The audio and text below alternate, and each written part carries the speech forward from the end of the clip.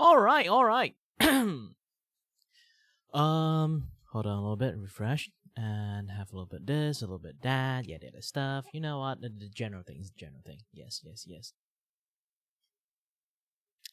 Not silent stream. When I have like doing a lot of silent stream, I just say like at the very beginning, let me do some marketing first. Hold on a little bit.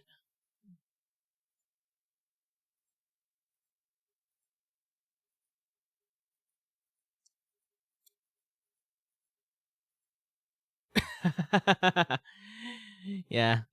Sorry there. But my face is here. Definitely, I'm going to talk some things. I just got a little bit confused that some of the Twitter posts once I finished posting. So yeah.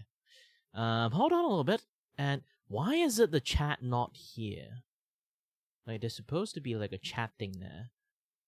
You know what? Let me try to turn off the art screen. Is this thing blocking the chat? Oh, it is blocking the chat. I was like, oh wait, what's the chat?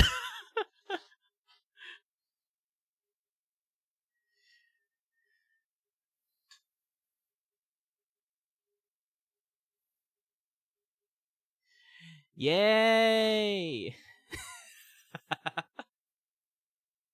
Yeah, back in the days, this like scene supposed to be my drawing cafe scene, and I'm not even joking about like drawing cafe scene. Original, it does have a cafe background.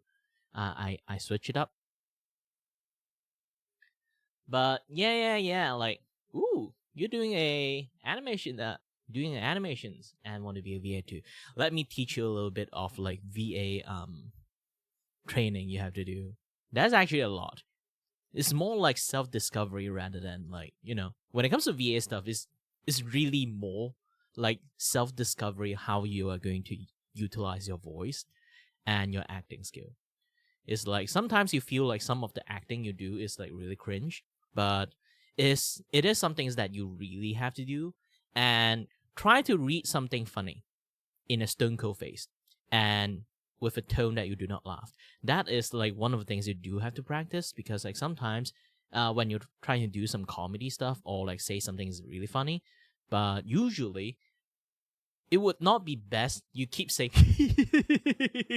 while doing like the um voice acting stuff. So it's not like the best way for you to deliver your line while you're laughing your ass off. This is why a lot of like comedy movie, they like the one of the best comedic movie is usually is the people who manage to deliver the comedic line with like a very serious face. It's because like this like end up like a lot of people actually hired serious actors to do a comedy movie or like any shows, rather than hire a comedian to like do like comedy stuff, because they understand the jokes, and um they understand the jokes, so they would not laugh or cringe when they like talk about the joke. Not like they will not. They will laugh at the joke. Means like if you hire an actual comedian to do your stuff, like generally it's like that. And trying to make animations is going to be very difficult. Why I can say that, because I'm actually a 3D animator. I've been through 2D and 3D animations, and actually, like weirdly, I'm more expert in 2D animations than 3D animations. It's more like I am actually good at the animation part, but not exactly good like at like drawing department. It's really difficult to say. It's more like, you if you want to make an animation, you need to make like the movement flow really, really dynamic and really, really like convincing. I'm good at that, but I'm not really good at drawing. This is why my drawing is really floaty. Like you can see, like a lot of my drawing, still drawing is never was never like my forte. I always draw like the drawing pose in a very dynamic form. If you ever see like the rest of the drawing I did in the past.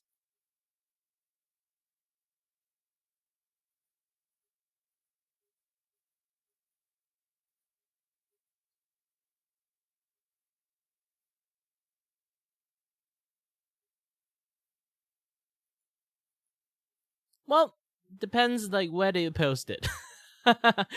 You want me to help you critique a little bit? I can help you, but yeah. Oh, by the way, if you want to learn how to do like really good animations, if you want to do a really good animations, try to do some stickman animation first. Stickman animations is like easiest for you to learn how to do like animation choreography and movement stuff. Try to make things like really like convincing, having like like springboard effect. Like stickman animation is like the best way to do springboard animation. Springboard like animations effect is easier for you to understand how a physical body drawing, how they move and stuff. Yeah. I need to like start doing some chatting, in order to like like get enough like audience in the first place. So I have time for you. Hold on a bit. Let me click. Go to channel. Have a little bit of look.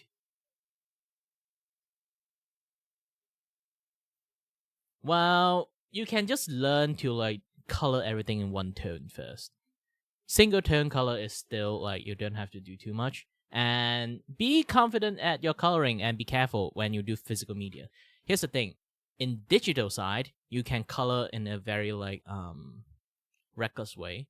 But on physical media, your color have ink. If you overlap your ink, if you're not using a proper tool, you're overlapping your ink, there will be like a lot of like you can already see like there's a lot of light line and like a lot of heavy line that you have there, heavy color line. So all I can say like you have to like be careful, like be really like precise and careful at your drawing. This is why like last time I give like a explanation like what kind of like hand drawing practice you need to do to improve your hand coordinations.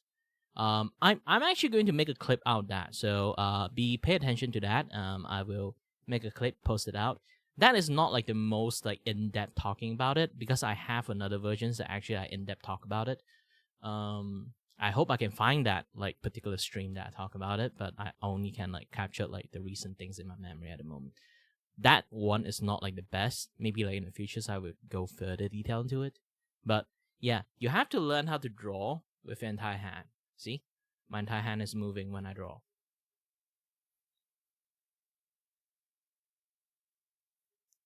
My stream is not freezing up. It's just that if you're watching in like 1080p, it will always like have a little bit staggering because of it.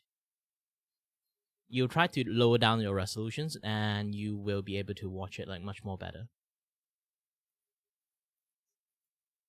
Yeah, because I have no report of drop frame, so it's best to watch it in 720p. And also like 1080 like eats up the data a little bit too much, especially if you're not using your like internet stuff. Yeah, 1080p still, to be honest, like 1080p is still not a very good media to like start your stream with. Sadly to say that, if you can run in 1080p, doesn't mean the audience can actually watch in like 1080p. This is a very like stupid things actually.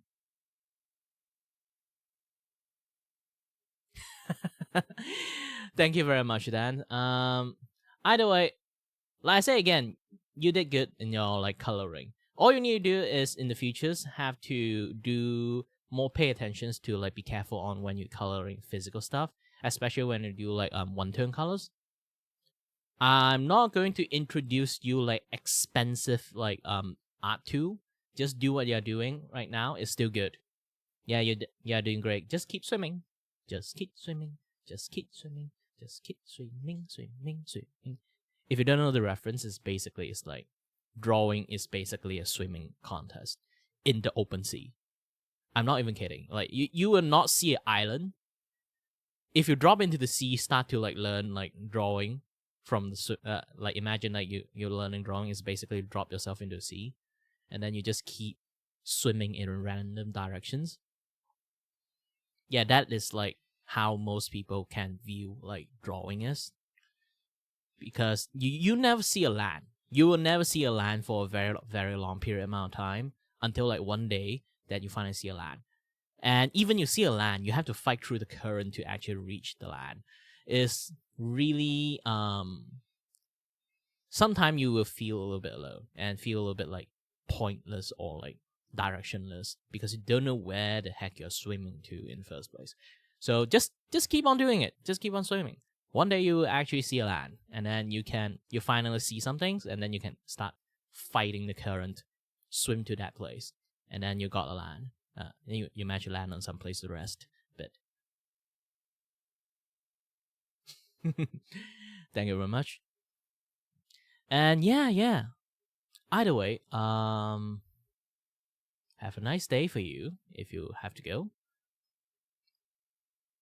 But again, like I say, yeah, you're doing great. You're doing great. Just have to draw more stuff. Like I say again, draw based on impression is the best way for you to like learn drawing. You can try yourself to watch some anime, try to like trace the drawing too. It might not help you too much, but it will help you like understand how difficult in some of the drawing is, and then you can decide to say like, oh, I trace this drawing. I feel like the eye is like really difficult to draw, but I learned something. So I decided to watch some like anime eye tutorial, like how to draw an anime eye properly, or for myself. Like this is a very, very good way to like learn art. I know a lot of people do say like tracing art is like the worst scum in the world if you do that. But here's the thing: when people say that, they usually like in Twitter, they kind of like argue with people to the point that they ran out of gone out of context. The real context is if you trace other people's art and then you start selling those art and claim it's your own, that is the issues. If you want to learn art, actually you can legitly trace art to learn some particular artist you like. A lot of people learn art through that way too. Like, I'm not even kidding. Like, even like Renaissance era, like a lot of people actually trace other people's art to learn how they do the coloring, how they like trying to like investigate how they do like how they kind of like do like studies on like how they do like, oh, this guy used like egg yolk to like do coloring. I'm using like something else of the media, so I need to like see like, can I do the same thing using my method? Like, you don't necessarily have to trace everything one to one, like how they do it. You can trace it in the way that you don't even have to put the paper onto on the art to do it. You can just trace it by just looking at the art this way and then start draw the same thing. Draw it in your own way, and then you will know like like some things that you yourself, if you draw it in your own way, if you can't replicate it, you can go specifically learn that particular things, how to draw properly, and then you convert it into your own way again and try it again. If you can do it, means you did a good studies. If you didn't do it, maybe you just need to find new solutions to do something else. This is how you learn art, actually. I don't know why like tracing become like a very like taboo thing in the internet. I guess like people in the internet is a little bit misunderstood the particular part of like, no, you shouldn't trace art. Those are the scummiest person in the world. Like, here's the thing. There's also like this thing, like lots of people keep saying like death to AI art. Is, for me personally, I don't really say like death to AI art. I'm more pissed off about the people who use AI art rather than like the AI art itself, to be honest, because they don't understand how technologies works, and then they just, the main thing is like they think they know how to use the technologies. It's like you think you how to use the calculators and then call yourself an engineer. I know it's a very big like difference the way I talk about, but it's essentially the same thing. The moment you know how to use ChatGPT to say like calculate the volume of my trunk, how many school bag I can stuff it in, if I squeeze them in, like they can calculate for you, doesn't mean that you turn into an engineer. It's the fact that people use AI and then claim themselves as that professions. That's the one that pissed me off. It's not the fact that they use AI. It's the same thing with like tracing, using AI, all those kind of like taboo you see in the internet. For me, is actually a good thing. Some people roast you on like you did some mistake. Good. Unless that roast is like completely like in a way that is like completely just to degrade you for fun, then you can just ignore them. You understand the context. Some people roast you by teaching you. You can see the context. You just have to calm down first, obviously at first. But yeah, it might sound ugly sometimes, but if they have a point, they have a point. If they just roast you by just like personally attack, just do personal attack without critiquing your art, then they have issues. You can just literally ignore those people. You don't have to think too much about it. That is the best way to like approach art, to be honest, especially you decided to post it in the internet. Some people actually like really afraid to post their art in the internet these days is because like they'll either say, hey, you just did a blackface, hey, you draw a black guy.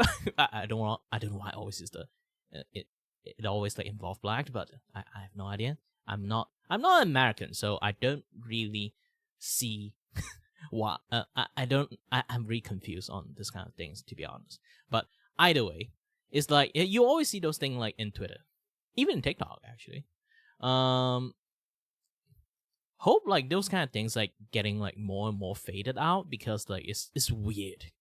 Like learning art is learning art, especially when persons actually are learning art and then like some weird stuff happen. I really feel bad for them. But either way, yeah. Like again, what was I doing again? Ah, yes. Welcome to the Kirivaku stream. My name is Kirivaku, and I'm your host and your voice here to entertain you and may not know what the heck I'm doing. Today is going to do a little bit of watch along stuff about some things that involve like voice acting.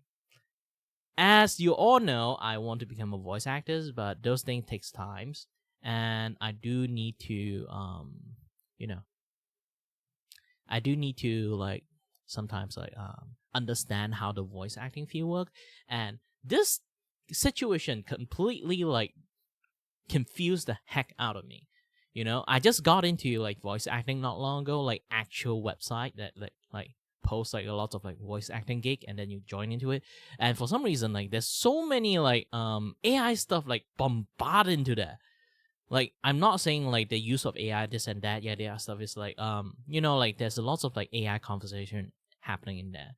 I did talk about like my stance on AI art. It's like I don't mind the AI stuff. It's like long as people are doing it in a very ethical way, then I'm fine with it.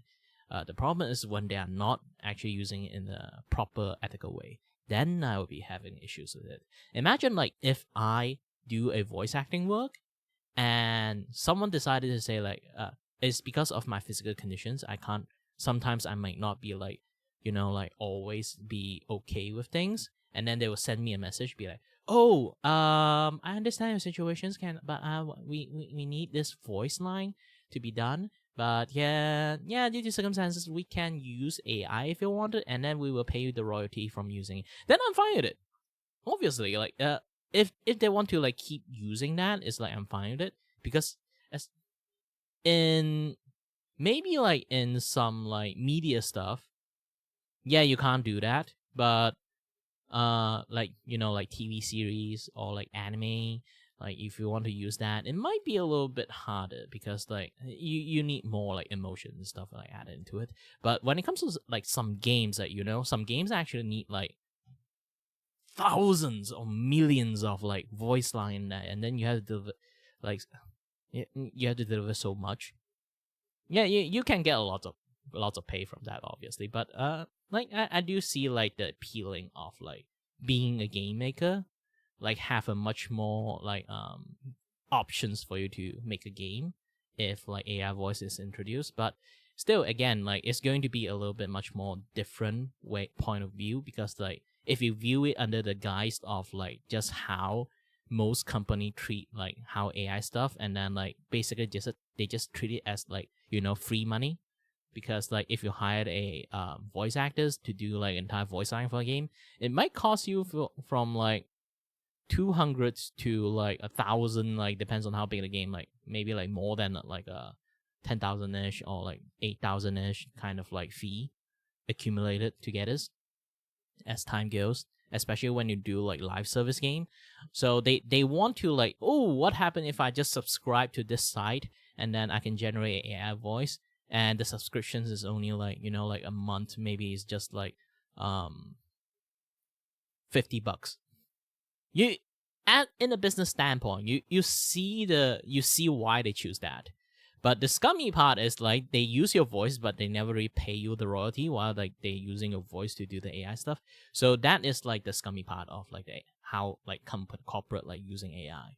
Like I say again, I never have anything against AI. I'm more like against like the person who don't really understand the technologies and then try to take advantage of it in a very, very misguided way.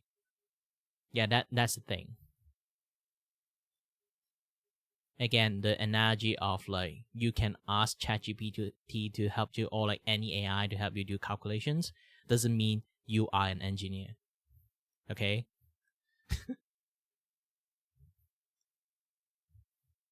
It's a very different thing. But yeah, like it become like a very like big taboo, and then later on like some very big drama happened within like the SAG-AFTRA stuff. Like if you guys know like the very like annoying Paimon song, Paimon voice in Genshin Impact, the voice actor, the English voice actor, it seems like she suddenly went like a very big crash out for no reasons. Technically there is some reasons, but I think like here's the thing: there's always justifications on anything, but sometimes there will always that one persons that go overboard with their own justifications. It's like you're trying to fight something for a while, and then it will went past the point you forgot what you're fighting. And then you have your own justification in your brain, and then that version is your version, not like the entire group versions. But when that thing like goes through your head and then you start like going like off rail on your own, it can impact like the things that you actually fight for a lot. This is why I personally don't stand on any side. Even though even I might have a side, I will not like really hard stand on like some certain side to like do anything. You can just call me fence sitters, or the guy that, you know, like the third party that see everything happen and have the popcorn in their hand. But even I have a side, I won't be like those kind of people like advocate it or this and that yet stuff, because personally I know one thing: I'm just a guy in the internet. I'm not smart enough to navigate this kind of field, even is involved with my professions. If I'm not understand good, I don't have a good enough understanding, I will not go out my way to like cause shit happens, you know? It's similar with like, you know, like this like there's so many like activists nowadays. It's been like they already doing that thing. At first it was maybe like actually there's a good reason for it, but as time goes, all justification always will lost the plot. And this is no exception on any other things. Every single thing, once it went long enough, it will lose its justifications. Especially when you keep doing something and then things like will keep on evolving to a point that is like went overboard and stuff, they will always go overboard.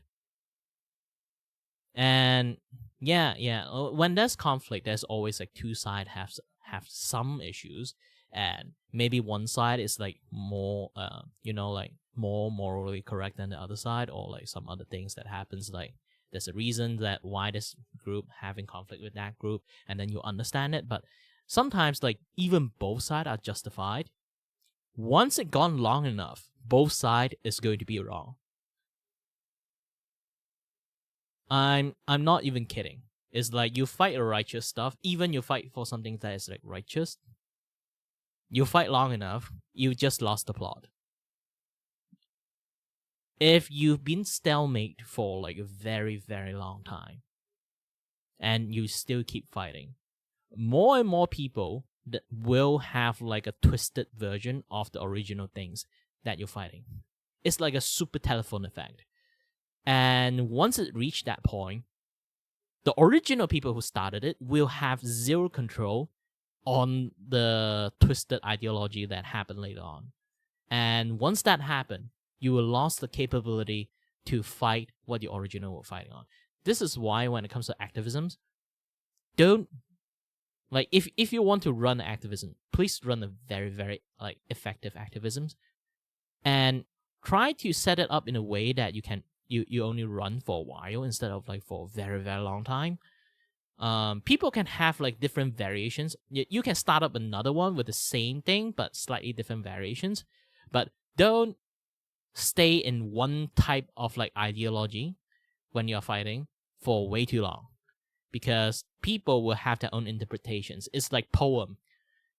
I might write a poem that I'm slowly going crazy, and then some people might interpret my poem as like some state of art that's so like high IQ to the point that even I don't understand how to interpret it. So yeah, different people have different interpretations. Maybe at the first, like everyone understand what you're trying to convey the message. Like even that, if you went long enough, people will have like different interpretations as time go, and then there are more people interpret it wrong interpretations, and then go even further wrong into interpretations. That's how extremist happens. And then like have like a lot of like weird ass ideology like slowly popping up, this and that, yeah, that stuff. It is a very, very like double-edged sword, to be honest. It's like a very difficult stuff. Like anything have a certain difficulty. If you don't really have the capability to handle that, then you have to shut it off way early than I think. And maybe let someone else start again and see anything like happen, and start again and see anything happens. Like things run too long can be an issue, from what I can say. Especially when it comes to conflict of interest and this and that, yeah, that other stuff. It's a lot of. It's a very complex thing. You really need like some PhD guy to actually study this kind of stuff.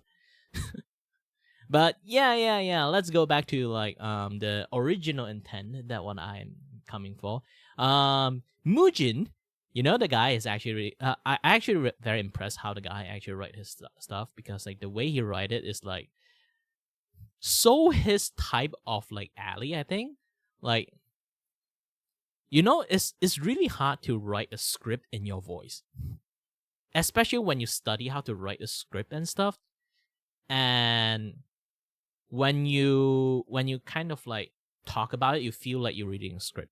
But that is like a whole new different skill when you can write a script in a way, maybe like in grammar side, or like how grammar functions, this and that, yeah, stuff. You definitely wrote the wrong shit and wrong format. But because the way you write it is so match up how your own like tone and behavior, it's just match your voice 100%. Good writing, in a way, is bad. Is writing in bad way that is becoming good writing, but it's only working for you because you wrote it in your own voice. And then the way you talk about things, like, it become like very, very accurate something somehow. Like confidence, the this and that, yeah, that stuff. It's a very like important skill, especially when you try to like do lots of like script writing yourself, and then for yourself. This is a very key point of skill that you should have. Either way, you know, let's not like stay in here for a little bit too long. Yeah, I will still do the same. I'll do a little bit of drawing while like listening to this, and I'll pause the video a lot on my personal like reactive like commentating stuff. Yeah. So yeah, let's enjoy this 1.5-ish hour of shit shows, that documentary of this entire issues. On July 26th. Holy shit, it's loud! On my side.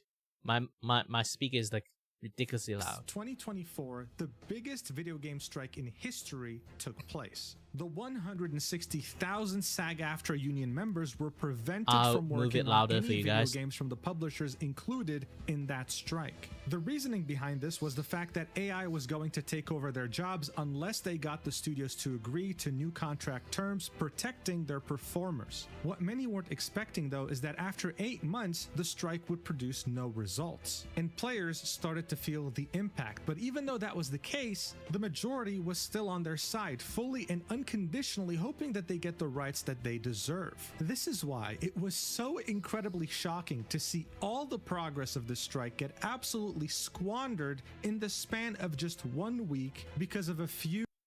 Yeah, this is why I say, like, do not run a certain ideology for too long. It will get twisted very fast, especially when you have like people that is like a little bit too extreme, that would twisted it like even faster. And because like when it comes to like this kind of like united to do something stuff, it's really mob mentalities. If one guy decided to go stray, it's like they will be certain like a part of the mob will go stray in the same time. If you don't have the ability to control everyone individually, your activism is just going to screw up. Two entitled voice actors, specifically ones that worked on Genshin Impact. You know what? Actually, I should do something else. It's been a while. Let me try this. I'll be on the spot changing some stuff, okay? Let's have this things. Screen. I will put it right behind the chat.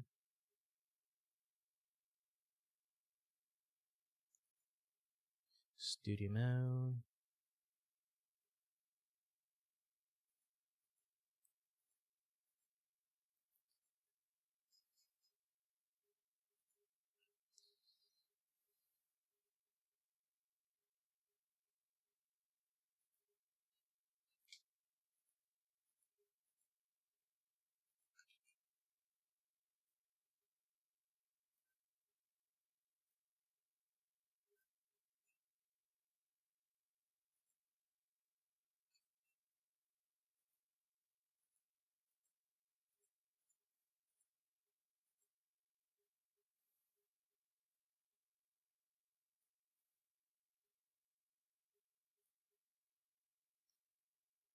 Might jump scare you guys because the moment I pause is a little bit scary. It's definitely a little bit scary looking. And I'm going to move myself away a little bit. Okay. Going to move myself away a little bit. Yeah, I'm not going to keep drawing. I'm going to watch this and, you know, have like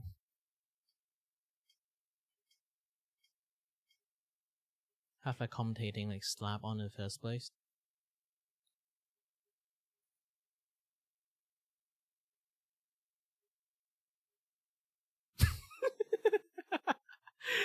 Man, the face is scary sometimes. Like, I do have a like that kind of like one eye open bigger than the other eye kind of face too. Especially when I'm in angle, it is even worse. So personally, I'm also very conscious about those kind of things too. So yeah, let's watch a shit show together. Together we strong. This got so bad that the once supportive community has now called for all of them to be replaced mid-strike, completely catching them by surprise. Even worse, this controversy opened up a can of worms and people started to look into the union itself, the one who organized this strike. This caused an incalculable amount of PR damage to the union as people started to find out its inconsistent, shady, and overall weird history so far, questioning why voice actors and performers in general don't have a better union to represent them. And if that wasn't bad enough, one of the entitled Genshin voice actors that caused this mess posted an 8-minute rant in front of a toilet complaining about all the harassment they've received while saying that they could vomit at any second. By the way, that voice actor voices the most important character in the entirety of Genshin Impact. Guys, this might be my most requested video of all time. Now, there are a few reasons for that, but it's mostly because the replacement is going to earn a lot, and also at the same time having lots of jobs in the same time. It's going to be very difficult for that particular person who's going to replace her if they really decided to replace her. But if you did manage to, like, here's the thing, like I don't know where the professionalism like is gone when it comes to stuff like this. Like, you can have it in your own personal time, I guess, but you if your job is to represent the company and then you decided to take such a big step, you really have to prepare to get fired. You know, this is some things that people have to like understand. If your job, more or less your face is out there, you're somewhat already represent a certain entity. If you decided to go against that entity, you just have to like accept that you will get fired. Yeah, you look at Snow White, you already understand. You have to accept you get fired at some point. It's not like you shock, you punch at people, you get punched back, something like that. It's like, if you're shocked at that point, you shouldn't. You should really think about things before you start talking. You know, it's that way lot more people doing jobs that is basically you are the public face, and they don't really have a public face. You know,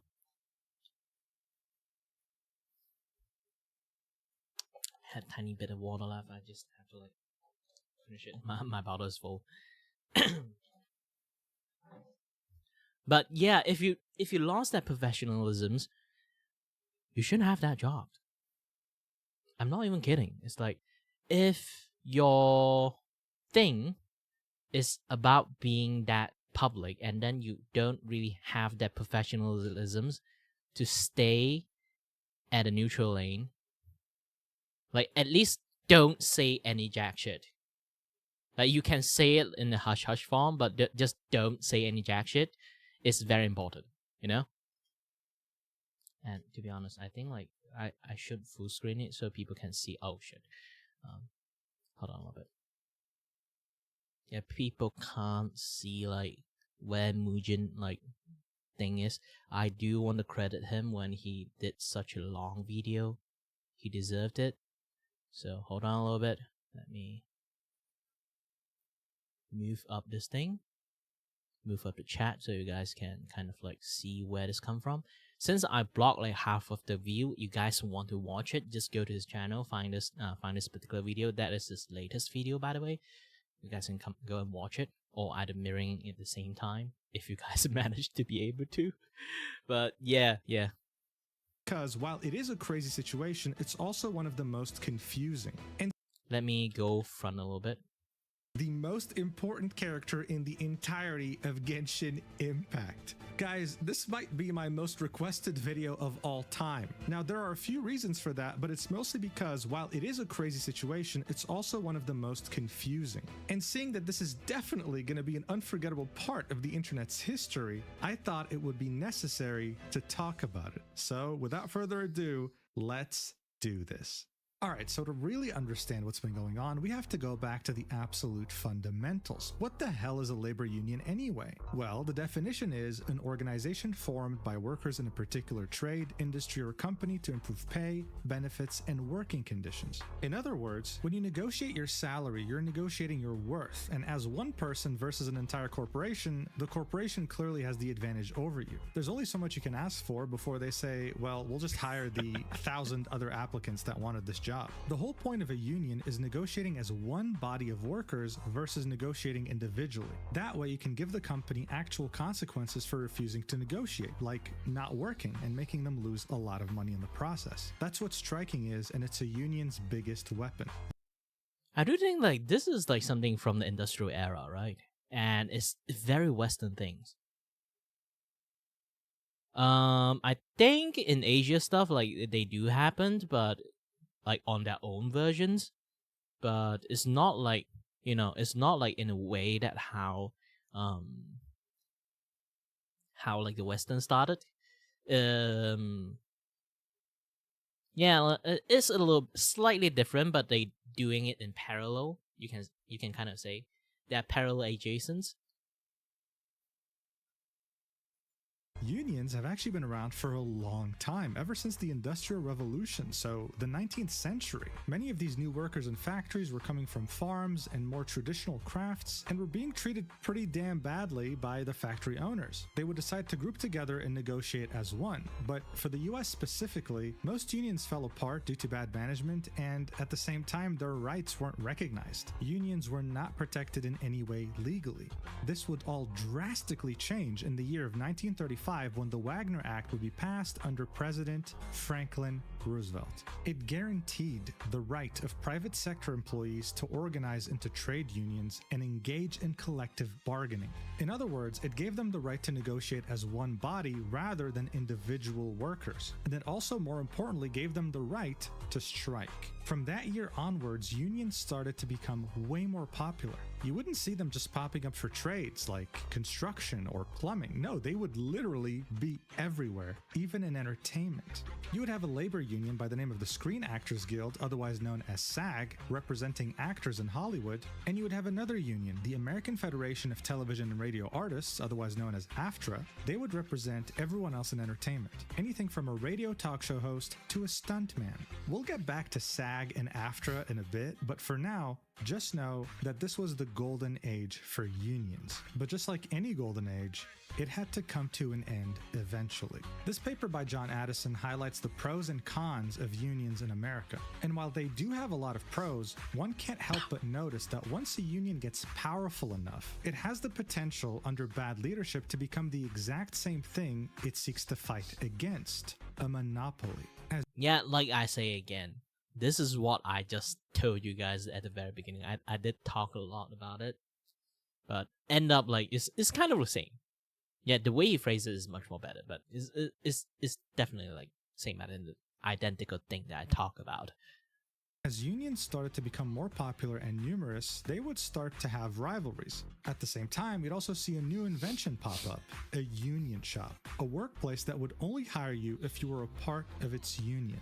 This concept wasn't very popular because not everyone wanted to join a union. They had their reasons. Some people didn't want to pay the agency fees associated with a union. These are fees typically taken monthly or yearly to keep the union running, while some others simply just wanted to retain their independence, being freelancers or contractors. But these union shops gave them no choice, and this must be very confusing to you if you're European.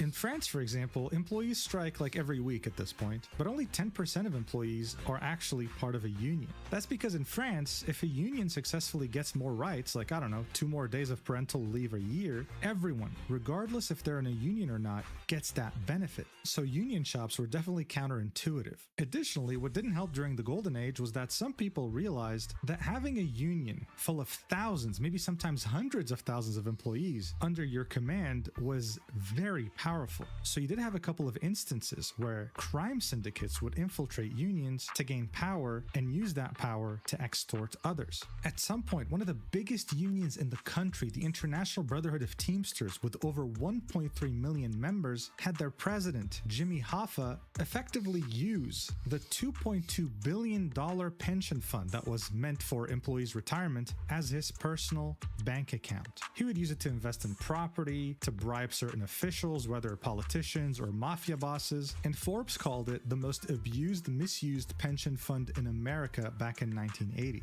Just like Uncle Ben told Peter Parker, with great power comes great responsibility. And some people chose to completely abuse that power, but the killing blow for unions, really the final nail in the coffin, actually came after giving them more rights. You see, the Wagner Act only gave private sector employees the ability to unionize. But on 1962, almost 30 years later, John Kennedy decided to make it possible for public sector employees to unionize as well. This meant that government employees were able to not only create unions, but join them too. There was one very important condition in this executive order though, and that was you are forbidden to strike as a public sector employee. 19 years later, that rule would be broken under the most anti-union president in United States history, Ronald Reagan. In 1981, a union of air traffic controllers by the name of Professional Air Traffic Controllers Organization organized a strike. 13,000 of its 17,500 members walked off the job. They all wanted a $10,000 a year pay raise, as well as a 4-day work week as opposed to a 5-day work week. And finally, a full retirement after 20 years of work. Air traffic controllers are technically public sector employees. Ronald Reagan gave them 4 days to get back to work or all be fired. Within 4 days, 1/4 of the striking employees came back. The rest were all fired, which led to the complete decimation of this union. After this incident, strike rates in the country would go down significantly and unions would slowly but surely die out a slow, painful death. As it stands today, private sector unions are at their lowest in the last 50 years. And in most industries, unions are struggling to even keep their current members, except for one industry in particular, and that's entertainment. This brings us back to both SAG and AFTRA, the two biggest unions for anything entertainment related. Seeing that they both practically own the entertainment world, they decided to merge in 2012 to really consolidate their position as the premier. Well, even a person who is pro-union, like I say, I'm kind of like fine with AI, but I'm not good with how people utilizing the AI. He might be, like, here's the thing, like, he might be pro-union, but if you see people abusing the power of like a thing you really view upon as a good thing, you will take actions, especially people from powers. They say like, this is a good thing, you're abusing it, I fucking love this thing, now you're making it this like hard for me to say fuck you. But I still have to say fuck you because I'm working in high positions. Like those kind of things.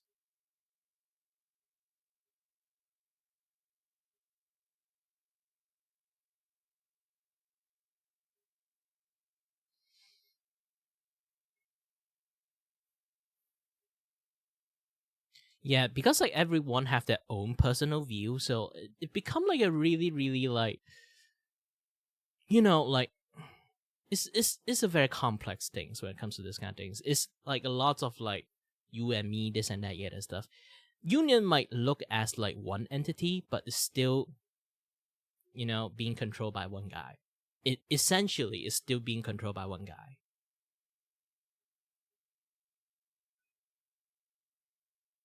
If that guy didn't do it in a way that how other people perceived it, things would have gone like really, really bad.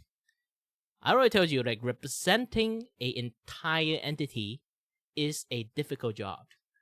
And doing such things can do more harm than do good sometimes.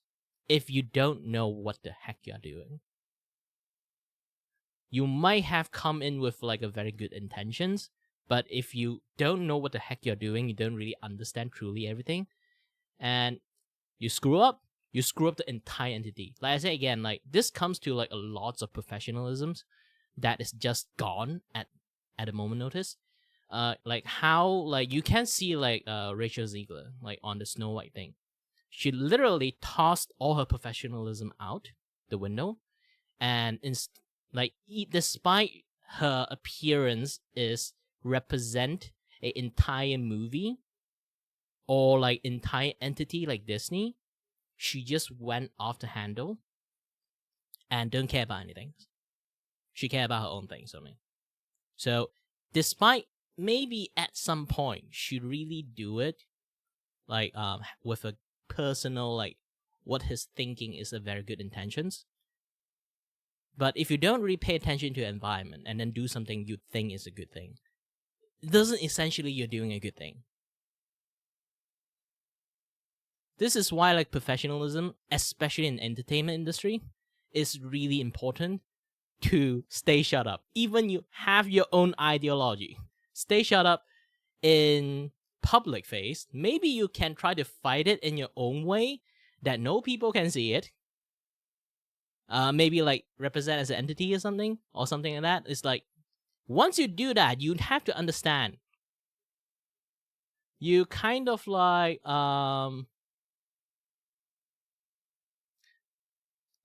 once like you know like that there's like a lot of like things like happens in there. Like if you try to like do something, it's going to impact an entire entity you represent, if you pick that choice, you have to expect like the consequences of a lot of things, especially when you're a public entity. I feel sad about it too, is because like when you're trying to do some things and you're a public entity, you kind of like got your hand tied.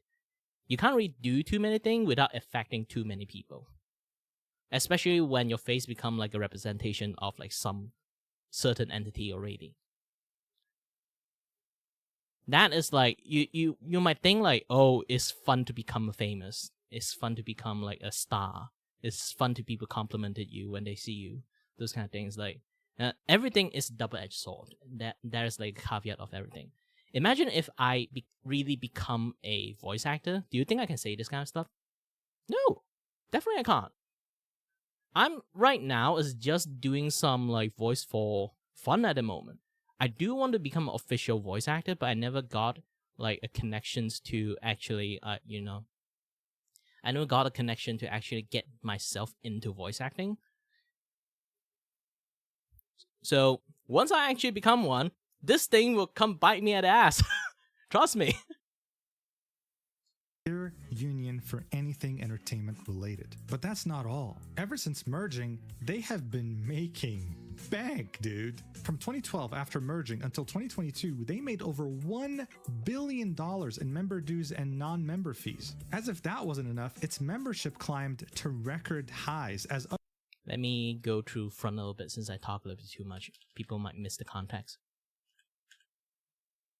Unions for anything entertainment related. Seeing that they both practically own the entertainment world, they decided to merge in 2012 to really consolidate their position as the premier union for anything entertainment related. But that's not all. Ever since merging, they have been making bank, dude. From 2012 after merging until 2022, they made over $1 billion in member dues and non-member fees. As if that wasn't enough, its membership climbed to record highs. As other unions struggled to even exist, SAG-AFTRA was killing it with a record 171,000 active members paying their fees. I mean, look at these earnings. In 2022 alone, they made over $101 million in membership fees. How is that even possible?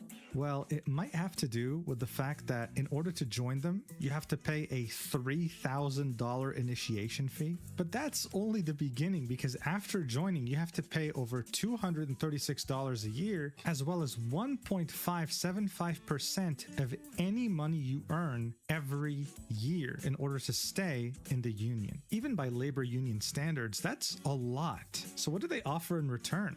Well, they offer healthcare as well as pension/retirement plans like most unions. Oh, they have deals and discounts as well as discount films. Okay, you know what? It's totally worth the price tag. But you want to know what's even better? After paying $3,000 to join, you only get health coverage if you meet applicable earnings thresholds. And you only get pension contributions when you're working SAG-AFTRA contracts only. Okay, that seems like the bare minimum. I don't know why this guy is staring at me the way he is. It's creeping me out. But hey, listen, the entire point of SAG-AFTRA is that they fight for you, right? That's what a union does. Collective bargaining. And that's what they claim to do. SAG-AFTRA is on your side when it comes to contracts, representatives, safety, diversity, you name it. So were they able to step up when actors and performers faced an existential threat? Maybe, but not for everyone. Picture yourself as a university student on November 2022. You have a dissertation to present next week and ChatGPT just came out. This was revolutionary for any student. And while it was really cool to have an AI be able to write so much with such little prompts, things went from cool to concerning when Sora came out, capable of creating videos just from prompts. Immediately, there was a big concern, not just over all the things they stole to make this, but over the fact that greedy studio executives would probably see this as an opportunity to cut even more costs from.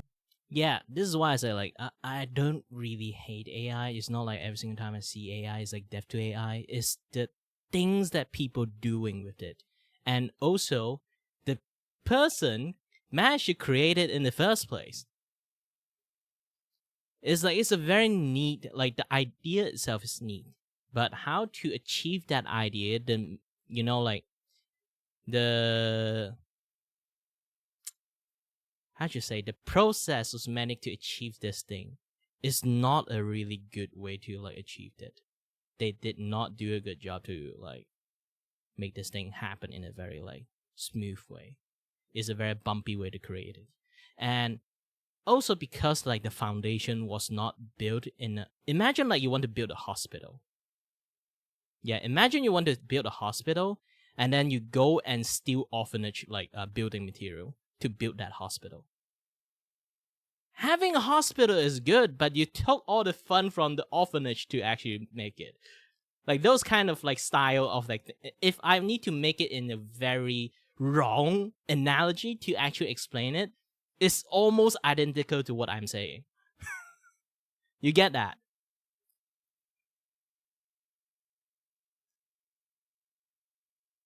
And then once you build a hospital, the people who take over the hospital never have a good intention to do like provide healthcare in the first place. Then when you pay like extremely high price in order to get admitted to the hospital in the first place.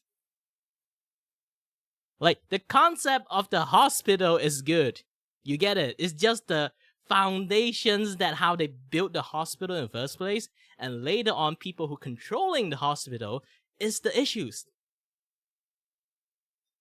Like, there's so many, like, long-ass Twitter argument. I can sum it in this way. I can literally sum it in this way. But so many people got, like, misunderstood on the AI stuff. The moment they see someone just use AI for fun, they will be like, death to that persons! That is become, like, a thing. Is because, like, it's a very muddy ground. Like I say again. It was never intentions to be that way, but due to how human never really humanity societies created to a point that we can't have nice thing, we can never have nice thing because asshole exist. From already terrible Hollywood movies. In 2023, that's exactly what happened. A Marvel show by the name of Secret Invasion, meant for Disney Plus, used AI for its opening credits sequence. Only AI, nothing else, just AI. It looked terrible, and that got people panicking. This was barely 1 year after ChatGPT. It clearly looked bad, but it was approved anyway. What else are studios willing to do now? This is when SAG-AFTRA and its biggest members decided to step up and fight for the average common actor's rights. In the summer of 2023, a vote was held over whether to strike or not.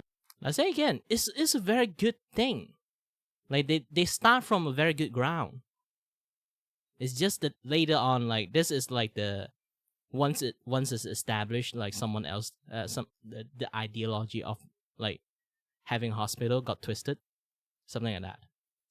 And the majority, more than 93% of SAG-AFTRA members voted yes. So it was official, they were all ordered to strike, meaning that they couldn't work on any movies or series or even participate in any promotional material. And after 118 days of striking, they finally were able to reach a deal with the top studios in Hollywood for many different things, including compensation, residuals, and AI protections. There was only one small problem though. This enormous victory, as SAG-AFTRA called it, only applied for people working in cinema or theater or just Hollywood in general, but had nothing to do with the profession that is most vulnerable to the rise of artificial intelligence, voice acting. When I said that SAG-AFTRA represents everyone in entertainment, I meant it. They represent everyone. They're practically a monopoly. This includes anyone doing voiceover. We're talking voice actors for games, for anime, for just about anything. To be honest, as a Malaysians, like I live in Asia, and SAG-AFTRA stuff is like for like the US thing only, right? And if you want to become a EN like voice actor, you either go for the EU side or go for the American side. And generally, people obviously go for the American side.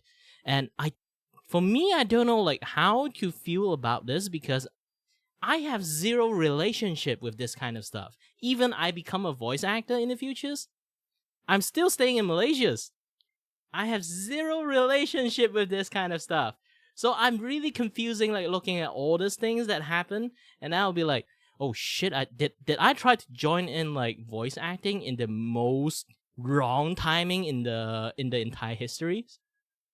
But yeah, like just being a voice actor is a bumpy ride. You really need a work to support yourself while being a voice actor at the same time, because you use more money than earn money as a voice actors. especially at the very beginning. But let's not forget that video games also have actors, singers, dancers, stunt actors, motion capture artists, and a bunch of different performers under SAG-AFTRA. So technically speaking, all of these people were left behind. Let me go front a little bit. Or theater, or just Hollywood in general, but had nothing to do with the profession that is most vulnerable to the rise of artificial intelligence, voice acting. When I said that SAG-AFTRA represents everyone in entertainment, I meant it. They represent everyone. They're practically a monopoly. This includes anyone doing voiceover. We're talking voice actors for games, for anime, for just about anything. But let's not forget that video games also have actors, singers, dancers, stunt actors, motion capture artists, and a bunch of different performers under SAG-AFTRA. So technically speaking, all of these people were left behind during that strike in 2023. This was a very big problem because these performers were paying the same fees and dues as Hollywood actors and were in an industry that is way more likely to use AI compared to Hollywood, as evidenced by recent developments. Yes, if you guys didn't know, 3D animation is very difficult. And a lot more people nowadays using AI to work with like physics calculation, this and that, yada yada stuff. It's like why you need to use mocap is because you need a really physical representation of a person moving. And you need like the facial data, this and that, yada yada stuff. AI can actually even nowadays, they can work even way better than most like animations or art or like AI voice that created to literally replace all mocap actors. Seriously, I'm not even kidding. They are so good that when I, as an animator, see it, I would say like, man, now I can do one-man army animations now. Because like I can literally just post them, and then the AI would do calculation and make a very convincing movement like in between post.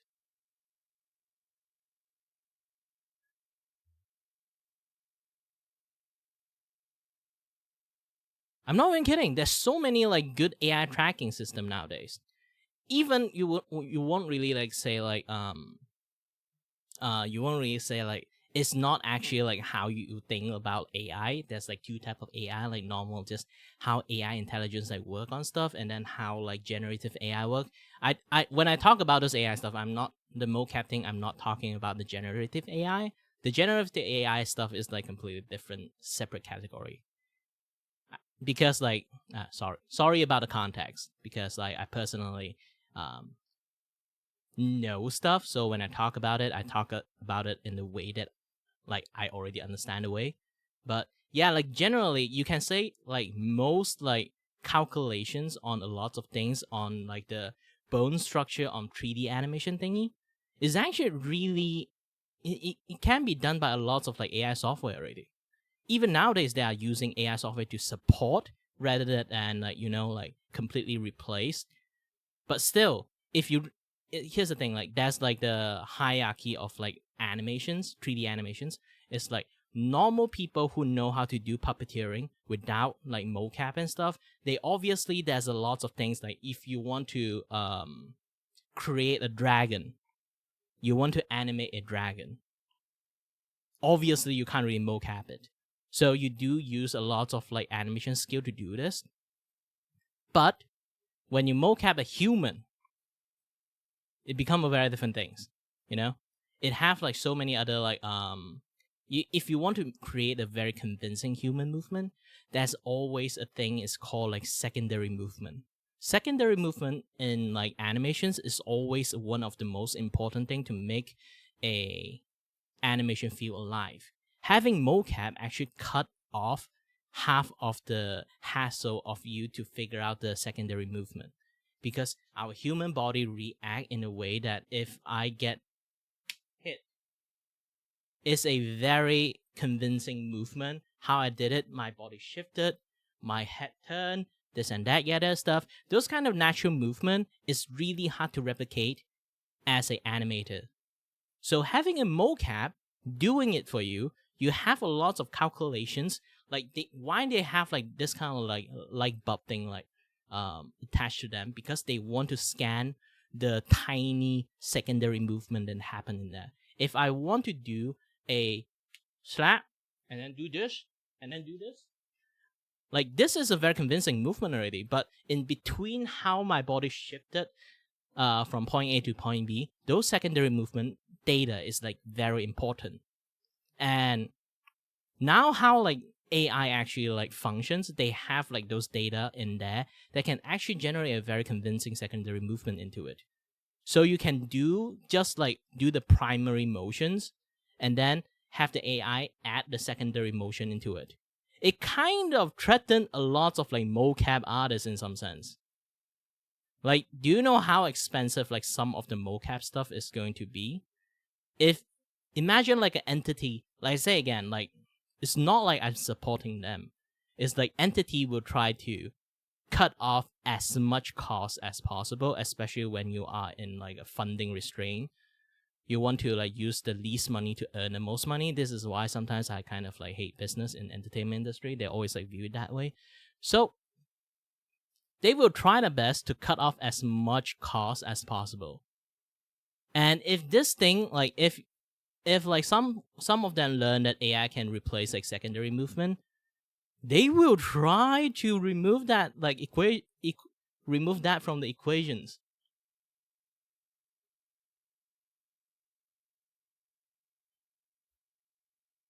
Yeah, it is.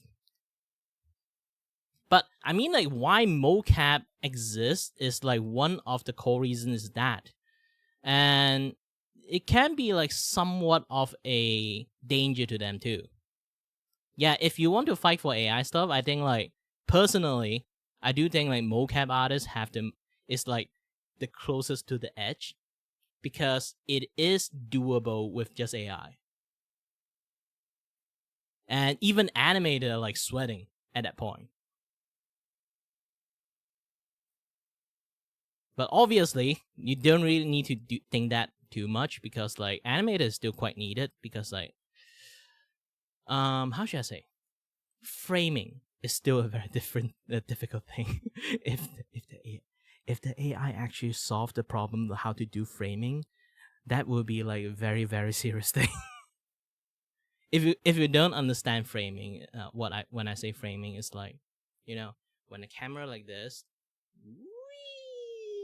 those kind of things, and then you need to frame in the way that you have to do foreshadowing, this and that, other stuff. Like one of the things that AI, like generative like AI animations have a big issues is they actually don't really know how to do proper framing. Especially when they want to go for like very artistic framing, they don't really have the ability to do that. They can mimic it, but they don't really have like a very ideal dynamic form like added into it. This is the issues. And I say that, and then I feel like I think I said something wrong. People who make AI, don't take this note, okay? Even I make a clip out of it, I will cut this part out.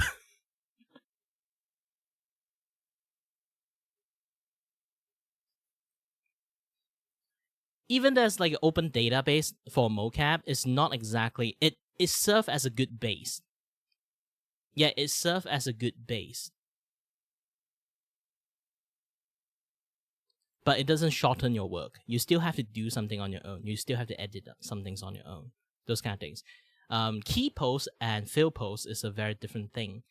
And then secondary post and primary post is also a very different thing. They might sound very similar, but it's also a very different thing.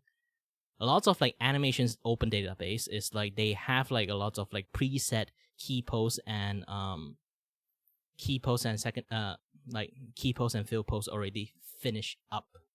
But if you want to go up a certain level, you need a very natural like body language added into it. Secondary post is your body language. It's some things that even nowadays, even you are veteran animators, is some things that quite difficult to animate. This is why if you see animations, you feel like they are literally doing rotoscope. Actually, they aren't. You know the animator in there know that shit. I remember like there's like a few animations like made from like one art directors is like really really good to the point everyone thought like all the animations is like real life rotoscope, but no, they aren't doing real life rotoscope. They just have a very good understanding of secondary animations. secondary animation really make a object, a 3D like cartoon looking guy, look even more realistic, because body language really tells everything. One of the thing, like how Monster Hunter, the monster feel really realistic, they have a very convincing secondary animations. Secondary pose is some things that really sell you that how realistic, how our brain see a thing and convince it's real. It's a very difficult skill to have. And when AI actually can like replace that thing, man, hell is going to let loose. I'm not sure they can do it yet, but I can see the progression is actually like close to going there. And oh, but there is a good thing about how AI like treating like mocap people too. While people might scare about like how AI can replace mocap people, they still can't really at the point yet. It's like really close. It's like, you know, like one generative AI like closed. But here's the thing. Nowadays, AI can help out you to not have expensive equipment, at least to do mocap. You know, like some people, like aside from wearing like this kind of like light bulb suit, they have to like they wearing all this like light bulb suit because they need like point of reference to let people like do capture and stuff, and then they need to be like hundreds of camera. If you are in a very good like very professional environment, to the high quality like production level environment, you will have hundreds of cameras looking at all those points and then receive those data and send it to like the 3D software to record like the movement, the skeleton movement of like the rigging skeleton movement. But here's the thing. AI have been helping people to this point that they can actually have a slightly lower budget studio to even have a better like mocap. Is because they can still read a human body. Like imagine like how iPhone is like very famous at the moment, especially for like Vtuber using like using to like capture their face. Why? Because they are using a very highly advanced AI stuff to understand a facial movement and stuff, this and that, this stuff. So it's like it have a very like it create a high quality like virtual tracking, to the point is you become very very good at this. Yeah, no, 2 cameras is actually able to do it. Like one at the front, one at the back. You can have like enough informations. And if you want like very very like over high quality animations, then you might have to do a lot of things. I mean, like at the point that you can have like so much things to capture, you can just use one camera. You can capture like in a very like full dimension movement, because usually you just use one camera. You only have like the 2-dimension kind of like calculations. The depth calculation is not really there. If you need the depth calculation, you need a second camera to actually do that thing properly. And if you want more depth calculations, that you need front, back, and like 2 on the left right side to actually do even more high depth like calculations. But generally, I say 1 in the front, 1 in the back is actually quite good by itself. That is like for raw data. I mean, like if you really want to be like hyper precise on all the data, yeah, you need a lot more like highly advanced like capture systems.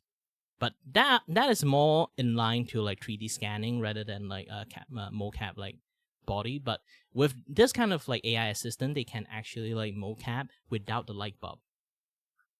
The one of the most important thing is like the light bulb, and then like sometimes some people have like some very like highly advanced like muscle feedback kind of like mocap stuff, mocap suit like wearing on them. I'm not even kidding. Like there is like sometimes you see like aside from like a normal mocap suit, like this one.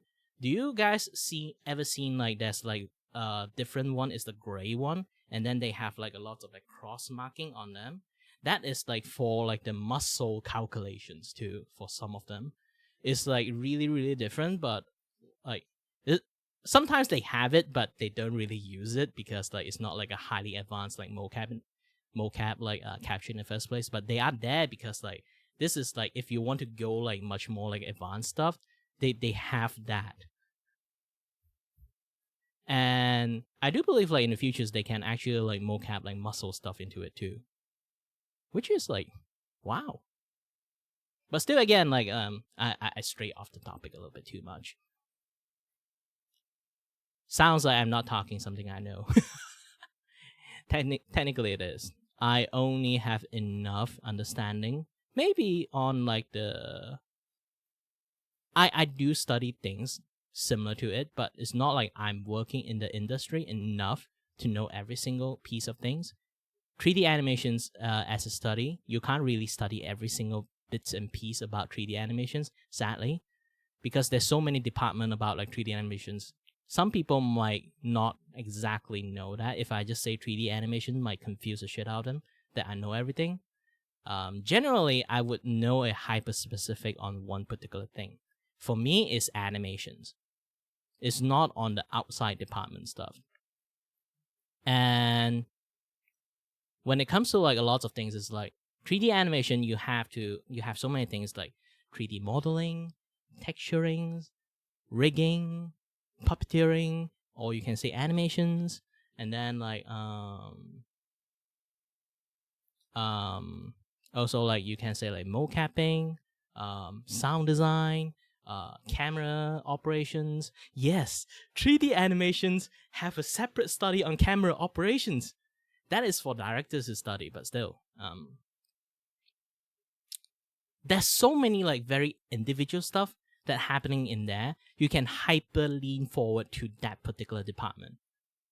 Obviously, a person who finished study 3D animation, they generally know everything. This is why a lot of people still nowadays, they have like 3D Max knowledge, Maya knowledge, or like you would say like the what again, ZBrush knowledge, and like the what is the like the new like texturing things that Adobe use again? I keep forgetting the name. Yeah, basically it's like one thing is like specialized on texturing and stuff. And why this kind of things happen while Blender exists is because Blender have every single thing. It's like if you know every single thing, you can use Blender quite easily. But if you actually understand a one particular department really, really well, if you go to Blender, it will confuse the shit out of you because it have everything. You don't know where to start in the first place. Yeah, like at the end, eventually you will be able to, but it's going to take some time. This is why some of the dedicated software still at the end, people really still using it really well. As for Maya, I think like they're still very good at like doing simulations and like simulations and a lot of like rendering stuff. And 3D Max obviously have an even better like, rendering stuff.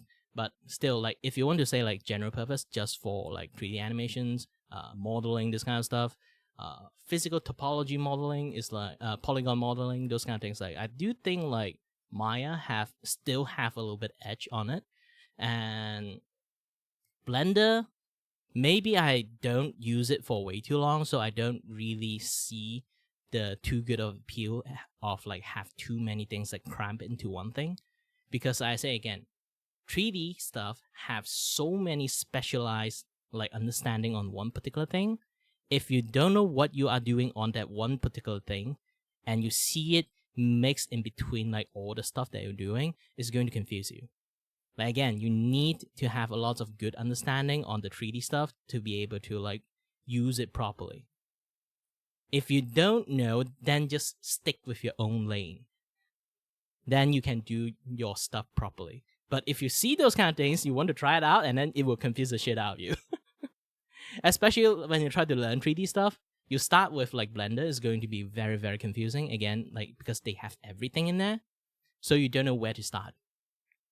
A lot of people would say like the donut series that is very good because they teach you how to do like the like the physical shape first. For me, it's actually like yeah, I think the donut series is actually pretty good because they at least teach you the most basic startup things, like how to use the controller properly. It does have like a very good let you know like the basic stuff at the get-go. So if you do the donut series, it's actually pretty good. I remember there's still another one, is like making a whale thing.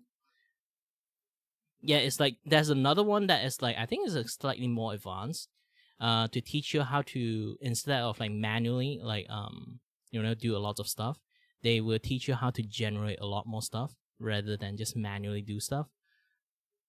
That one is like teaching you way better one.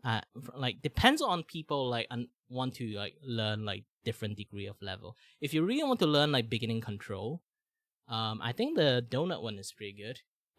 If you want to learn like slightly more stuff, like more control, I think the well one is actually pretty good.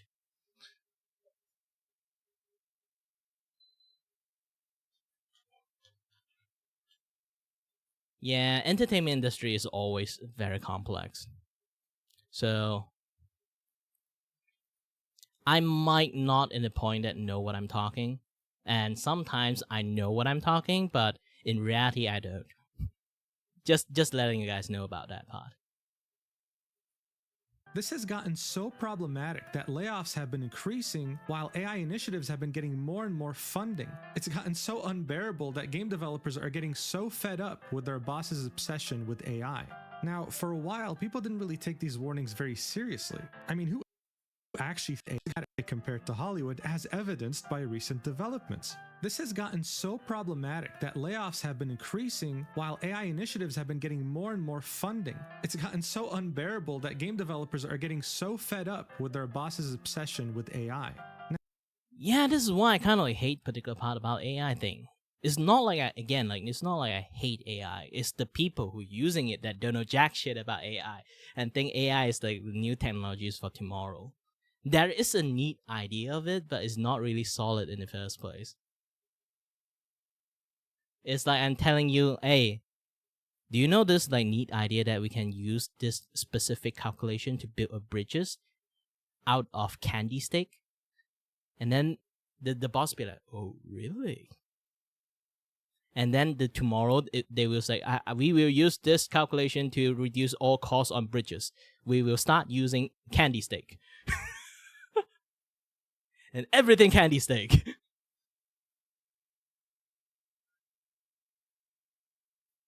I know this is an engineering thing, so it might be a little bit confusing. Now, for a while, people didn't really take these warnings very seriously. I mean, who actually thinks that AI can replace real developers, right? Well, recently we got a peek as to what the future could look like, and it's not looking good at all. On March 20th, 2025, Ark Survival Evolved released a trailer for an upcoming expansion. This is genuinely one of the worst things I've ever seen. Like, look at this. This is really bad. It obviously was disliked bombed. People hated it, but that's not really going to be enough of a reason for developers not to use AI. And while yes, this looks terrible and video generation still has a very long way to go before looking decent, voice-related AI tools are already worryingly very good. One quick Google search and you can find many different websites, sometimes free, able to fully clone a voice, and the only thing they need is just a short audio clip of that person talking. Some of them are so good that the AI voice doesn't sound monotone, like it won't be talking like this. It'll be able to scream, sometimes even able to whisper, and sometimes even exhibit some form of emotion, depending on how good the audio sample you give it is. Many voice actors have been feeling existential for years now. Is this it? Are they even needed anymore now that AI has gotten so good? So seeing that SAG-AFTRA so heroically stood up to the dangers of AI for its actors in cinema, it only made sense for them to do the same thing for its voice actors and motion capture artists when it came to video games, since they represented them too, right? Well, it took them a little while, but in the summer of 2024, they finally decided to go on strike for video game performers. The SAG-AFTRA president said, "We're not going to consent to a contract that allows companies to abuse AI to the detriment of our members. Enough is enough. When these companies get serious about offering an agreement our members can live and work with, we will be here ready to negotiate." This strike is happening because after 2 years of negotiation, they couldn't reach an agreement with 10 video game studios in particular. The whole point of this strike is to not work for these companies in particular, and that is it. This isn't an industry-wide strike. It only affects Activision, Blindlight, Disney Character Voices, Electronic Arts Productions, Epic Games, Formosa Interactive, Insomniac Games, Take-Two Productions, VoiceWorks Productions, and Warner Bros. Games. That's it. Under union rules, you cannot work for any of these companies, but no one is stopping you from working for any other company. SAG-AFTRA didn't really frame it that way though. They said, we're fighting for our survival, and they made it seem like they were striking over the entire industry. This strike affects roughly 2,600 SAG-AFTRA members. And as I mentioned earlier, this wasn't just about voice acting. Oh, by the way, if you guys didn't know actually like why Activision's is in there, I think it's like the lately like Call of Duty things that happens. In my memory, it's like they use a voice that is like AI generated voice of like a certain of a few certain characters. It's like before that thing is like released, they changed the contract, like want them to re-sign the contract for the, you usually have to renew contract and stuff. So they renew the contract. They actually changed like tiny bit amount of clause there. It's like, we are going to use your voice and AI, and then if you sign this up, you gave up the royalty of using a voice in AI.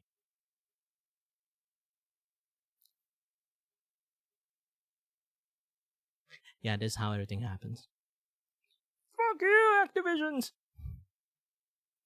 It was also about motion capture artists, stunt performers, singers, dancers, and it even prohibited people from participating in camera tests, rehearsals, auditions. It was a complete embargo on video game work for these developers. And you know what? It was really hard to find anyone opposing the strike online. It seemed like everyone was on these performers' sides. Yes, you deserve to be protected from AI. SAG-AFTRA claimed that the contract would also have better healthcare options and higher pay. Who would be opposed to that? People wanted to see them succeed. But we're in 2025 now, and after more than 200 days of striking, SAG-AFTRA says that they're nowhere near close in agreement with these affected studios, saying that the latest contracts proposed by them have alarming loopholes. SAG-AFTRA doubled down, saying that we have proposed a deal to these studios that includes wage increases of over 15% for SAG-AFTRA represented performers in video games, as well as enhanced health and safety protections and industry-leading terms of use for AI digital replicas in-game and additional compensation for the use of an actor's performance in other games. But here's the thing, if you're a gamer, there's a good chance that you had no idea that the strike was happening to begin with, so what gives? The whole point of this strike is to delay the games currently in development by the studios that are affected. So since Take-Two is involved, for example, GTA 6 is probably experiencing some delays with voice acting. But since it hasn't come out yet, you as a consumer haven't really felt the strike in any way. Unless, for whatever reason, you played Genshin Impact. You see, even though Genshin Impact's developer Hoyoverse is not part of the strike in any way and has always been a non-union project, it's never been a union project, a big part of their voice acting talent for their English dub happens to be SAG-AFTRA members, and those voice actors have decided to strike the game. Unlike the other games being striked, this one is a live service game that has updates come out periodically with voiced quests. This means that ever since the strike, many of the patches coming out have had completely mute characters when you play with the English dub, and the players have been feeling it. So that's where things get kind of weird.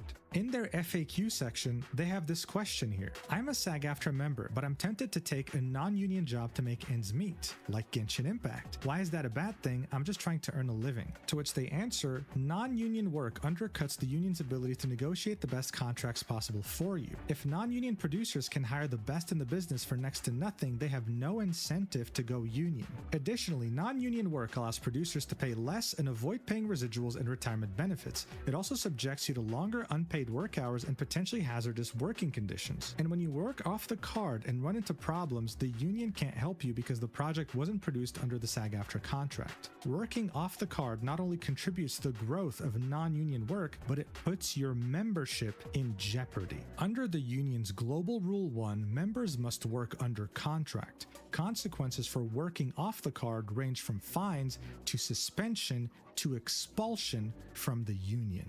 No, yeah, not only are you confused, I am too. How is it that the majority of voice actors...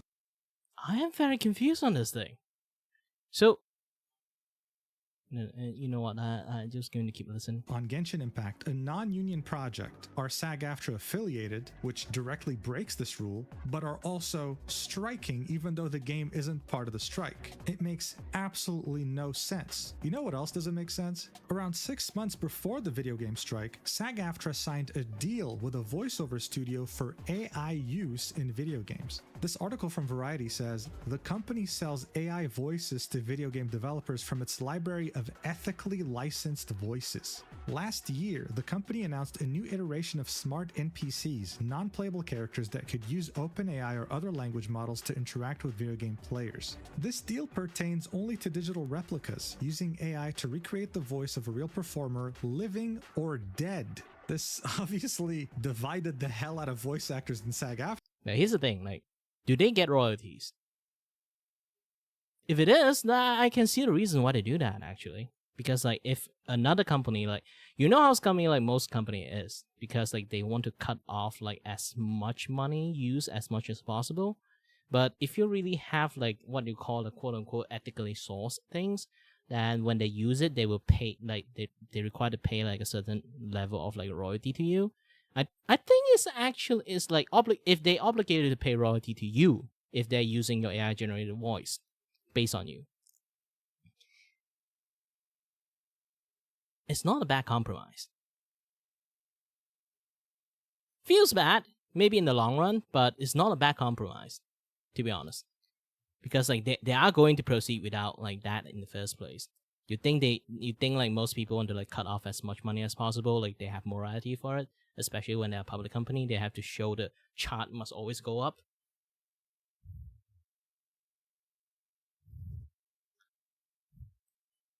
If they are going to do it anyway, without any consent and stuff, it's best to force them to have consent, that at least pay them as much as possible. Like, I feel like you can't really stop them. Like, nowadays, like, do people manage to stop a single thing with the AI at the moment? I don't think so.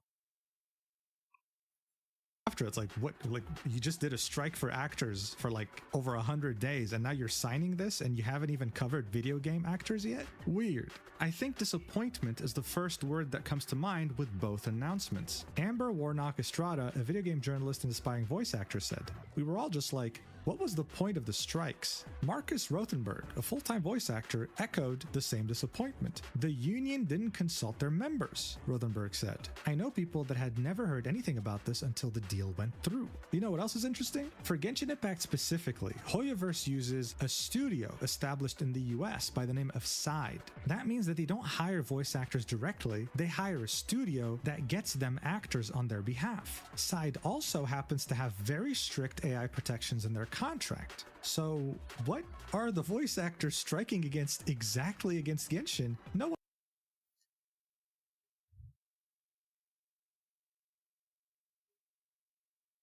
Communication issues.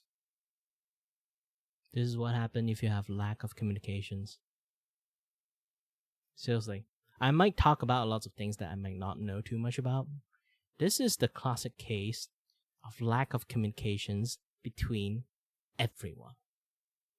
Like, try to think this. Conflict always happen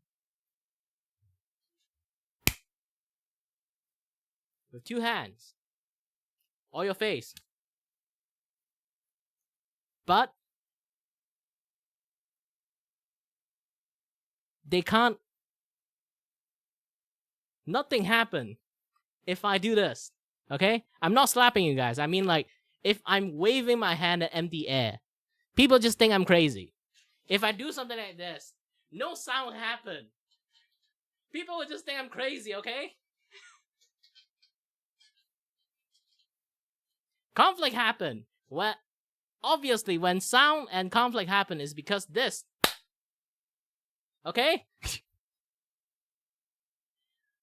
Like, they have one ideology in here, one ideology in here, and then and also right now, with the lack of communications, the people that stuck in between it, instead of being this happened. Two sides of a cheek and a hand and another hand.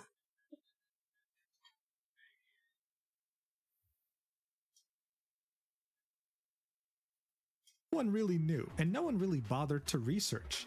Look, this is the Genshin Impact subreddit, in which someone posted an update on the strikes. Look at the top comment. Nice. Hopefully the negotiations are swift and in actors' favor. Even though the game they were playing was practically voiceless, right? They saw the voice actors voicing some of their favorite characters go on strike for their rights against AI, and they supported them fully. If there was any frustration from the players, it was actually towards Hoyoverse. Why the hell don't they sign the contract? Why is it so hard for them to give voice actors the rights that they deserve and protection against AI? This was the attitude that most of the community was exhibiting, and everyone was mostly hoping for a peaceful resolution until people started getting fired.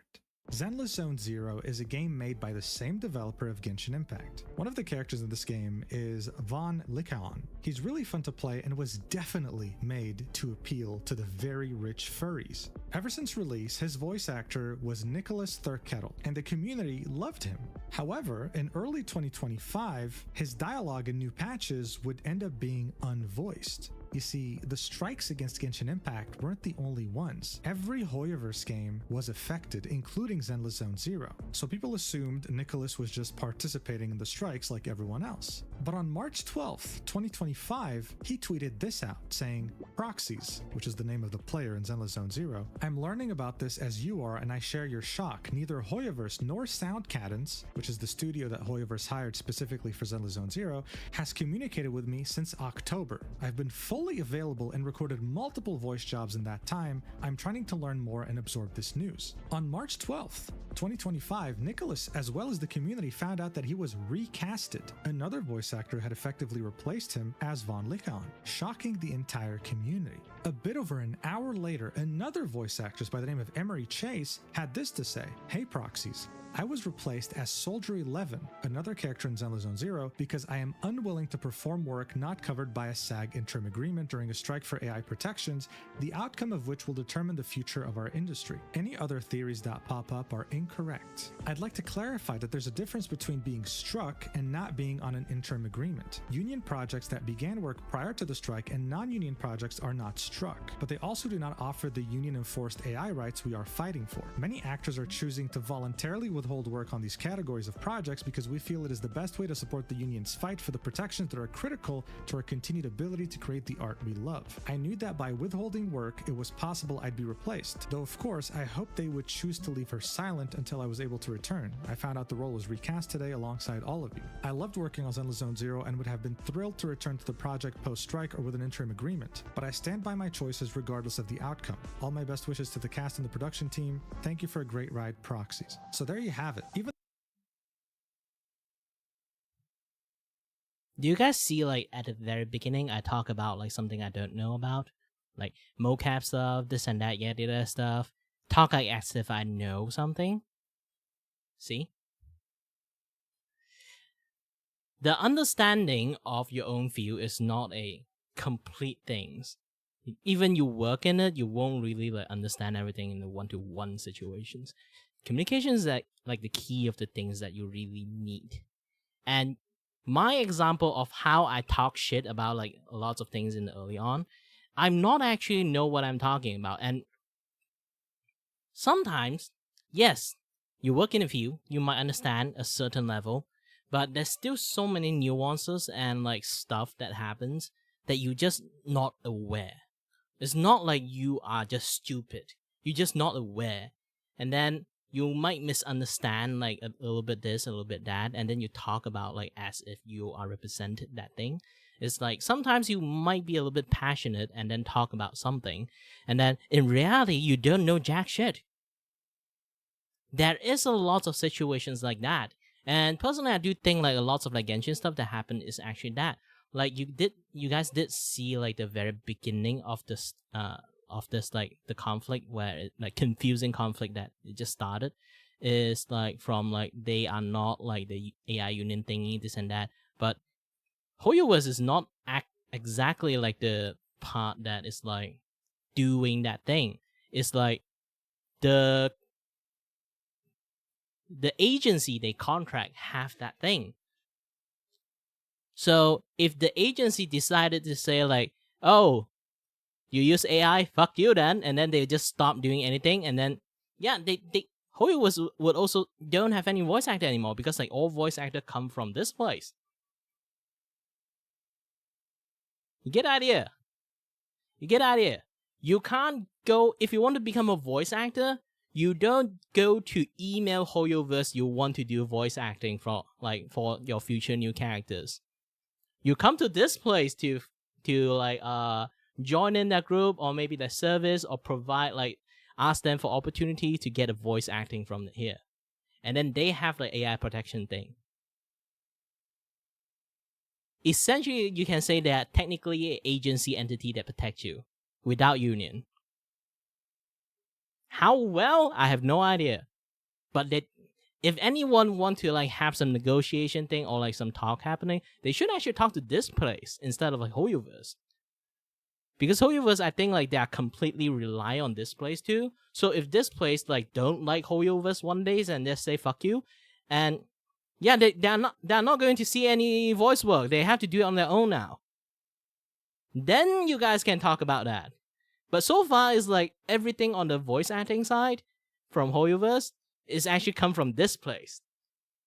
And so far, I know from hearing from Mujin saying in here, they have their own thing that they are doing their own thing as a agency to find voice acting in the first place. So it's their job, and then also it's their job to take care of the people that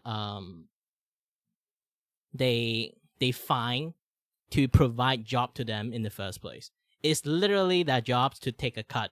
So if they decided to screw up all the voice actors, the place they got signed up to, screw up all the voice actor, and then they say fuck you, I'm not providing you any voice actor anymore because I'm not getting paid.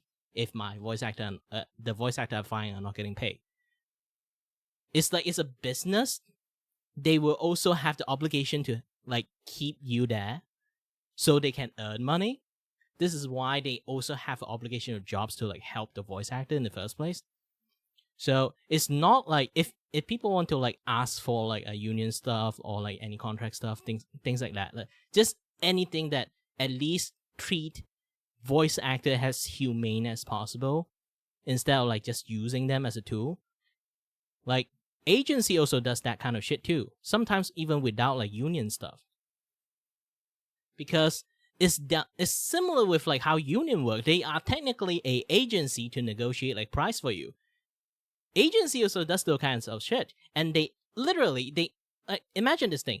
Union have much more incentive of protecting you because they want nowadays how lots of a union functions is they protecting you because this is a art interest that they want people to have passion on this kind of thing, not getting screwed over. Agency is having the same ideal, but with a different thinking pattern. I need to protect them, protect the people I hired to work for those people. But I got hired to find people to work for them. I need to protect them, the people I find, because I'm taking a cut from them. If they got screwed over and don't want my agency to find other people anymore, I got screwed. I don't have any money anymore. I don't get any commission fee. Not just not commission fee, also the commission fee from help you the voice actor earning will have a piece of percentage is going for the agency. So the agency do have obligation to help the voice actor too. So essentially, agency also can function somewhat more or less like a union too. They do help you do negotiation, at least try your best to keep you working so he can earn money from you.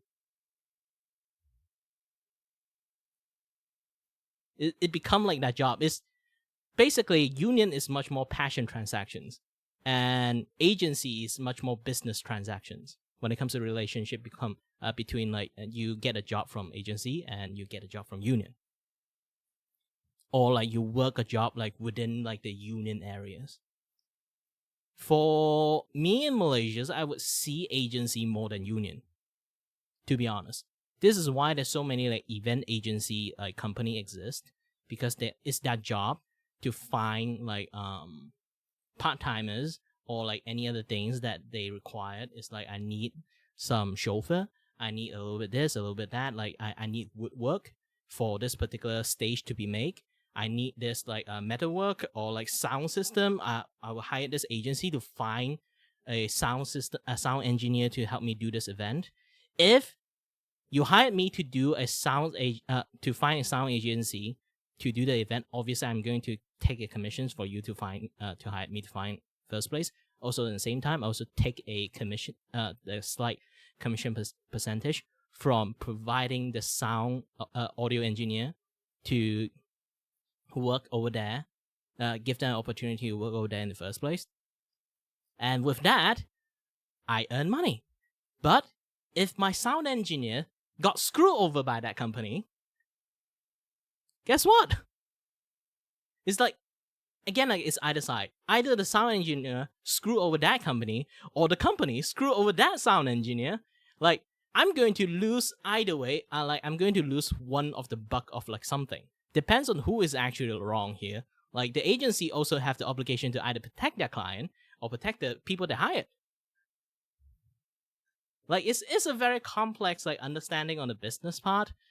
I'm mentioning this in a very business way, not like passion art way, you know? And sometimes I do feel weird when I say like I want to become a voice actor because of money stuff. And because of my disability, I want to like try to earn a buck, earn a living as a voice actor. But every single time I talk about that, people would just reply me, "Oh, I do it for passions."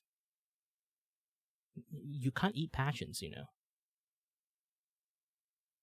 Like you can have passion in your work, but also you do need to find a point on life that you need to lift with what you passion with. It's like you need to see the business side. You can't blind yourself to see the business side of things, while it's a very harsh truth, but you can't blind yourself from seeing the business side because of your passions. You can have passions and have the understanding how the business work in the first place. That way, you won't get screwed. You can't just like handle all the responsibility to like a group entity that represents you, you know? Like union is good doesn't mean that you need to completely rely on them. It's nowadays, like back in the days, maybe. Nowadays you like individual power does have a lot more power, especially when nowadays like people are much more connected to the internet now. Even you got screwed over, you can just say something, everyone would know. Everyone would understand. It's way more different age now. And I do say, like, agency do protect you in a certain degree. Because it's business related. It's their business to find you. People hire them to find you to work.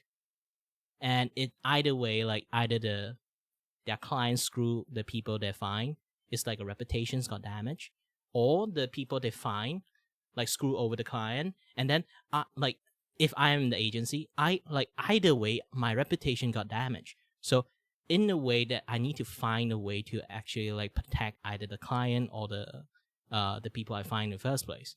It's like being like an in-between person, have their own personal jobs to have to like take care after too. So this is why there's still so many jobs, especially outside of US, there's like no union work, is because they technically work over an agency. The agency more or less functioning like a union, especially big agency. It's their reputations that is like the most important things. Either one of them, like both sides got either screwed, either one of them, the reputations that going to be damaged is going to be the agency.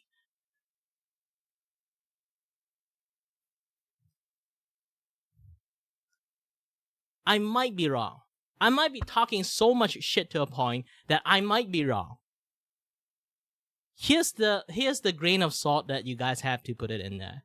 I'm not a full-on expert, but I do understand by principle of being an agent, you have to have like a certain reputations to become an agent in the first place. The middleman.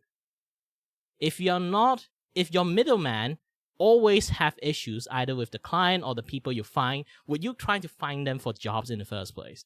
No.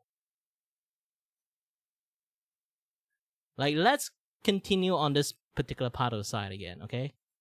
By the name of Side. That means that they don't hire voice actors directly, they hire a studio that gets them actors on their behalf.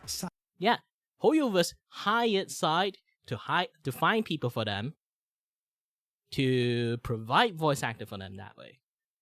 This is why when you try to become a voice actor, if you want to do Hoyo stuff, you either you join a studio that have the list of your voice, and then when Side like go scour different studio for like voice file, and then they found your voice file, and then negotiate with that particular studio to like asking you to provide that voice, that give the opportunity to provide a voice, or you apply for Side, and then the Side can actually listen to you, and then they'll be like, oh yeah, I have this job that you might be interested of, like those kind of things, and then like they'll provide you the job. Those kind of stuff. You can either find the job on your own way, like a freelancer, or you can try to apply for Side or those kind of things. That is how you manage to get in Hoyoverse in the first place. You can't just go into unless your father is the freaking CEO of Hoyoverse. Even that is like the chance is going to be pretty weak if you're not that good at voice acting, you know? You can't actually just straight up apply to be a voice actor in Hoyoverse, okay? Side also happens to have very strict AI protections in their contract. So what are the voice actors striking exactly against Genshin? No one really knew, and no one really bothered to research. Look, this is the Genshin Impact subreddit. Yeah, this is why I say this is what happened when you living in a very like one side of the bubble, you don't see the other side of the bubble. I feel like a lot of people that do voice acting has been so integrated into union stuff, they forgot agency is a thing. There are people like that. And some people might aware about that, but they don't know the existence of such entity exists. Like, they slightly aware this kind of thing happened, but they don't know like how big it is. It's like, I understand how mocap stuff happens, but I don't know how big or detailed it is. The potential of getting screwed like by AI is there, but I don't know how it will affect by the AI stuff. Something like that. I can talk a lot of shit about those kind of things, and then I might be in a way that I have no idea the other side of the bubble is. Because I'm contained in this like small idea bubble in there, I might talk about the things that I think or feel is right, but I might not know the outside world. You know, like it's like frog under the well.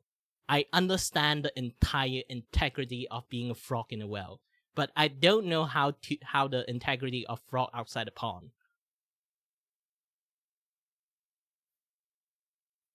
In which someone posted an update on the strikes. Look at the top comment. Nice. Hopefully the negotiations are swift and in actors' favor. Even though the game they were playing was practically voiceless, right? They saw the voice actors voicing some of their favorite characters go on strike for their rights against AI, and they supported them fully. If there was any frustration from the players, it was actually towards Hoyoverse. Why the hell don't they sign the contract? Why is it so hard for them to give voice actors the rights that they deserve and protection against AI? This was the attitude that most of the community was exhibiting. Okay, let me read the title a little bit, okay? A question. Let's flex my voice acting skill a little bit, okay? Questions I'm not seeing people ask about the ongoing strike. Why hasn't Hoyoverse officially addressed these issues to their player yet? There's a tons of speculations of why Hoyoverse has yet to sign the SAG-AFTRA interim agreement. However, unless I'm mistaken and someone can provide credible proof from the company itself, Hoyoverse hasn't made a single official announcement stating the reasons why their mobile game has been missing previously cast like English voice actors, nor their reasons to why they haven't signed the agreement. Yes, they repeatedly added the statement of due to recording arrangement to their voice to their video ever since the interactive game strike started. But this doesn't directly answer anything, while it seems obvious that it's because of the strike based on timing. That doesn't mean HoYoverse should avoid being like transparent with their players. Instead of asking why voice actors seemingly refusing to work for months, how about asking why HoYoverse hasn't directly stated anything for months? If what some people are guessing is the reasons, that is still an ongoing issue. So why hasn't HoYoverse already make this statement clear? Sound Cadence Studio made this statement a few weeks ago when people are vocal about the separate recast in Xenosaga Zero. Why not ask for HoYoverse to do the same, blah blah blah, yada yada stuff. Like, again, like, because people don't know that this place is actually handling everything on the voice acting side. HoYoverse almost have zero relationship on the voice acting part. And nobody actually know that. Because this is like a business practice, maybe outside of like on the Western side, that it might surprise people, I guess. Like, here's the thing, like, if this thing is in the clip that I will be clipping out, do you guys understand how agency work?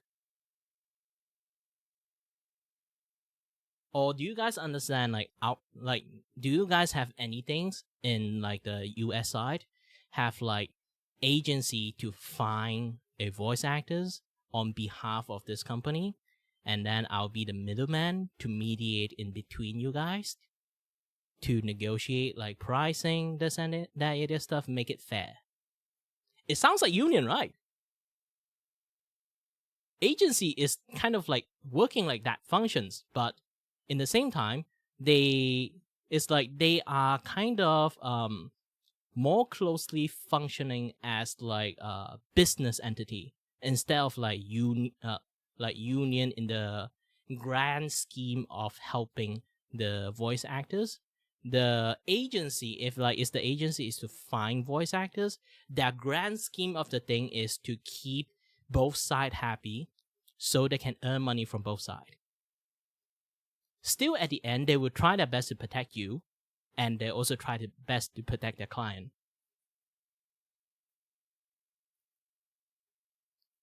Hi there, welcome back, Savage.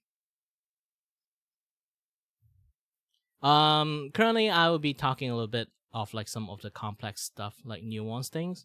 It's really, really difficult to see this like things like happen. It's a very confusing thing. Like, even the voice actor themselves are confused. This is why the drama happened in the first place. Because like I'm not really sure. This is why I'm really confused. Like, do voice actor on the Western side aware of how agency works? Because I feel like they don't.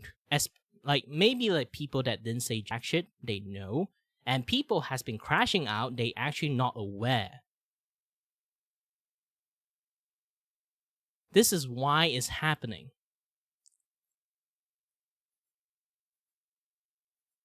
And some people literally got fired out of nowhere. They have no idea what happened. And then they realize that, oh, it's my coworker doing some shit now and got fired for no reason.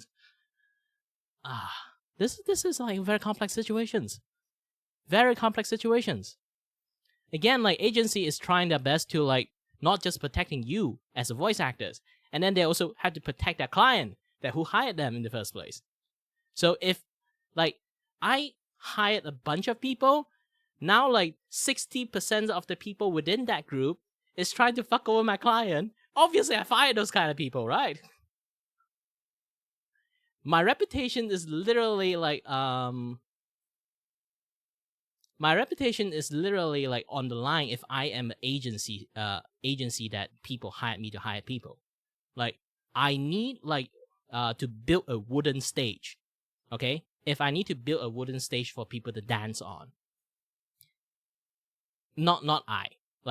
Like a company want to like start up an event and then want to find like a bunch of people, reliable people, to build a wooden stage for people to dance on, and then they come and hire me because I know people. I can go. My job is to find people that who have the capability and the discipline and the skill to build a wooden stage for people to dance on.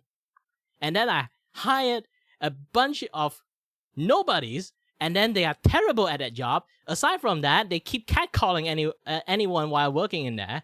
Like, am I going to like fire those kind of people? Because when they see like how the people I hired like act over like my client side, and then my client look back at me, like, I'm going to sweat a lot, you know.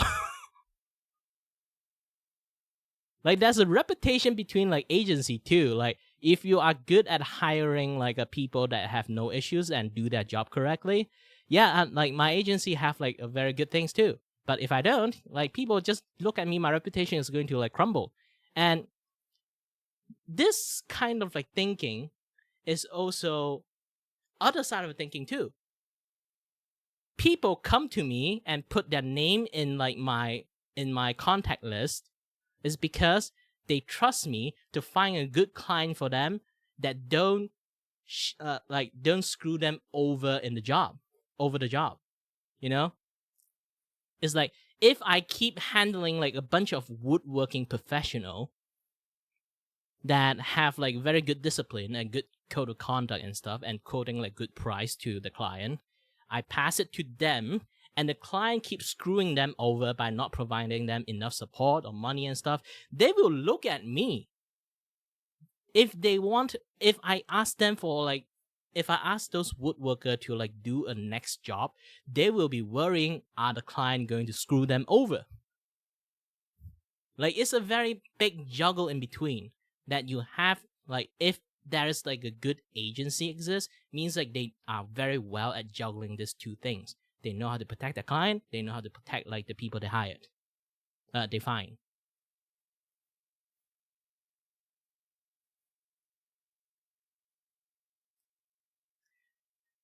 So this is why I say like agency exists in a way that kind of function like union already. It's not like, not saying like union is not supposed to be a thing, but if union functioning like an agency in the US side, yeah, they should keep working like that. But if you working on like on outside US work, and then instead of like using union, they use agency, you guys should understand like that part of the cultures too.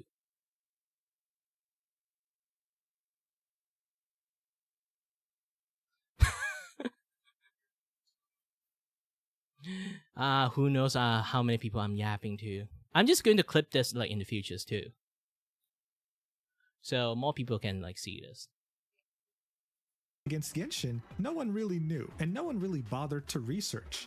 Look, this is the Genshin Impact subreddit, in which someone posted an update on the strikes. Look at the top comment. Nice. Hopefully the negotiations are swift and in actors' favor. Even though the game they were playing was practically voiceless, right? They saw the voice actors voicing some of their favorite characters go on strike for their rights against AI, and they supported them fully. If there was any frustration from the players, it was actually towards Hoyoverse. Why the hell don't they sign the contract? Why is it so hard for them to give voice actors the rights that they deserve and protection against AI? This was the attitude that most of the community was exhibiting, and everyone was mostly hoping for a peaceful resolution until people started getting fired.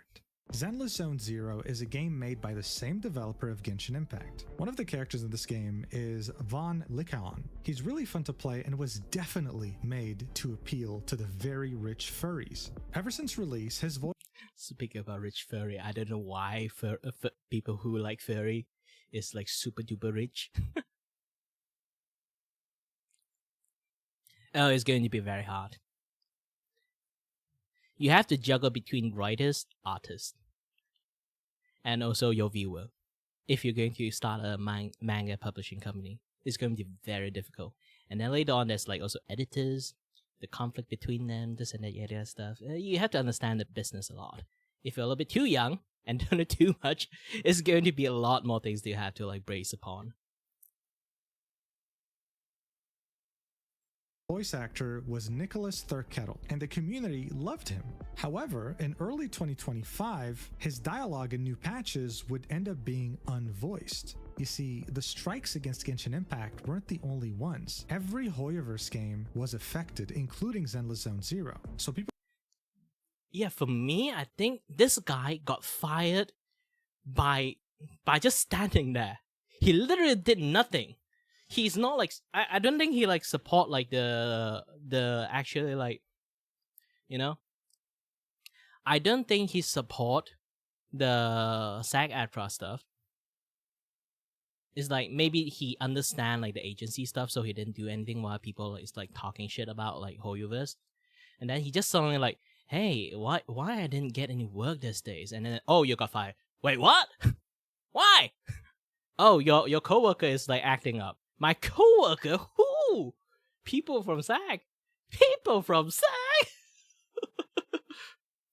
People assumed Nicholas was just participating in the strikes like everyone else. But on March 12th, 2025, he tweeted this out, saying, "Proxies," which is the name of the player in Zenless Zone Zero, "I'm learning about this as you are, and I share your shock. Neither Hoyoverse nor Sound Cadence," which is the studio that Hoyoverse hired specifically for Zenless Zone Zero, "has communicated with me since October. I've been fully available and recorded multiple voice jobs in that time. I'm trying to learn more and absorb this news." On March 12th, 2025, Nicholas, as well as the community, found out that he was recasted. Another voice actor had effectively replaced him as Von Licaon, shocking the entire community. A bit over an hour later, another voice actress by the name of Emery Chase had this to say, "Hey Proxies." Yeah, this is like the world most confusing domino effect that's just happening. It's like people like got fired, have no idea what happened, and then people that have idea happened just make things like worst. You shouldn't chuck like dish soap. It's not going to help you a lot. But if you really want to chuck, I prefer lime flavor. I was replaced as Soldier 11, another But character don't. in Zenless Zone Zero, because I am unwilling to perform work not covered by a SAG interim agreement during a strike for AI protections, the outcome of which will determine the future of our industry. Any other theories that pop up are incorrect. I'd like to clarify that there's a difference between being struck and not being on an interim agreement. Union project... You know what? I'm going to open up another things. Hold on.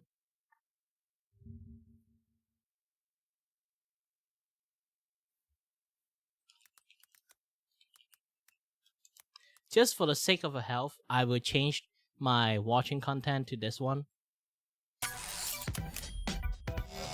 Just a special Hi, segment America. for you. My name's David Taylor.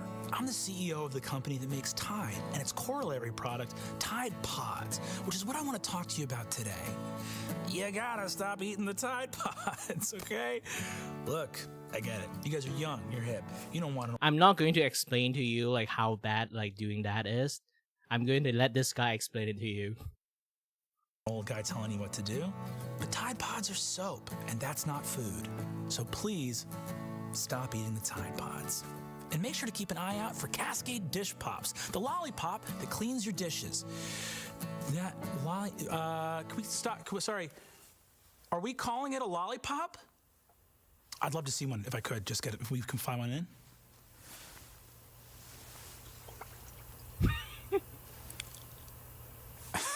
Our company has been innovating new products since it was founded, and we're proud to continue that tradition with our Vicks Vapo Rub Winter Blast gum-flavored bonbons.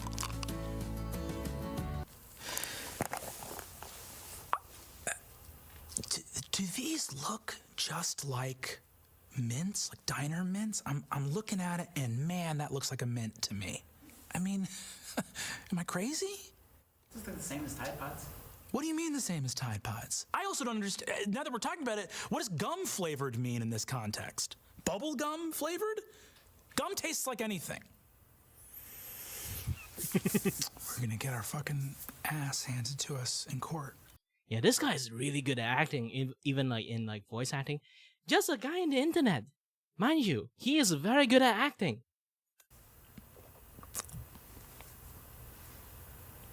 You're not rolling on this, are you? Forget dryer sheets. With Gain brand dryer powder, you simply pour the powder into the mixer. You take your dryer stick right here, and this is cotton candy. Am I the asshole? Like, how do you not get... Can we just cut? Can you cut the camera real quick? I'm trying to understand right now how this happened. I've been busting my ass on this fucking Tide Pods fiasco, and I turned my back for 3 seconds, and now our entire line of products is shaped like fucking candy. And I'm trying to understand how this happened. Why are you crying? With Tampax Push Sickles, you get to choose between chili cherry, frosty fruit punch, or ice cold cranberry. Okay, not only should none of these be flavored, because why would you flavor them? This is the coldest thing I've ever held. And, as in everything else today, people will try to eat these. Even if they're not poisonous, we don't want people eating fucking tampons. Those are poison. Why are they poisonous? You'll go cuckoo for cleanliness with our cocoa butter premium Pampers brand Chuck so the kids eat shit. Right? That's what this is. The kids, they eat shit. It's chocolate, diaper, poop. Let's see here. Oh, there it is. Is it chocolate? Is it poop? Do we care? Does anyone care? Who knows? Who gives a fuck, right? I'm not gonna do this product, so we'll be moving on. Jesus Christ, okay. Try Crest brand dinner paste for the hungry consumer on the go. Throw a fluoride-filled meal bag in your gullet? Oh, fuck. So we do make food. So we do now make food. Meal bag. Meal bag tested very well. I'll kill you. It doesn't matter if we make the day because none of this is going to be usable. Do you understand? That's a hamburger. It's a razor. That's a razor. That's a Gillette razor. Bring me shaving cream right now. And if it doesn't shave my face, it's your ass. You get that, right? Here we go.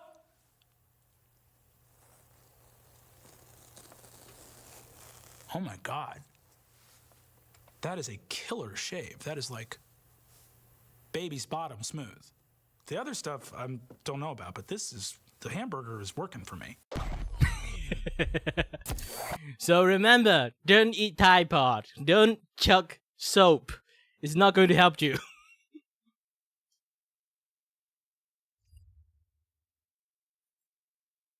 Oops. This is not the video I'm trying to look. This one. That began work prior to the strike and non-union projects are not. For his sake, you already see like he's almost pop a vessel. For Brandon's sake. Struck, but they also do not offer the union-enforced AI rights we are fighting for. Many actors are choosing to voluntarily withhold work on these categories of projects because we feel it is the best way to support the union's fight for the protections that are critical to our continued ability to create the art we love. I knew that by withholding work, it was possible I'd be replaced, though of course I hoped they would choose to leave her silent until I was able to return. I found out the role was recast today alongside all of you. I loved working on Zenless Zone Zero and would have been thrilled to return to the project post-strike or with an interim agreement, but I stand by my choices regardless of the outcome. All my best wishes to the cast and the production team. Thank you for a great ride, Proxies. So there you have it. Even though Hoyoverse is not part of the official SAG-AFTRA strike, Emery, as well as many other actors who are SAG-AFTRA and working for Hoyoverse, decided to strike independently from their union in solidarity with the act. Yeah, like I say again, if you represent for an entity to say, if you say something that represents an entity, remember who are tagged along with you by accident. You can drag a lot of people down. You can think like, oh, yeah, it's going to affect only me, but there's a chance that's going to affect everyone. Have to always pay attention to the environment when you try to fight for something, okay?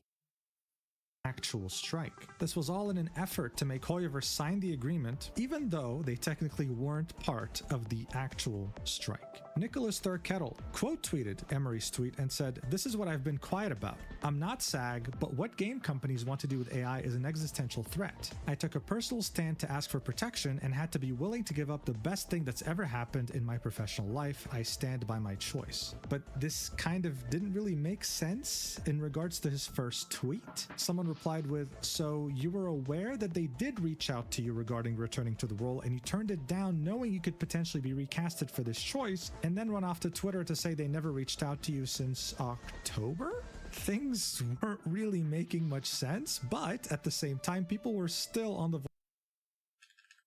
Wait, what I missed? What I missed? Okay, this is what I've been paid. This is what I've been quiet about. I'm not SAG, but what game company wanted you with AI as an existential threat? So I took a personal stand for ask for protections and willing to give up the best thing that ever happened. Well, then it didn't. Or okay, I had a little bit defense for him, but now I don't have any defense for him. It's like, yeah, you're suddenly yelling at a wall for some reasons now.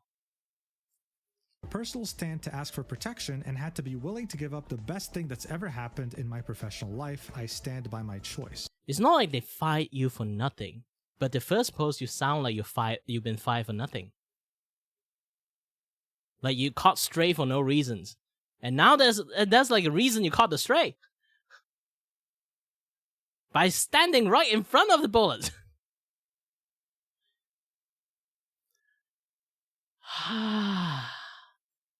But this kind of didn't really make sense in regards to his first tweet. Someone replied with, so you were aware that they did reach out to you regarding returning to the role and you turned it down knowing you could potentially be recasted for this choice, and then went off to Twitter to say they never reached out to you since October? Things weren't really making much sense, but at the same time, people were still on the voice actor's side. I mean, they were claiming that they were fighting for their own existence. But if they don't do this, AI will replace them fully. So they were excused.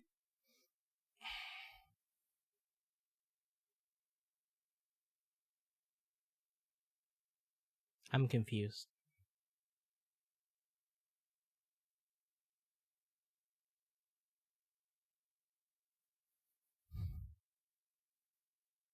If Hollywood always have any decisions that want to use AI, if you manage to talk to the agency that Hollywood has hired, if they do anything about AI,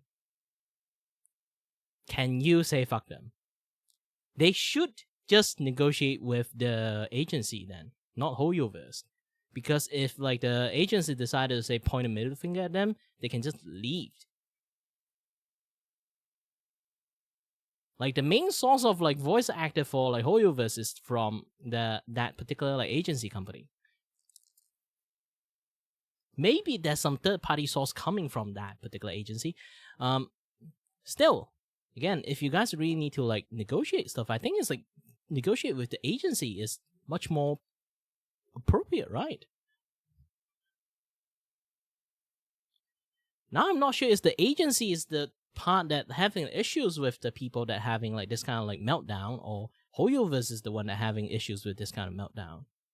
Like this is the very confusing situations. It's more like the people got like a little bit lash out. Like right now, they don't really understand how the business on outside of US work, and then they assume it's like that, and then blind justification added into it. And further confusion happens, and shit happens.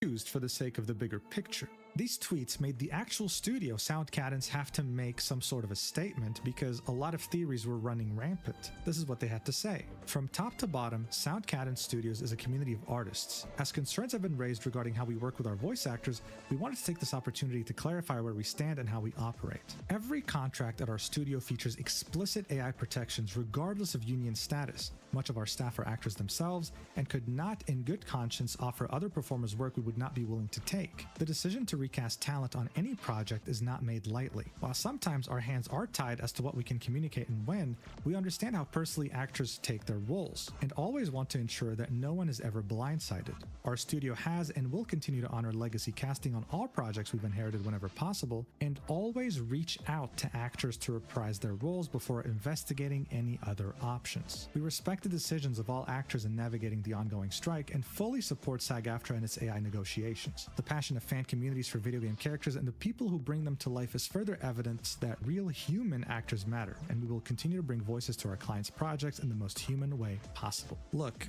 things became even more confusing with this statement because they said, we'll always reach out to actors to reprise their roles before investigating any other options. But Nicholas claimed that he wasn't contacted for over 4 months. Additionally, Emery claims that she was doing this for AI protections, but they're already present in the Sound Cadence contract. She then specified that she only wants to work on a project that has an interim agreement, so a SAG-AFTRA contract. But she was working on this game before the strike, which meant that she was a union member working a non-union project, which is against SAG-AFTRA's policies. Does a single thing here make sense? No. But again, it didn't matter. People were still siding with the voice actors because this was the voice actor fighting against evil corporations.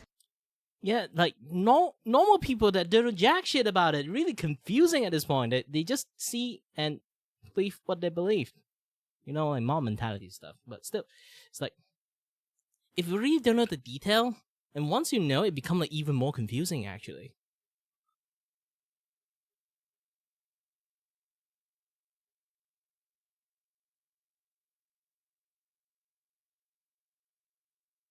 It's weird. And AI. They were always given the benefit of the doubt until one day, all of the goodwill they had from all the community would come crashing down on their faces.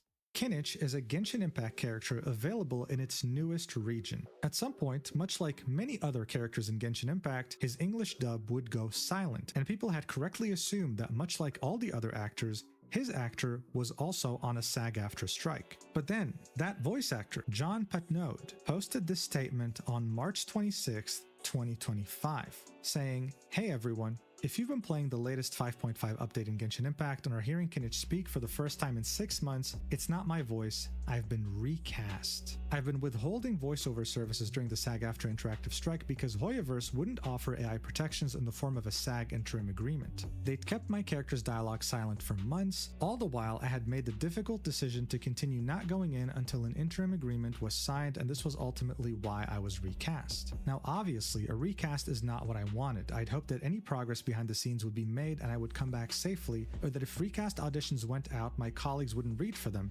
Unfortunately, I was wrong. I absolutely adored playing Kinich. Genshin was my comfort game during the early parts of the pandemic, and it was a dream of mine to book a playable character. At the time, I didn't have an agent, didn't live in LA, or had any connections that would get me close, but 4 years later, I did it, and the messages I've received from you all saying how much my performance as Kinich meant to you made my heart swell. I would and can return if Hoyo invites me back and signs an interim. I stand by my choices regardless of the outcome. Also, the strike is still ongoing. Please don't believe this information on the internet. My best wishes to the cast and the production team. Thank you for everything, JP."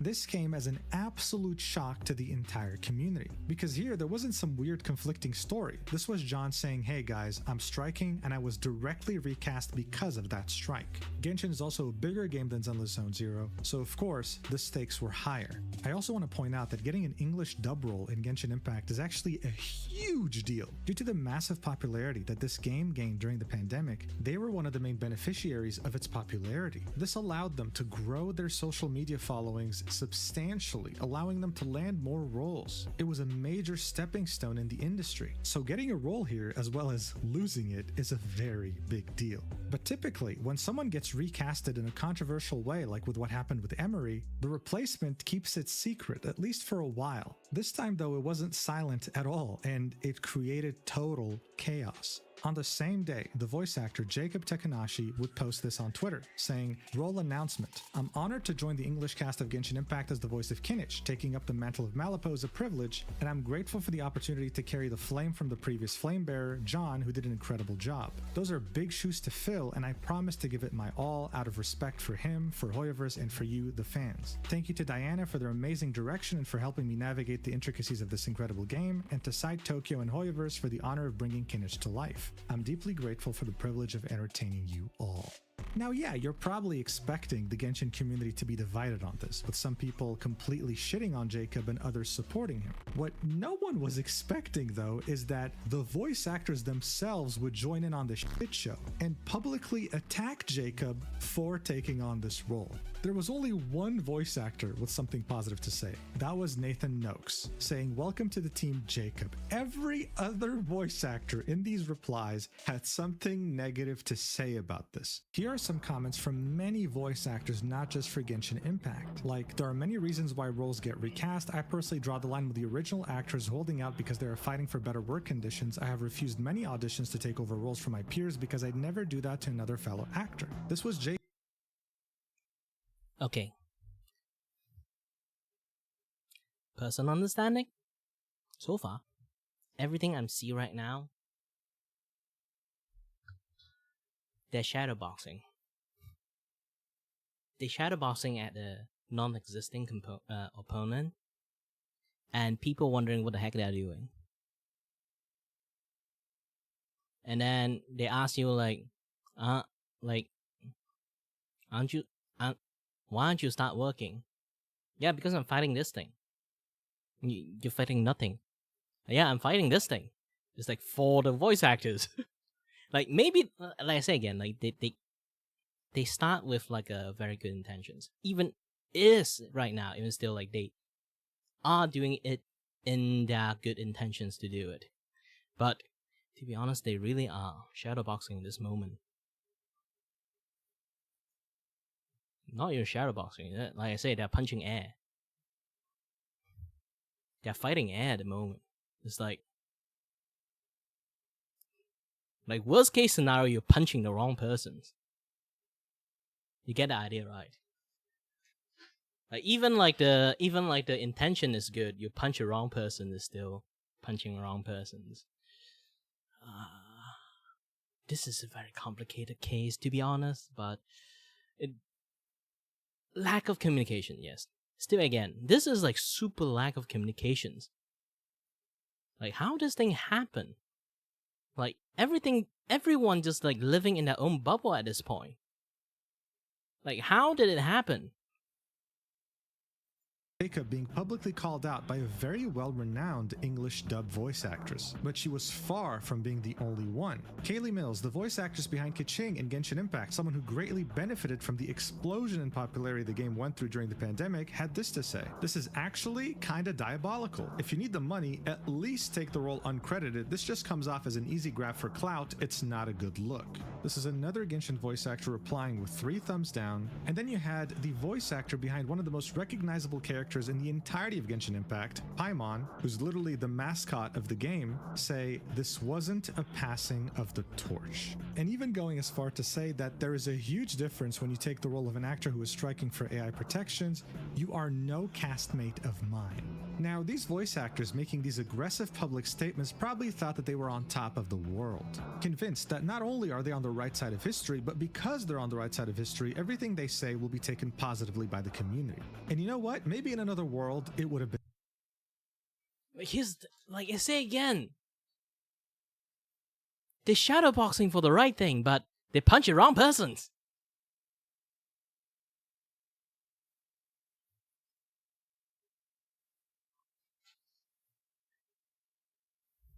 It's like I'm trying to punch a pedophile. Like it's like, imagine this thing. I'm trying to punch a pedophile, and you know what? I shouldn't say that word. I tried to punch a PDF. Okay, I'm trying to punch a PDF, and then I accidentally punch an old man. The intention of I'm trying to punch a PDF, people just arguing I did nothing wrong because my intention was to punch a PDF. You know? It's like,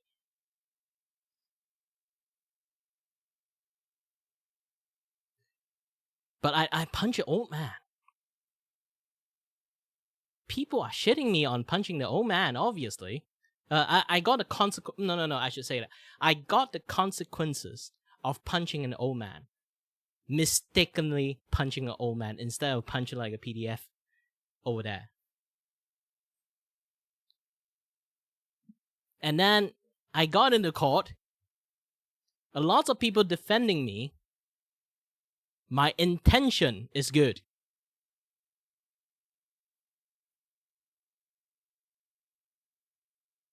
But still a fact that I accidentally shadowboxing and punch an old man is there, you know?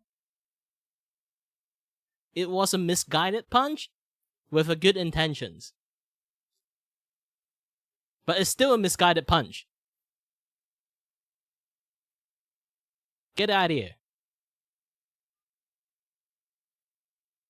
The entire situations is that.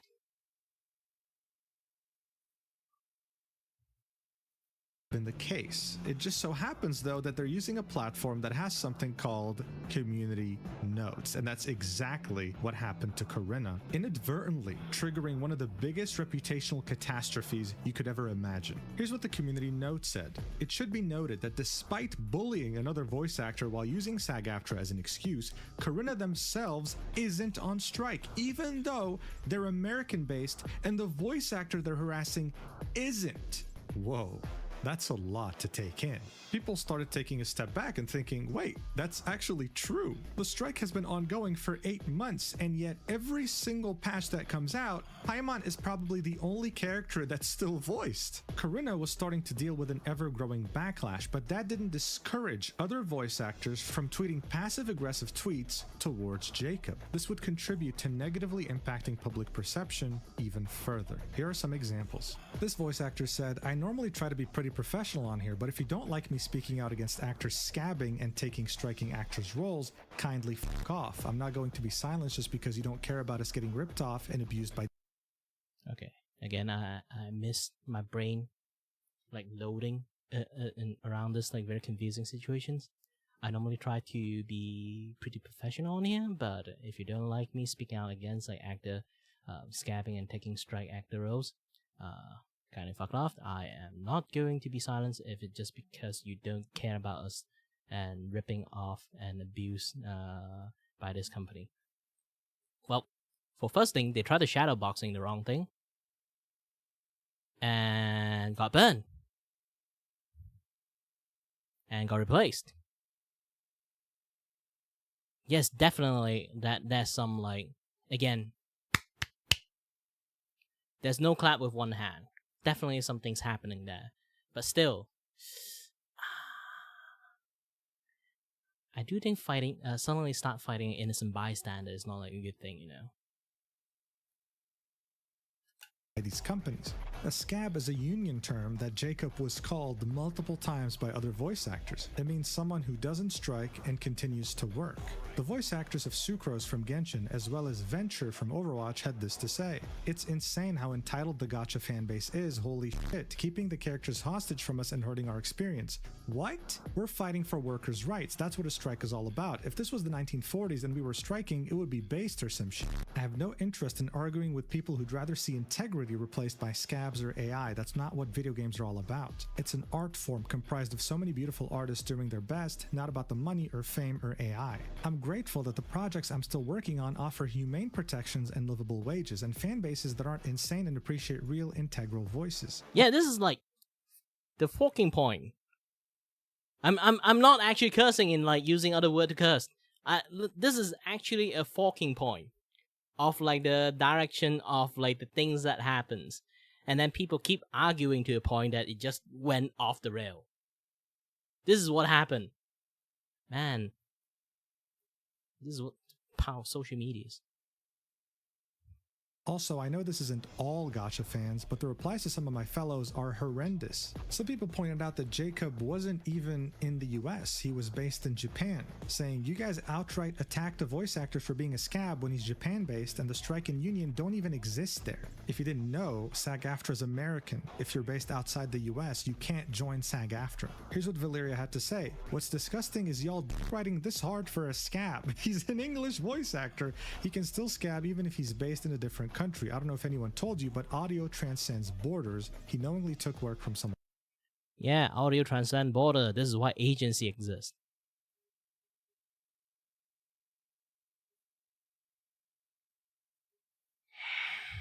Like I say again, union is not exactly a outside country thing. It is a very American based thing, or like a very like, you know, Western side thing.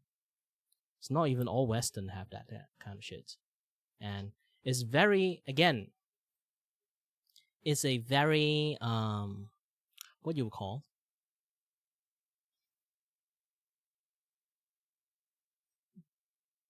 Bubble things that happen like over there.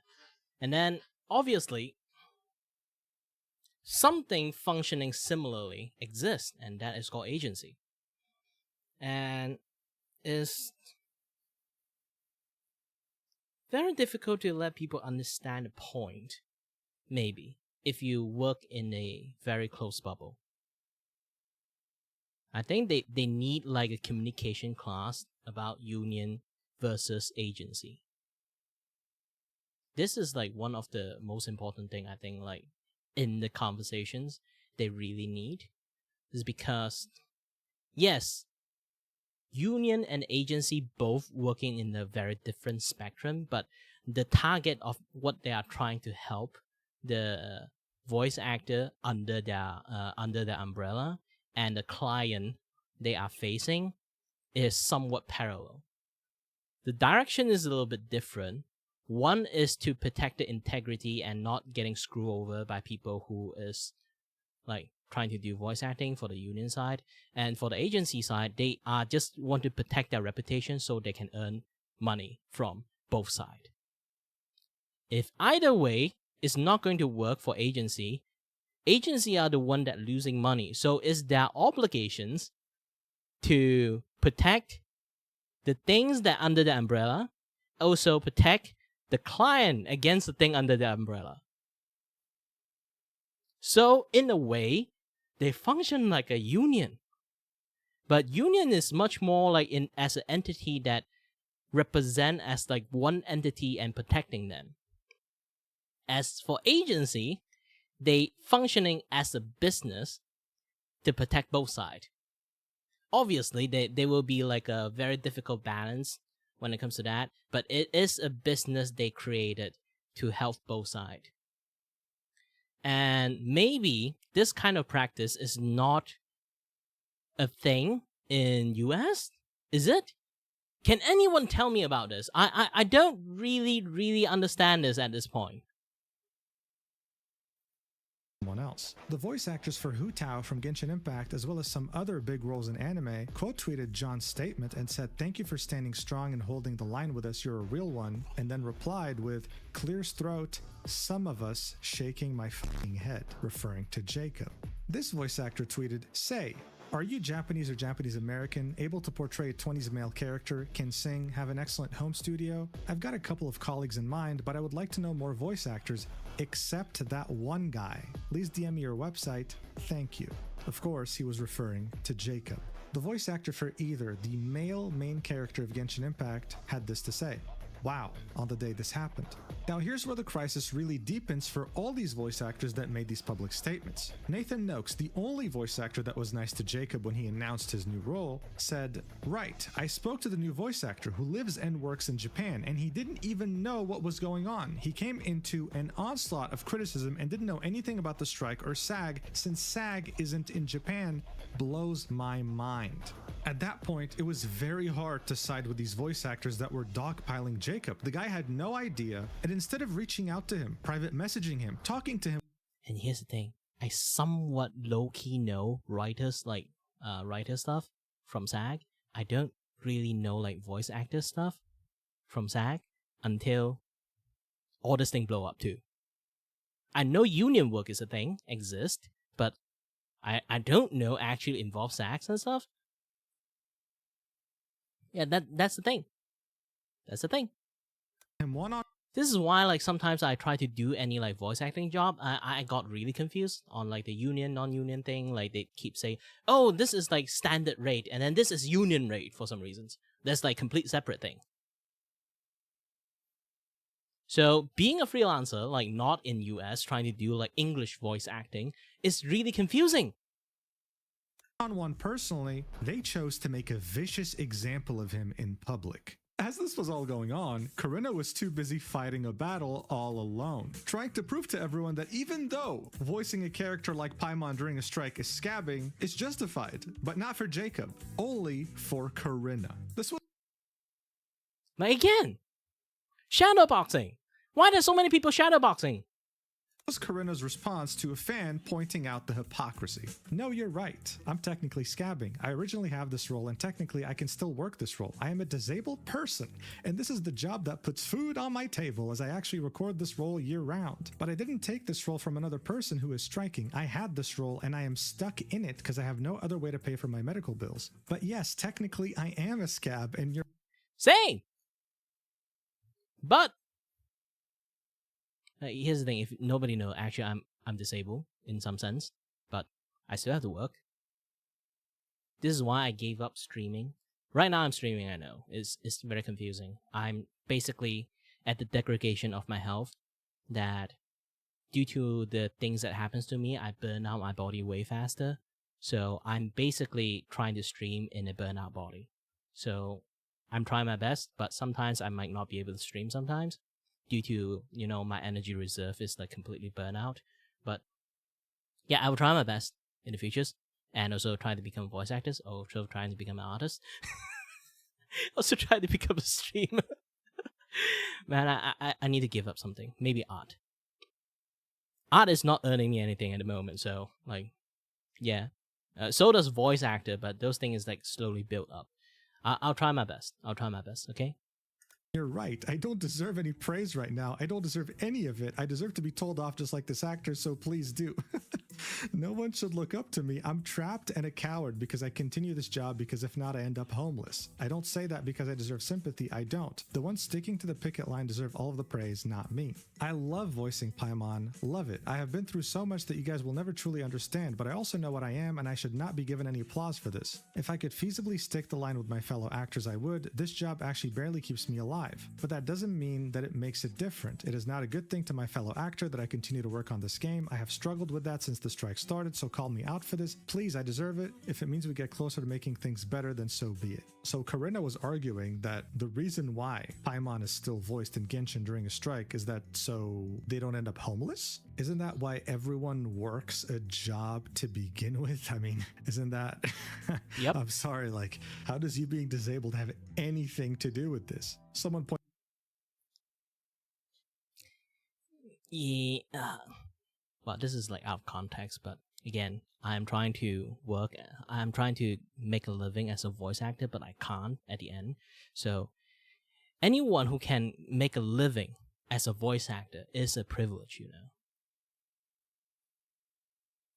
Pointed out, so what? Many disabled people work remotely in other professions. Voice acting is not your only option if it puts you in such an unethical position. But you have to seek attention on twitter.com like a 16-year-old and present yourself like a saint of the whole community. To which Corinna replies with, I definitely don't present myself as a saint, but you don't know my disability and what I am able to do. This person said, I'm very convinced that you keep voicing Paimon because while people are unhappy that characters they love are unvoiced, 90% of the player base would actually fucking cheer if Paimon was fucking silent.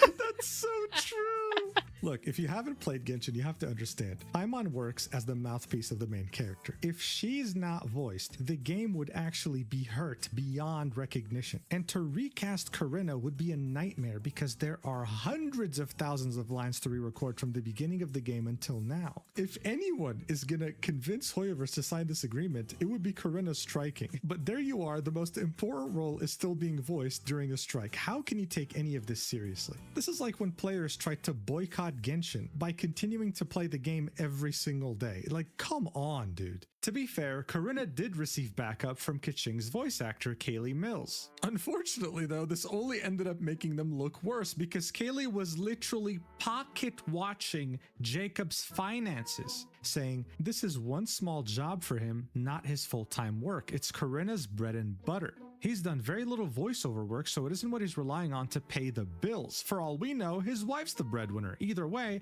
they bought a house recently, so I doubt it was a necessary job for survival. I think it's safe to say that I'm not the only one who gets a bad taste in their mouth when they read something like this, right? Not to mention that Kaylee very conveniently didn't... I do want a wife that can take care of me too. Look, I'm very cute. If you need a guy that know they keep talking shit and sit there and listen to you, I mean,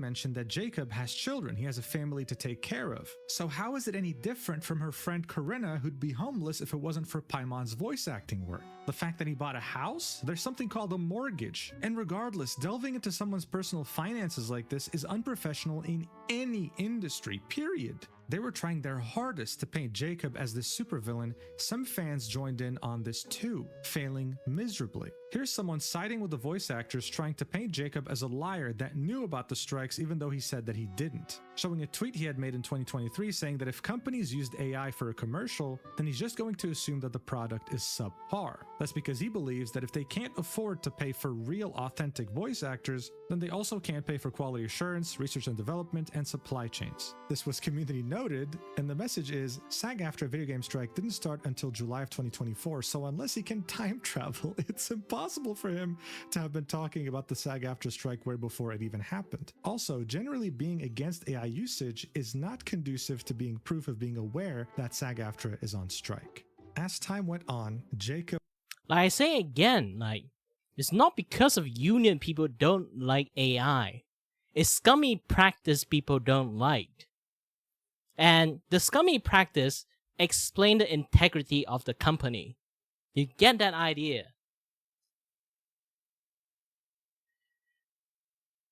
What this is not fighting AI or like pointing the middle finger at AI. It's pointing at business practice. It's a different thing.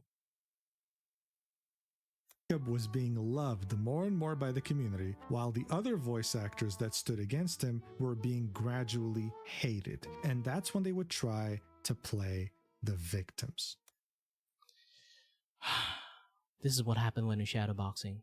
The voice actress for Hu Tao from Genshin tweeted this out a couple days later, saying the harassment and bullying over the past day plus has been really unwarranted to say the least. Some of y'all need a lot of help, and now this pure evil. So Brianna unfortunately tragically lost her little sister at some point in time, and this is someone emailing her with the username Brianna Dead Little Sister, saying that they hope that she rots in hell. Bear in mind, there's worse things in this email that I cannot show at all because of YouTube, but you get the point. This is very, very inappropriate. The voice actor June, who had made a tweet purposefully blacklisting Jacob from a role, said, "Genuinely, sincerely, I hope you find help. I really mean it. Troll behavior on Twitter is one thing, but sending direct emails is something else. It often points to a pain that's deeper inside the person. Whatever that may be, Kira, I hope you find help that heals that pain." And it's an email that says that he should end it all, but with more direct language. Also specifying that all other voice actors who also criticized Jacob should do the same thing. Corinna received the same exact email and said, "Guys, don't worry, my white blood cells are already trying to do that. It's just a matter of time. Be patient. Hashtag autoimmune." Another voice actor would receive the same exact message, again from Kira. I don't know who Kira is, bro, but hey, you gotta chill. The post said, "Love the community. Someone named Koro Kira thought this was the appropriate thing to send me this afternoon." This prompted Jacob to quote tweet this tweet saying, "Hey, I know tensions are high, but don't do this, Jesus. If you send threats to anyone on my behalf, too far, man. Too far. Sorry you had this happen to you, Kiba." And now I'm seeing it wasn't just Kiba. Come on, guys, way too far. Suicide and threats? No, just no. Knock it off. Yeah. You can't really control like weirdo, but it's best to always like put a statement that don't fucking do this. I don't know why people sometimes people like shadowboxing a little bit too over the rainbow. Someone replied to Jacob's post saying, "With respect, tensions would decrease significantly if you recognized and spoke publicly on the fact that voice actors aren't bullying you. If you truly didn't know about the strike, say so. If you did, say so. But voice actors are going to keep getting attacked until then." I shouldn't tell you that this was extremely controversial to say since it has 681 replies, but at this point, it was very safe to say people were tired of any voice actor that had something bad to say about Jacob. Kiba, the same person that had received that email, had posted a reply on the initial Kinect. How do you process this? You're suddenly catching stray for no reasons. Like, seriously. Even if you keep telling, like, if I got catch stray for no reasons, I would not know how to react to it. Seriously. Post. Someone had said, "Can we Like, especially when people already come in with a bad intentions of looking at you. Anything you say is like going to be bad. Here's the thing. This is one of my most golden like saying for anyone who want to understand any other things. Is this. If people are disagreeing with you or don't like you or don't like the idea of the things they are trying to that you are talking about in the first place, they will disagree with you no matter how. Even you are right, they are going to disagree with you because it's fight or flight situations. When it comes to this kind of point, people will fight. And here's the thing. If people agree with you, they just nod their head. That's all. You don't really have to go and fight in flight mode because there's nothing for you to like win when you fight for this thing for nothing.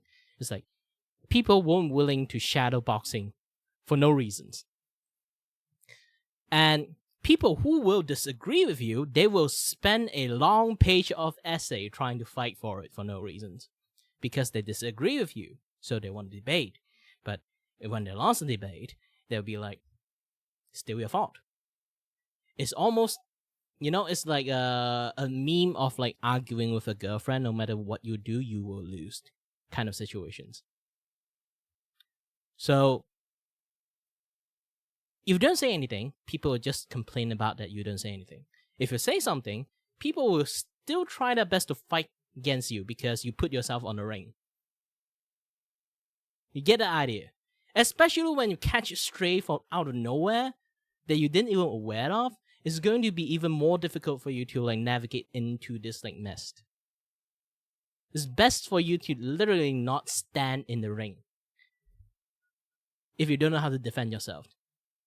Because if you try to defend yourself without knowing too much, you are going to make things even worse, I say again, like communication is the key. This is like a very bad communications at this point. The union have very bad communication with the actors, and then the actors also have very bad communication with the union, and then like because of that bad communication, they misunderstood like the core point of like some of the things, and then they start like shooting everyone else, and then every other people that are not really in the target that got caught stray.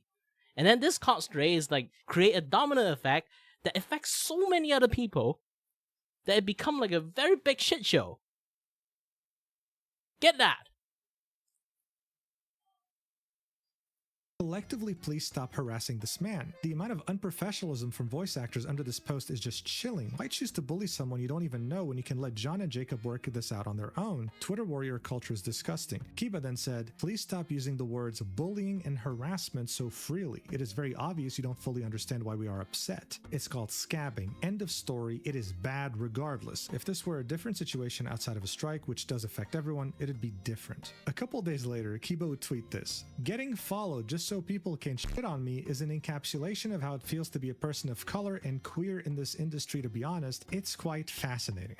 Yeah, you know what? You're absolutely right. This is purely happening because of your skin color and your orientation. 100%. Obviously. Things were looking really bad, okay? The community that had supported these voice actors on their strike for months was now turning against them very violently and very quickly. This was the time to take a step back and reevaluate how to approach things, because clearly everyone was being harassed in some shape or form. But then SAG-AFTRA decides to step in personally and make things 1,000 times worse, opening up a can of worms in regards to the entire strike and their role as a union. On March 26th, a voice actor by the name of Aneris on Twitter had this to say. Hey, Genshin Impact, Honkai Star Rail, and Zenless Zone Zero, we English voice actors would love to get back to work. I know the fans miss hearing their favorite characters and we miss voicing them. Please negotiate with SAG-AFTRA and sign the interim agreement to have us come back. What no one was expecting though is that SAG-AFTRA would quote tweet this and say what Aneris said. Genshin Impact, Honkai Star Rail, Zenless Zone Zero, tagging all three of the biggest Toyverse games, right? And then saying, we'll make it easy for you. Here's a link to our interactive/video game media agreements. Let's talk soon. Wink face emoji. Now look, this was a big deal, all right? Is this like self-insert agency?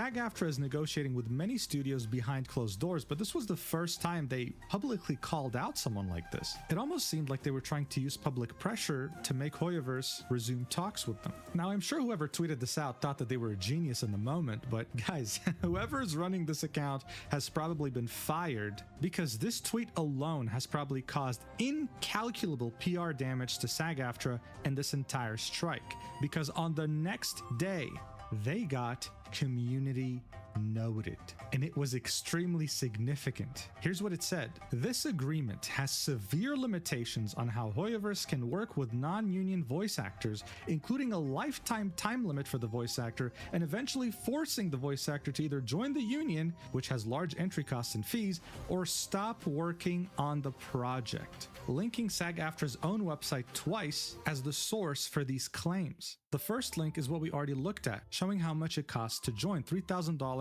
and a bunch of other fees to stay in. The second link actually included the SAG-AFTRA Independent Interactive Localization Agreement. This is what SAG-AFTRA was presenting to studios in order for them to sign it. It's 65 pages long, but what people were focusing on was Section 6 under Article 1 titled Union Security. It said, employer will only employ performers covered by this agreement who are members of SAG-AFTRA in good standing, or those who shall make application for membership on the 30th day following the beginning of employment, and thereafter maintain such membership in good standing as a condition of employment. Nothing in this agreement will be construed as preventing employer from hiring non-SAG-AFTRA members in according with the Taft-Hartley Act to perform in interactive programs. We'll get back to what this means later, but for now, they continue. Employer shall pay to SAG-AFTRA as liquidated damages the sum of $500 for each breach by the employer of the provisions of this section. Any breach of this section is subject to arbitration. Each time the employer hires a performer in violation of this section, it shall be considered a separate breach irrespective of the number of days of employment. It is the employer's responsibility to ascertain if each performer is a member of SAG-AFTRA in good standing. Employers shall provide SAG-AFTRA the names of performers to be used in the production of interactive material no later than the time of hiring or 48 hours in advance of the initial sessions, whichever is later. SAG-AFTRA, making this tweet, thinking that they were going to publicly pressure Hoyoverse to talk with them, ended up backfiring because now people were reading the agreement in depth when they didn't even bother to do so before. As I already mentioned, they were in full support of voice actors and the strike because they thought it was purely just about AI rights. And after seeing this, they started not just questioning the strike and the voice actors themselves with their behavior, but SAG-AFTRA as a union. At the same time, the Chinese community of Genshin Impact. Remember I keep talking about agency versus union? At least agency, if they screw after you, you know it's business. It's just business, boy.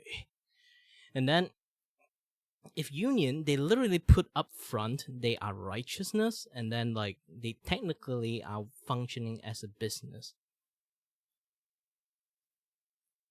It loses so much meaning. Like I say again, there's a big difference between agency and union. Union is practically like they try to not let people get screwed over. It's not really like business-centric thing. They are there for the worker, not there for themselves. But this try to look like they are for themselves more than for the workers sometimes. It's like, join us or you're fucked. And even you join us, you kind of fuck, because now you kind of like lock with us. You would die with us, like those kind of things. Like at least if you work with an agency, it's a very like one-turn relationship. You know it's a business transactions. If you got screwed over, you can say it's the agency fault because it's their reputations to keep a good it's their job to keep a good reputations, to get a good employer and get a good employee for them. So if they screw up, it's their fault. And then you can talk shit about that. But also at the same time, it's their job to like make it like, you understand what I'm talking about. It's like they functioning similarly, trying to protect, but one is like protect purely because it's business. One is protect purely is because it's the interest of everyone. if you want me to choose, I choose the one that protect you purely because it's business. Because they have more of an incentive not to screw you over. Or to screw the employer over. Those kind of things. You get that? Fact caught wind of this, and they were just as confused as everyone else, with one user explaining in detail that Hoyoverse, as a Chinese company, was already under strict anti-AI rules in China. Article 1023 of the Civil Code explicitly protects voice rights by referencing the protections for portrait rights. Unauthorized use of a person's voice, including highly similar AI-generated voices, constitutes infringement. If an AI-synthesized voice has identifiable characteristics like tone, intonation, or speech patterns that can be linked to a specific individual, it may still be deemed a violation of personality rights even if the original recording was not directly used. This law even covers using voices in different languages. This same Chinese user argued that if Hoyoverse were to sign the SAG-AFTRA agreement, they would face trouble in China because you can't join different unions as a Chinese company. You're already part of the All-China Federation of Trade Unions. This left people with more questions than answers. But at the same time, some others pointed out that, well, this is not true because Marvel Rivals actually signed the interim agreement, even though it was a game developed by NetEase, which is a massive Chinese corporation. In this case, though, it turned out to be unique because NetEase weren't the only ones in this. They were obviously collaborating with Marvel, a massive American company. And since Marvel already employs a huge amount of SAG-AFTRA voice actors and performers, it only made sense that they would sign it, but not as NetEase, the Chinese entity. It was Marvel, the American entity, that signed it on behalf of NetEase, who developed the game for them. So SAG-AFTRA and the voice actors were making this out to be like, oh yeah, you can just sign it. Just sign the agreement, bro. It's very simple, but it's actually way more complex than they made it out to be. As confusion was running absolutely rampant, Koi Dao, the voice of Albedo in Genshin Impact, decided to use the huge following he garnered during Genshin's explosion during the pandemic to clear confusion about the strike. Around the time Von Lycaon and Soldier 11's voice actors were let go from South Cadence, he made a little thread clearing some things up, saying, if you're just learning about the video game strike, I want to clarify a key detail I've seen get distorted a lot. Generally, the developer decides whether to sign an interim agreement, not the recording studio. Often, the studio is only a middleman, they do not set this term. A recording studio may offer AI protections in its own contract with the actor, but this ultimately means very little because the developer owns the final recordings, not the recording studio. They cannot dictate how the developer uses that audio. If the developer does violate the AI protection clauses in that contract, then the burden of enforcement would be on the actor. Often, that means one guy having to lawyer up against a multi-million/billion-dollar company. This is what we mean by enforceable AI protections, because while we are deeply grateful for any recording studio's personal support in the strike, the fact remains they do not have the power or resources to protect us or meaningfully enforce any AI clauses in their contracts. Yes, this cleared up a lot of confusion that I have confused about. Currently, only a SAG interim agreement can effectively do that, as it would be backed by the union's legal resources and can meet any violation by a big company on the appropriate scale. That's why actors are holding the line and why outrage at a recording studio ain't it. So this did clarify a couple of things, why the interim agreement is so important, because it means that the union will back you up legally if problems arise. But on March 12th, when this post was made, people were already on the side of voice actors. When things started shifting, though, he made another post after SAG-AFTRA's disaster of a quote tweet, saying, taps the sign with incomprehensible force. Any video game can bring back their full voice cast immediately during the strike once they agree to enforceable AI protections via a SAG interim agreement, and the game can still keep its non-union actors after doing so. This is not a union actor versus non-union actor conflict. The goal of the strike is to ensure that this craft isn't lost to AI. We've got a common goal, which is why so many non-union actors are holding the line alongside their union castmates, despite having no obligation to do so. Non-union actors are among those getting recast across the industry right now because they were holding out for enforceable AI protections. They understood that without these protections, the job disappears for all voice actors, and I desperately don't want their sacrifices to be in vain. But again, this post's problem is that it doesn't answer the main questions. Why is it that the union security clause sounds so weird in the contract? Why does it seem like this is targeting non-union voice actors, forcing them to join after 30 days? Some people were starting to have doubts that this was very simple. Like this person saying, I'm just a dude on the internet, and it's not that I don't believe you, it's that I've been around on the internet to know Nothing is that simple. There's always some bullshit you or whoever can't get into otherwise. Why isn't it being done already? Koi replies with, hey, fortunately, with regards to this specific matter, it is that simple. Agree to enforceable AI protections and the voice actors can return. Over 150 games so far have signed on to the interim and were able to bring back their casts. It's happening right in front of our eyes. But we saw it with our own eyes, right? How there's 65 pages to this contract and there's only 12 mentions of artificial intelligence. 12 on 65 pages. What are the other pages for? And why does it seem like non-union actors get screwed over with this deal? Someone asked, where's your source that they can still keep non-union actors? Every other agreement made suggests otherwise. Koi replies with, the Taft-Hartley Act of 1947 by law prohibits all labor unions, including SAG-AFTRA, from unilaterally barring non-union workers from union jobs. If a production wants to keep/hire a non-union actor, all they have to do is fill out a one-page form for that actor. Well, wait a second. I mean, if all you had to do was just fill up one page and keep working as a non-union actor, then I guess signing this contract is as simple as Koi is saying, right? Unfortunately, though, people were right to doubt this. Nothing is ever that simple. And for you to understand that, you need to understand what the hell a Taft-Hartley Act even is. Look, after the Wagner Act in 1935, unions were not only allowed to exist legally, but they also gained a ridiculous amount of influence. After World War II, they organized countrywide strikes that severely hurt the economy.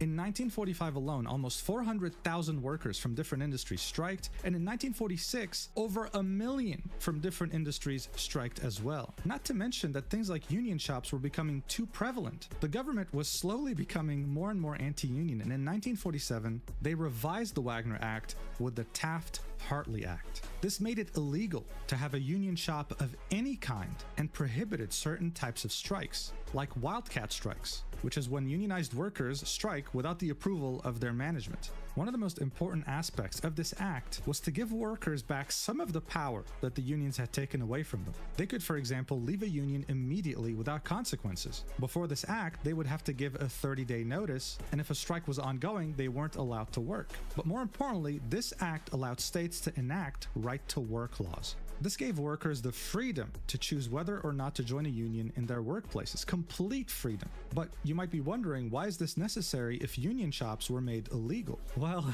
it gets a bit complicated.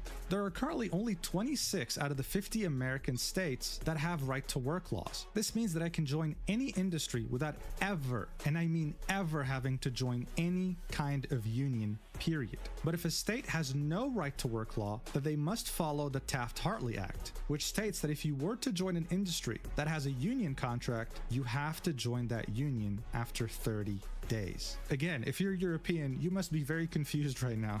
I am too. But as you can very clearly see on this map, California is not a right-to-work state. And according to SAG-AFTRA's own website, this is what the process looks like if you want to hire a non-union actor. First, you have to submit compliance documentation. The Taft-Hartley form is required by producers who intend to hire non-union actors under specific conditions. The form must explain why a non-union member should be hired over union talent. This can include actors having special skills, they are famous, have certain physical appearances, among other qualifications. The union will review each Taft-Hartley form and decide whether the non-union actor meets the criteria to be eligible. 2. 30-day window. Once the non-union actor is approved to be hired under the Taft-Hartley form, they have 30 days to work on the union project without being required to join SAG-AFTRA. And then 3 talks about union eligibility. But one thing's for certain, when I'm reading this, I'm thinking, wait, this kind of just sounds like a union shop with extra steps. You're forced to join the union. Not to mention that this compliance documentation step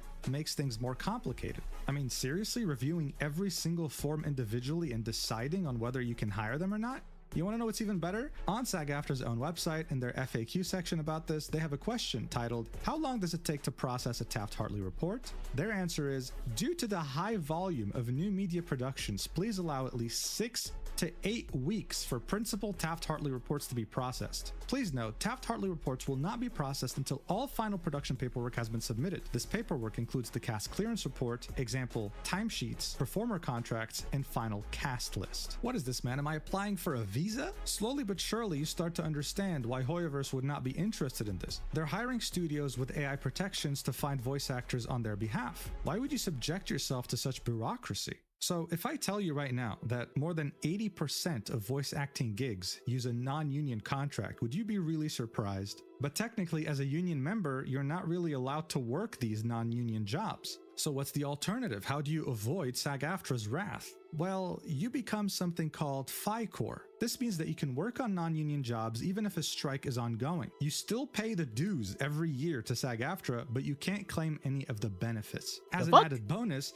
SAG-AFTRA actually calls you a scab if you're FICOR. Financial Corps members are viewed as scabs or anti-union by SAG-AFTRA members, directors, and writers, most of whom also belong to entertainment unions. By the way, this entire page about FICOR on SAG-AFTRA is literally just begging you not to do it, okay? It's like, please, like you are losing this is the worst decision of your life. And you know why? That's because once you turn FICOR, you're essentially exiling yourself from SAG-AFTRA. It is extremely hard to join again. The more people kept digging about how SAG-AFTRA works, how the Taft-Hartley works, and how complex all these terms are, the more they became disgusted with SAG-AFTRA and the strike and the voice actors acting entitled on Twitter. Coy understood this. This is why I say there's a lot of complexity with one thing. Like, as things like you fight long enough, it becomes so complex to the point that you lost the plot. Union is a good thing. Was a good thing at this point. But once like some certain level of setting, they are there and keep adding stuff without either like replacing or like reform a little bit of this and that and other stuff. It's just going to become worse and worse. You know, times change, things change, you know? And once it changed to a certain rate, yeah, you might become the villain more than become the hero of the cause that you're trying to fight. And tried his best to answer these questions that people were asking all over social media to the best of his ability. He does specify that a Taft-Hartley can be extended 3 times, up to 90 days. He then answers a question that says, but it sounds like the Taft-Hartley process can be exhausted and that actor will have to join eventually. To which Hoy confirms, correct, under normal circumstances, after the 3rd 30-day period, the actor is required to join if they wish to continue working on union project. You know what? This guy did a great job to clear the confusion and stuff. It's like really confusing, and Mugen mixed with this guy makes this even more clearer. However, with the ongoing strike, the SAG negotiating committee has publicly stated that they want to help non-union actors keep their jobs and eliminate whatever complications they can to that end. As such, they are able to negotiate a waiver for the must-join rule. This would be granted on a case-by-case basis, and the details of such a waiver would be determined in negotiations between the production and the SAG negotiating committee. The next question is, the production has to negotiate, so it's not a guarantee? I don't like that. To which Coy responds, bro, I promise they're not going to flip a coin to decide whether or not to grant the waiver. Negotiations are necessary, if only to make sure neither party is conditioning their commitment on some kind of loophole that undermines the other. And with the existential threat of AI, it is very much in the union's interest to grant these waivers wherever they can to get productions to agree to AI protections. So again, guys, this is all for AI. No matter what, this is all for AI protections. Even though it's only mentioned 12 times in the interim agreement, this is the true goal. One question says, I'm still not comfortable with this requirement to join. Sounds like a big organization bullying the little guy. To which Coy responds, I understand how this whole situation can give off that impression, and it's worsened by all the misinformation and anti-union propaganda out. It's not like anti-union propaganda or not. It's more like I can see the point when you say that. It's like prevent like little guy trying to punch up the big guys, which is impossible. You can see the appeal, but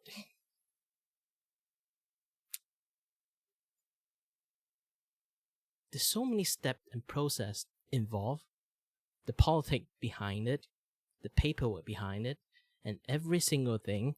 And they definitely know. Like, here's the thing.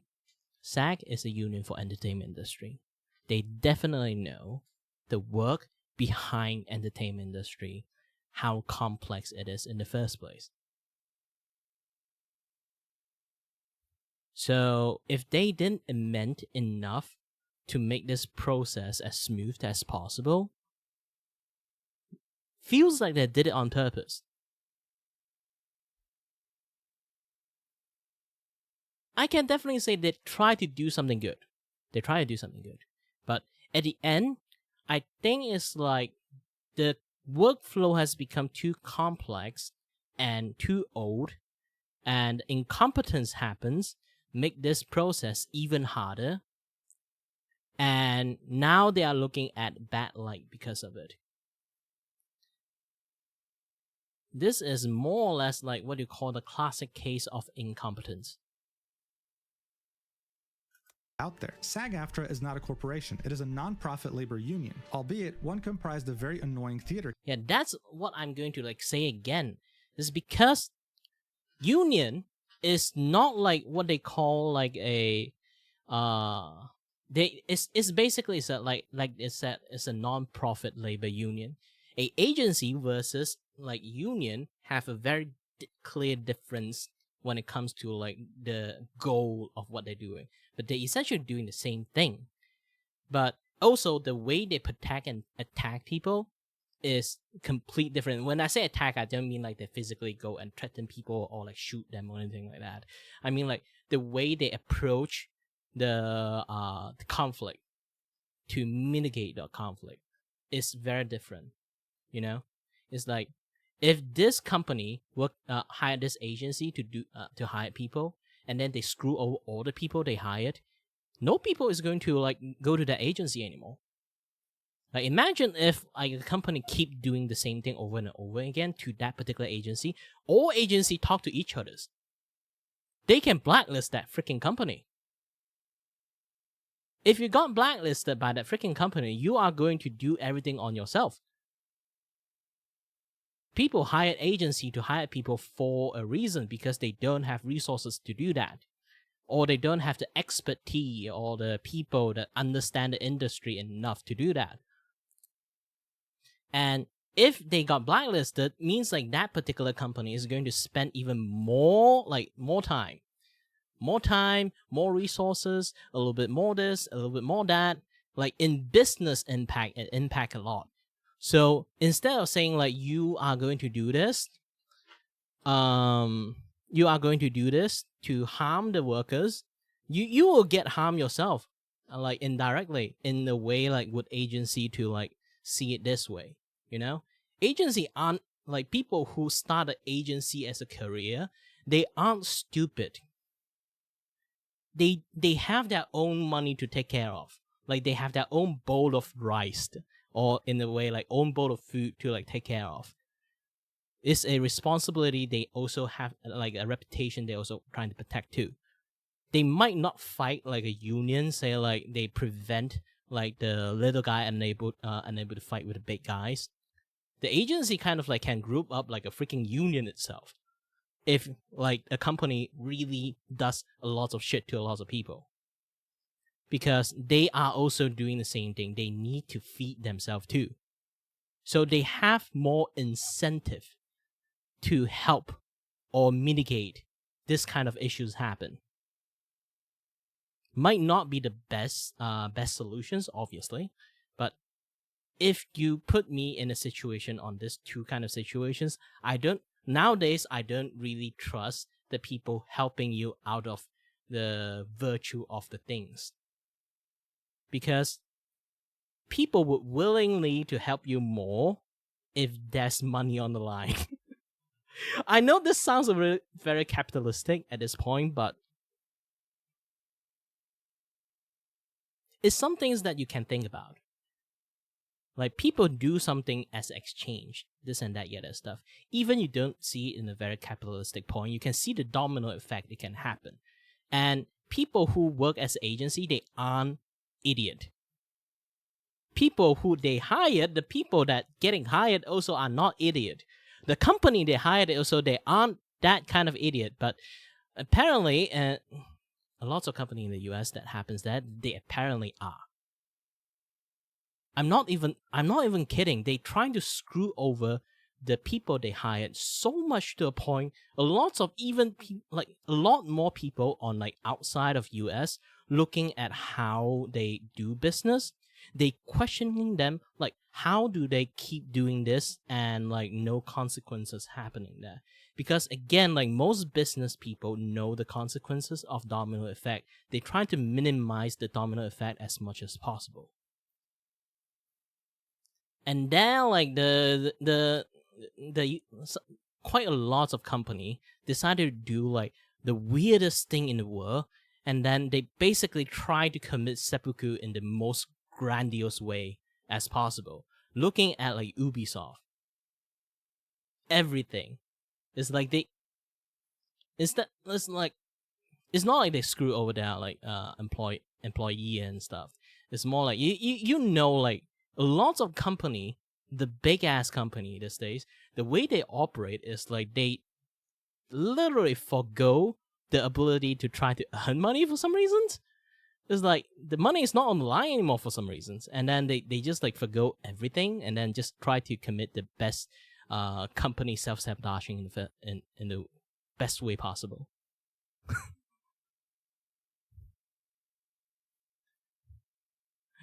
Man, it's weird.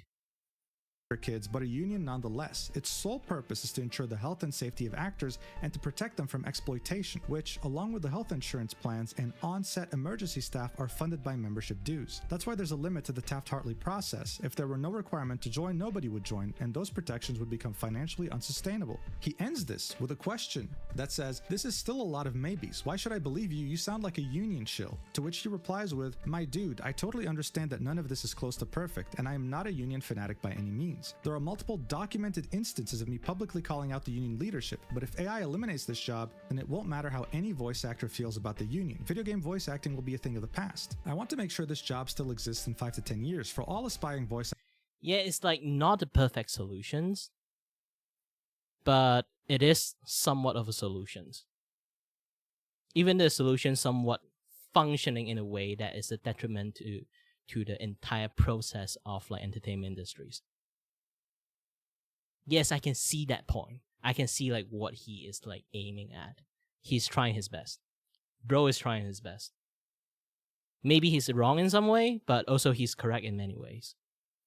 Actors to have a shot at chasing the stream, and the union is the only sufficiently powerful tool we have to that end. I know it sounds counterintuitive, but if making sure that non-union voice actors can still work is your main concern, you gotta bet on the entity trying to save this art from extinction, not the one with the incentive to replace all actors with AI. Again, I know it's not perfect, but we can't wait for the perfect solution when AI is at the doorstep and already replacing human voice actors. It is significantly easier for actors to fix the imperfections of a labor union, which is beholden to its members and relies on public support, than it is for any one of us to individually dictate the actions of a multi-billion-dollar company. In other words, he says, TLDR, I'm not a huge fan of the union, they are a means to an end. So no matter how weird or counterintuitive some of the contract might be, it's all justified because it's all about AI. And while I understand his viewpoint, it's not really the answer you're looking for when you're already doubting the entire strike and the union behind it. But Koi wasn't the only one trying to rally people back into joining this cause. Another Hoyoverse voice actor by the name of Kyle McCarley posted on the Genshin Impact subreddit a thread by the title SAG-AFTRA members seeking to clear up some confusion.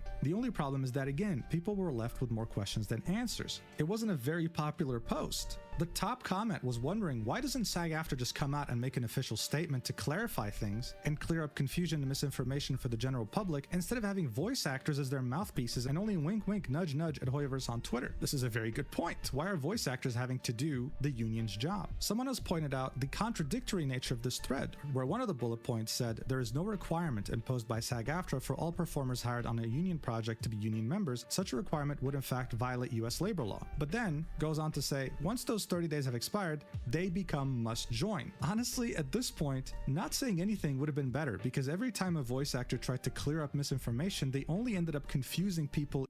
Yeah, this is like a big ass communication issues. I say it at the very beginning, and then this is the very big ass communication issues. I bet this thing. SAG-AFTRA, I have no idea what inside the contract is anymore, too. Trust me, things has been ages and keep replacing, and things, because it works, it just works. They never replace any rules, any things that have issues. Maybe sometimes they have some issues, like the previous post that did say is the end justifies the mean. So they didn't bother to refine it. And as time passed, it's similar to how I say, like, why is like idol contract and K-pop contract or anything like related to entertainment industry is always so horrible? It's because back in the olden days, it was horrible because it was kind of like criminally syndicatized, you know? So like it's like they are trying to earn as much money as possible too, because like crime syndicate. So obviously the contract is going to be like as favor to the studio as much as possible. And not going to be favor to the actors.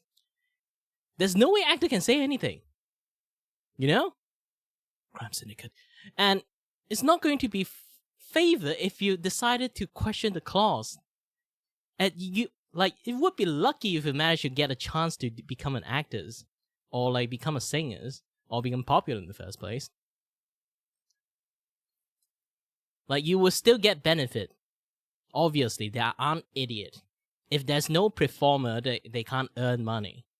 So they will also try their best to at least give you a little bit carrot enough for you to function as a human. That's the thing.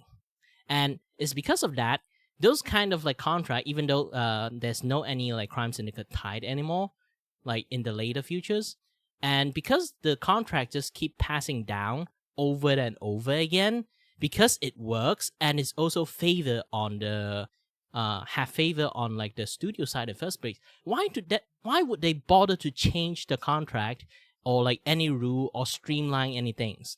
Long as it works, you don't touch it. Same with programmer code. It works. So because they never really bother to touch it, as generation pass, things keep changing, keep improving, the world keep shifting. The contracts still stay the same. And as you can see, more things become like more unfair and more unfair. Maybe some patchwork did add into it, but it was never enough.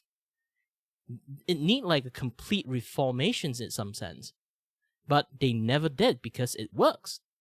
Especially in the way that it works more in favor for them. Why would they change it into the way that is not going to work more in favor for them? And that's the point. And because of that, they didn't bother to change. And now shit show happened. They can't say anything because they never bothered to change, never bothered to have the idea to reform everything in the first place. Now issue arise, people see it, even they see it. They are thinking about how to fix it.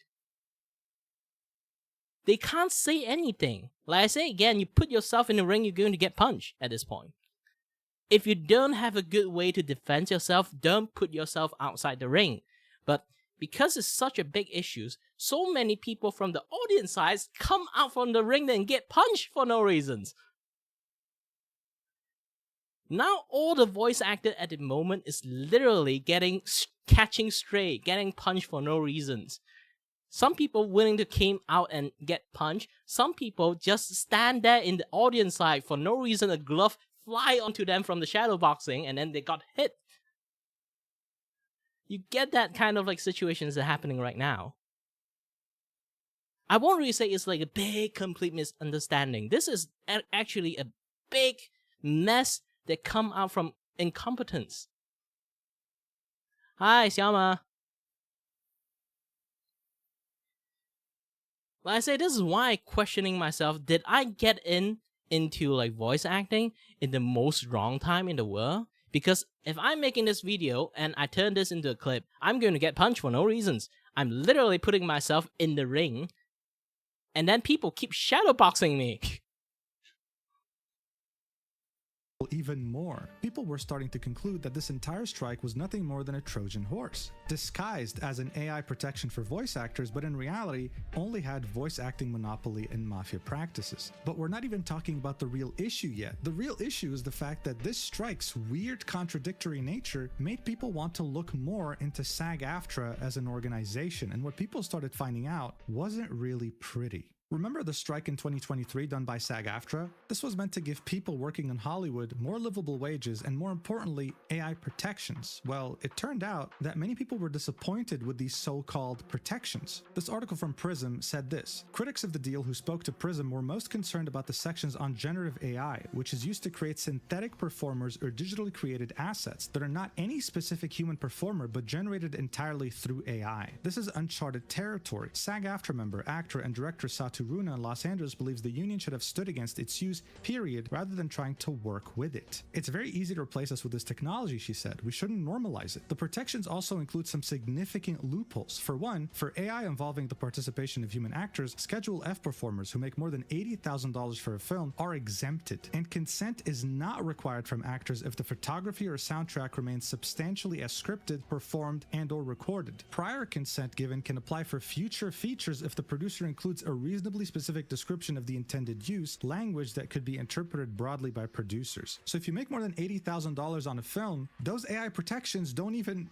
apply to you, not unless specified, which is counterintuitive. Why did the strike even occur to begin with? And speaking of money, you know what's really interesting? Only 14% of SAG-AFTRA performers make more than $26,470 annually. Remember those wonderful benefits you get for signing up to SAG-AFTRA? One of them being health insurance? Yeah, you could only qualify for it if you make more than $27,540 a year. This means that over 86% of people who paid the $3,000 initiation fee and are part of SAG-AFTRA miss out on one of its most important benefits. Oh, and if you do actually end up getting the healthcare coverage, well, your information is just going to leak anyway, because on December 10th, 2024, SAG-AFTRA went through a data breach. And according to this article, personal information obtained in the breach includes names, social security numbers, and health insurance details. And the union, SAG-AFTRA, only notified these members almost 3 months after the incident. Isn't that wonderful? You pay $3,000 to join a union, right? You're finally making money as an actor, and now someone can steal your identity and you only are told about it 3 months later.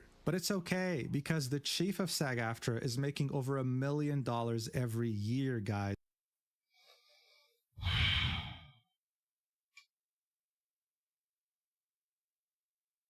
This is why I say I don't trust this kind of union. Maybe they have a point, but they lost the plot a long time ago. I rather trust a agency rather than union. If you guys don't know what union is, it's more like union is like they create a group that represent the entity or the job, and then they try to negotiate for a fairer wage. It's a guild, yes. Essentially, it's a guild. But agency is that company, he need voice actors, so he hired the agency to find voice actor for him, and then the voice actor will go through the agency and work for the company. And then, obviously, the company pay the agency fee to hire them in the first place. Also, the agency will also get some of the money siphoning from the jobs the people like the voice actors to like as like introduction fee, you know, like those kind of things. So it's a very business transactions. The agency have a like responsibility to take care on the client and then take care on the employee they find. Because if either one of them screw them over, he is going to get the blame. The agency is going to get all the blame. And then the agency would try their best if the client side keeps screwing over all the people that they find. People are not going to like listen to them when they call out for finding people for jobs. They aren't going to get any money from that if that happens. So the agency are going to smart enough if this client keep getting screwed over all the people like they find for them. Like that client is going to get blacklisted. And you know what? Agency is talking with each other most of the time. So if that company decides to screw over people consistently, not like an accident or anything, like corporate like incompetence accidents, it's like consistently they do it on purpose, they are going to get blacklisted. And if that company, if that client company get blacklisted, they have to do everything on their own. They have to hire on their own. They have to have the expertise. They have to find the circles. They have to do this, do that. Everything costs money. it's a net loss if they do that. So the client side, they also understand that issues. They won't try to screw over. It's like a complete business transaction border. They understand they are not trying their best not to screw over the domino effect. This same apply with like the employee, the agency fine. They are trying their best to not just protect the employee they find. They are trying their best to apply that to the client they find too. If this particular employee is this particular like either I won't really say voice actor, like imagine it's the woodworkers that do like there's a built stage for people to dance on. If that guy is always like skipping out material fee, or like he basically is a very rude person, like while working over the client side, and always like having like fight with the client, or even physically punch all the client that he have met so far, that guy is going to get like blacklisted. I, as an agency, I have a reputation to protect. I'm taking money from that side and taking money from that side. Become like their intention of trying to protect you become very transactional because there's money involved. So if I'm going to say, if a group like a union decided to say, I will protect you out of the kindness of my heart to represent the entire youth, but also you have to pay this fee to me so I can function as a union to properly do our jobs. But still, our intention is like for everyone here. We are the kind good guys. If they like the complete intentions is not like business transactions, but they still trying to take money. Then you would like it's like non-profit organizations, but you still need money to function in the first place. Non-profit organization doesn't mean that you're really non-profit. You really function in a way that is like still taking money at the end. Okay.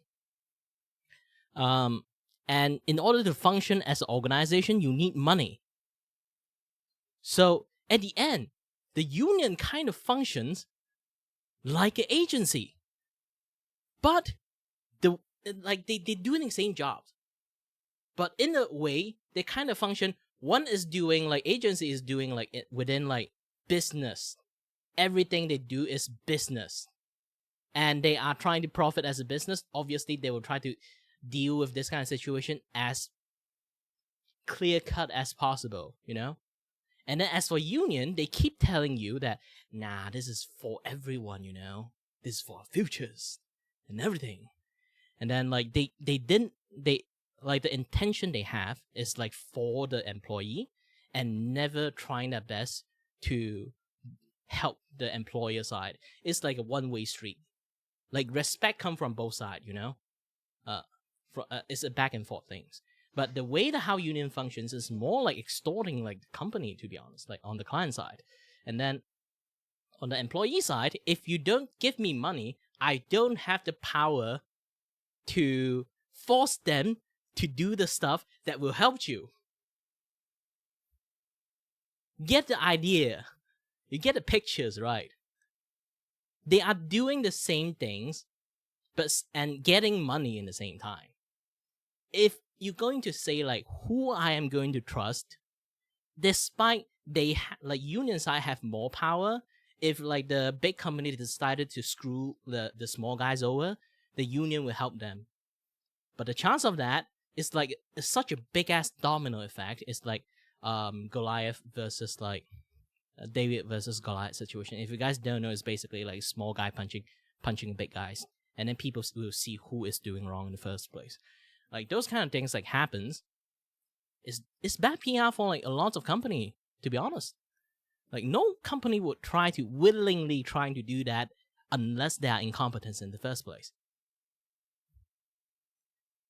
I won't really say union is like redundant. It exists for reasons. But it exists for a little bit far too long. That particular entity.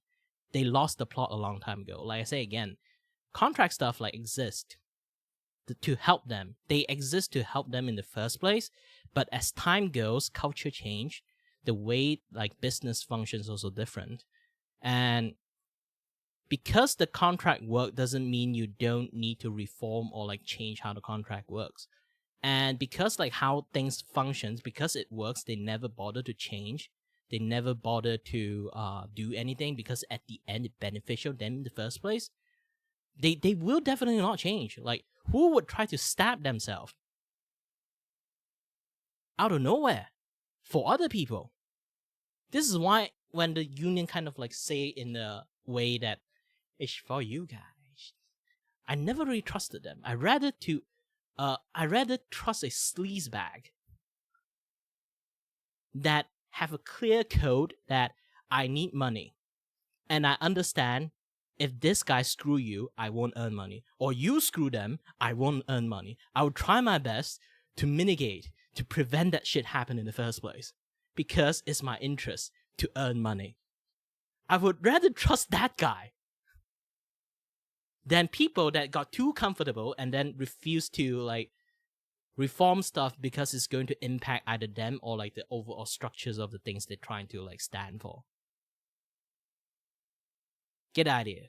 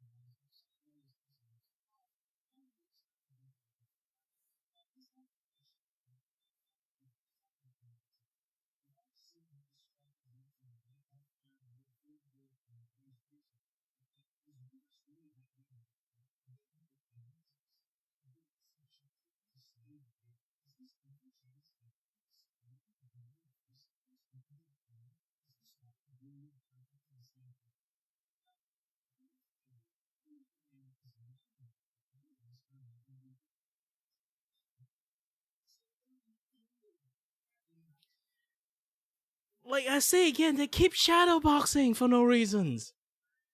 Why? I know they want to like the argument is basically like if you don't fight them now, they might do something wrong later. It's like preemptive strike, those kind of things, but that is not your call.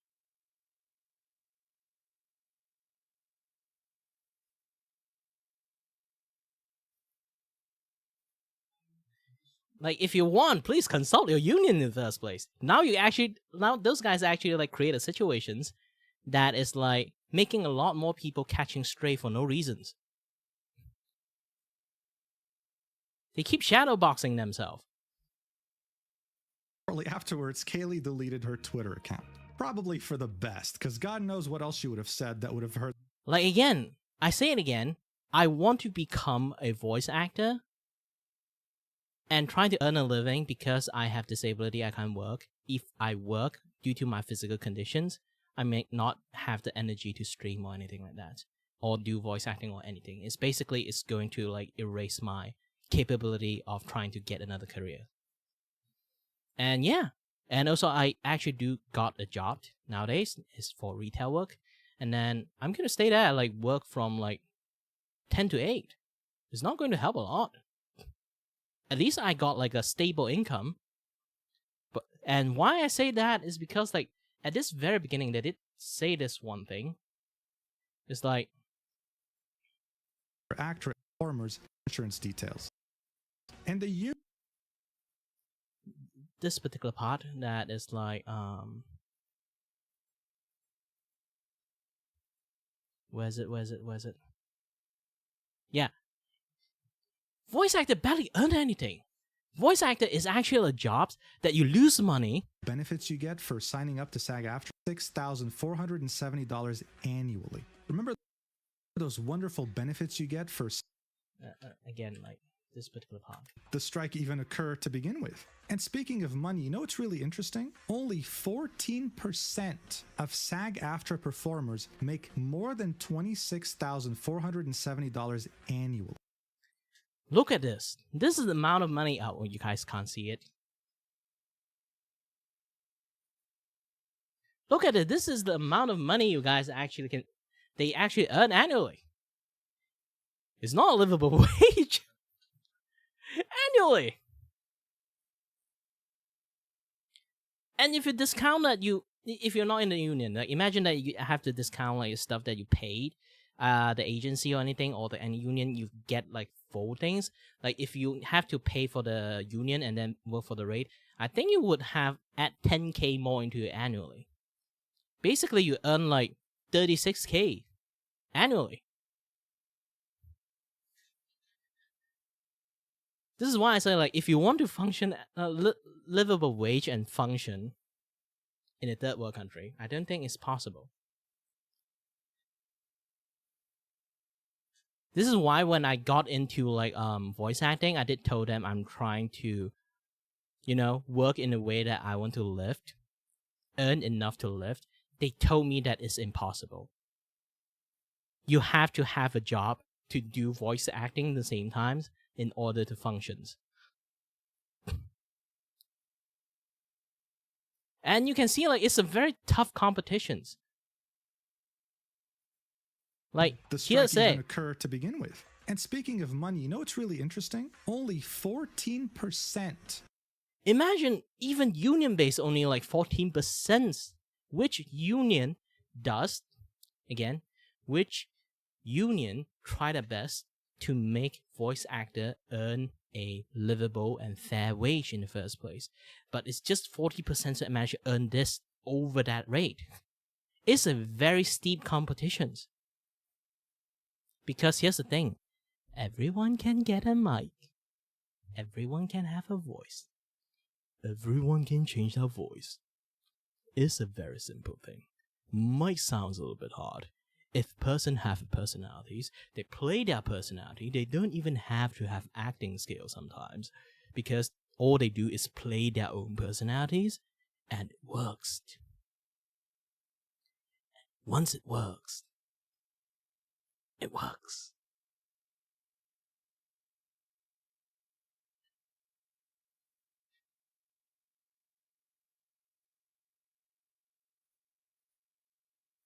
AI protections. We've already seen how this strike is meant to make healthcare more affordable and raise rates or whatever, but like, is Hoiverse really that bad of an employer? Are they underpaying these voice actors? Are they subjecting them to slave labor? Is this evil Chinese company exploiting our beloved voice actors and underpaying them? Is this why we really need a contract to be signed right now? No. According to Kaylee, even though the game is non-union, many of us are making the union rate.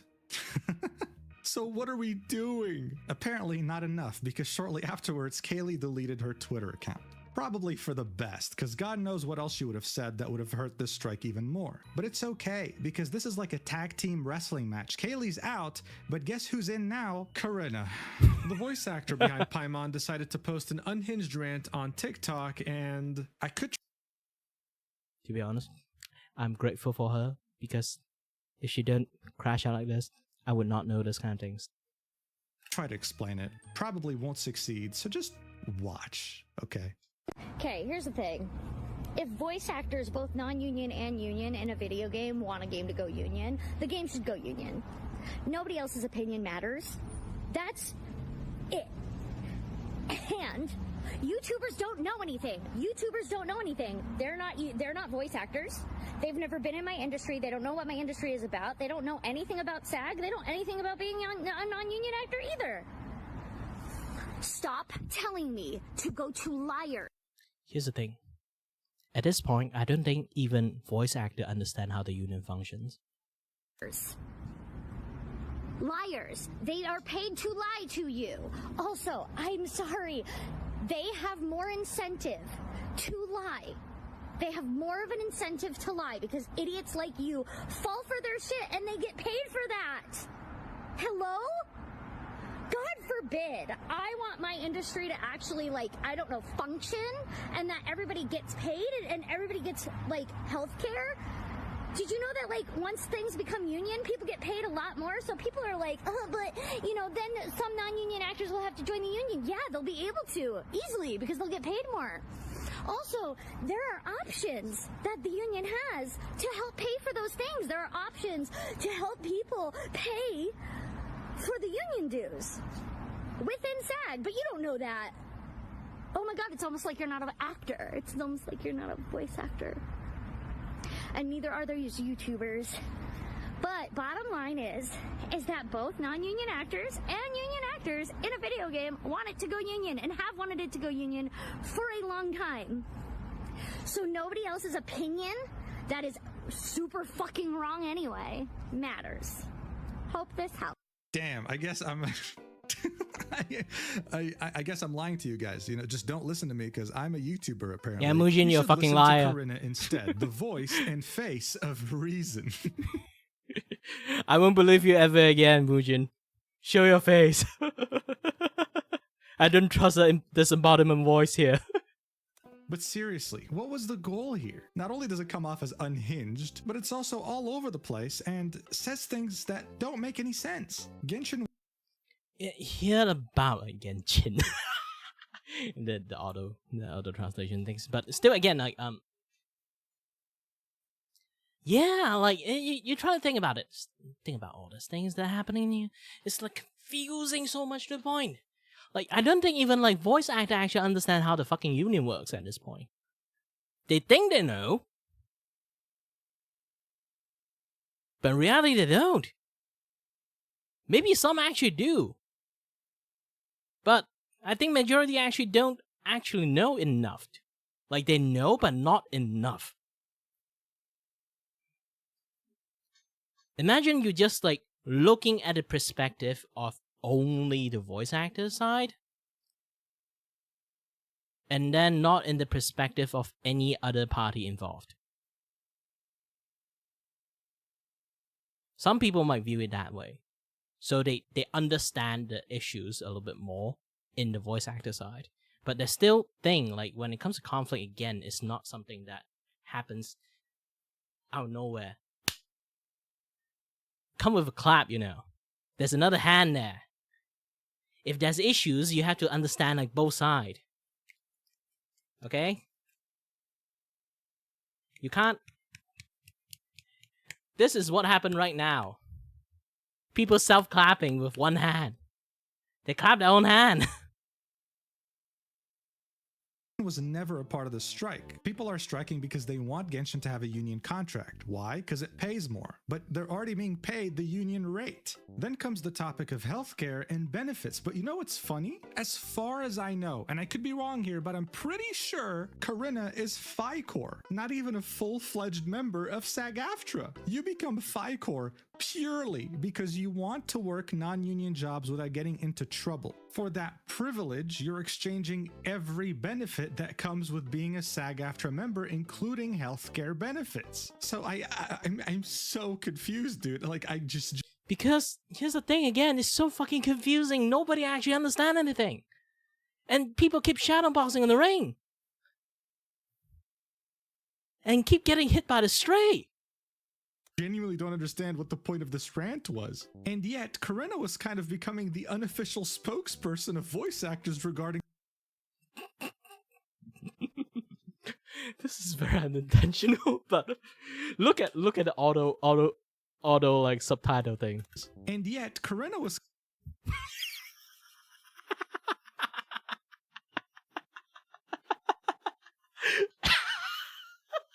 I shit you not.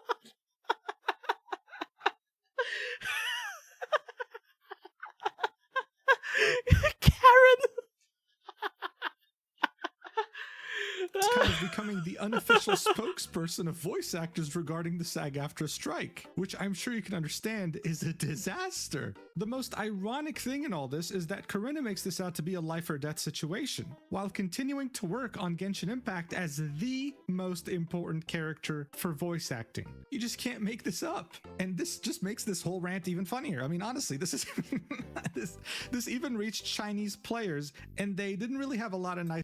Like, here's the thing. I go back again. I this thing like working in my brain right now, but go back again. Like, when he mentioned her name in here. Strike, which I'm sure you can understand is a disaster. The most ironic thing in all this is that Corinna makes this. Now it's actually make her name correctly. For some reason, at that particular part, like, Google become like, she sounds like a Karen. Let me write Karen. This out to be a life or death situation, while continuing to work on Genshin Impact as the most important character for voice acting. You just can't make this up. And this just makes this whole rant even funnier. I mean, honestly, this is this even reached Chinese players, and they didn't really have a lot of nice things to say, saying things like, please change Paimon's English voice actor, everyone will be happy. I'll even do another 6 months of battle passes if you want. I'll top up too if they do it. If I were an English dub enjoyer and have to listen to this rat scream any longer, I would actually quit the game. What a voice. It's like a desperate mouse that got pressed onto a grill by a piece of bread and slowly gets made into a sandwich. God damn, these Chinese players are ruthless. Oh, and just to add more fuel to the fire, Corinna said on Blue Sky that this TikTok was AI. It's not the original. Sure. Damn, AI sure got very advanced since the last time I checked. Interesting. Corinna then posted a video that featured a toilet. Corinna just sat there in front of the toilet saying that all this harassment was overwhelming, that vomit can come out at any second, and then complained for 8 minutes about the strike. Yeah, this is actually real. This video is not AI. I think it's safe to say that if Hoyoverse find a new voice actor for Paimon, then it would kind of be justified just over this insane erratic behavior. Because when have you ever seen a voice actor crash this hard? The amount Hate to say this, not exactly her fault. It's the confusions that the fucking union made. And they decided to not do anything and let voice actors to go out in the ring do shadow boxing themselves. Aren't they supposed to like help the voice actors? I'm more angry at the union at all in the first place. It's not like I may try to laugh a little bit because like the situation has become so hilarious at this point, but you guys kind of can see like it's the union fault at this point. You know, the lack of communication to their voice actor in the first place that work under them, and the lack of communications between each others like happens both ways.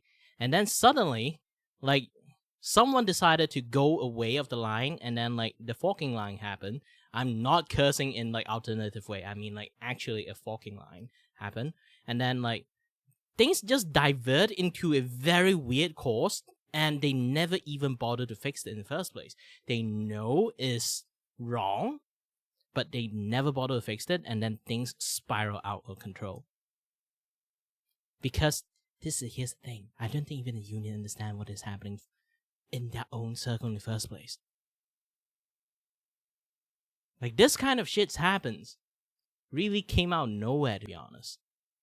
The amount of damage that this strike had sustained in just the span of a few days was incalculable. Joe Zieja, the voice actor behind the Genshin character of Risley, decided to step up. He had already made a video when the video game strike had begun explaining why voice actors were striking, and now thought that he needed to make a new video explaining what's been going on with Hoyoverse while clearing any misinformation about the strike itself, saying, I do my best to inject clarity into what has become a really sad cyclone of misinformation and toxicity, RE, the SAG-AFTRA strike, Genshin Impact, the recasts, and AI. Similar to my first video on the strike, it's an attempt to educate, not aggravate. But it ended up not really helping the situation as much as he was hoping, with this post quote tweeting it and saying, so they bullied the new Kinich voice actor for a strike that does not exist? Yeah.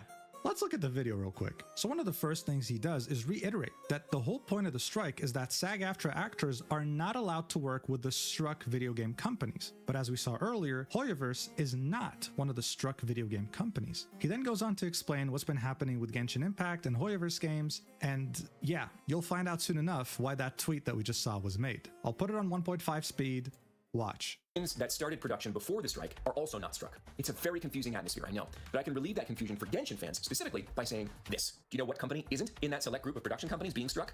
Hoyo. I cannot emphasize enough that MiHoYo properties are not and never have been union games. Therefore, Genshin has never been a struck property. There are 0 union rules governing Genshin or any MiHoYo game, period. End of story as of this date. This is not a debate. This means Like I say again, if you are doing things yourself, do not represent an entity when you do things. Some people decided to do shadowboxing and say I'm doing shadowboxing on behalf of someone. And then they'd be like, what the fuck? And then some people who are like also working under that entity suddenly got fucking punched for no reasons. Because somebody decided to go up the ring shadow punching. Shadowboxing for no reasons.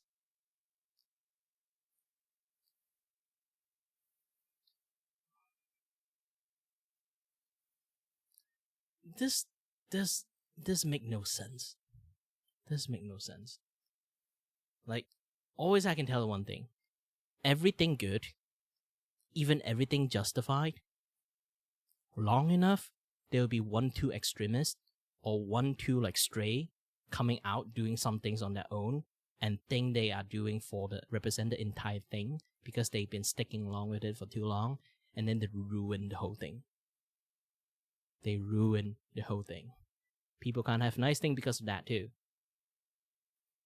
and I want you to listen very carefully here. If the SAG-AFTRA strike ended tomorrow, this would mean absolutely nothing for Hoyo Games and its actors. If suddenly WB and Formosa, Keywords, all the rest threw a ticker tape parade and said, we agree to all the actors' demands, yay! Nothing would change for Genshin or Star Rail or Triple Z or any other non-union game. So point number one, please stop talking about Genshin like it has anything to do with the SAG-AFTRA strike. Genshin is not a union game. The actors working on it are not working under a union contract, period. Put a pin in that, okay? Because we're gonna come back to the idea of union and non-union actors in a minute, now that we've sort of covered union and non-union games. Okay, so why the hell aren't actors going in to record lines for Genshin if it's not struck? When the strike happened, many Genshin actors got together in various disparate channels and decided that now would be a good time to try to engage with Hoyo and encourage them to take some action. Actors could use the momentum, the social momentum of the SAG-AFTRA strike to include Hoyo properties in the conversation. Again though, it's not a strike and it has nothing to do with the union. Since this is not a strike, I'm not gonna call it a strike. From here on, I'm going to call it a collective work refusal because it's not governed by any one body like SAG-AFTRA. There is no one result desired like a collective bargaining agreement, and there is no penalty for not participating, unlike the SAG-AFTRA strike. If you're a union member and you cross the line and record games you're not supposed to, you can be penalized. In a non-union environment, that doesn't exist. So, what did Genshin actors want? This is where some of the confusion kind of begins. The goal wasn't really totally clear. Some actors wanted them to sign a union agreement and flip union, become a union game. You might have heard this called an interim agreement, which just has to do with an agreement that's going on during the strike, or a full union contract. There's some nuance of difference here. Because Genshin's an ongoing game, they're essentially the same thing. Others wanted them to just add AI protections into their non-union contract. Something like the Nava rider, okay? Which is something that any actor can attach to any contract to legally protect themselves against AI exploitation. And some actors, understandably, didn't really know what to think about the whole thing, but they were motivated by the social side, solidarity, social obligation, community feeling, and they also refused to work. This is part of the problem of non-union games, or non-union anything, actually. Since there's no actual collective bargaining agreement governed by any union, it becomes difficult for a group of people to take a collective action. In social psychology, you call this a collective action problem. It's very complicated. So anytime a group of non-union actors tries to get together to achieve any result, it's hard. It's hard for us to communicate. It's hard for us to bargain. Since there are no rules in place, any actor is free to just disregard that collective effort at any time with no penalty, unlike, again, an actual strike where you can get fined or kicked out of the union for strike breaking.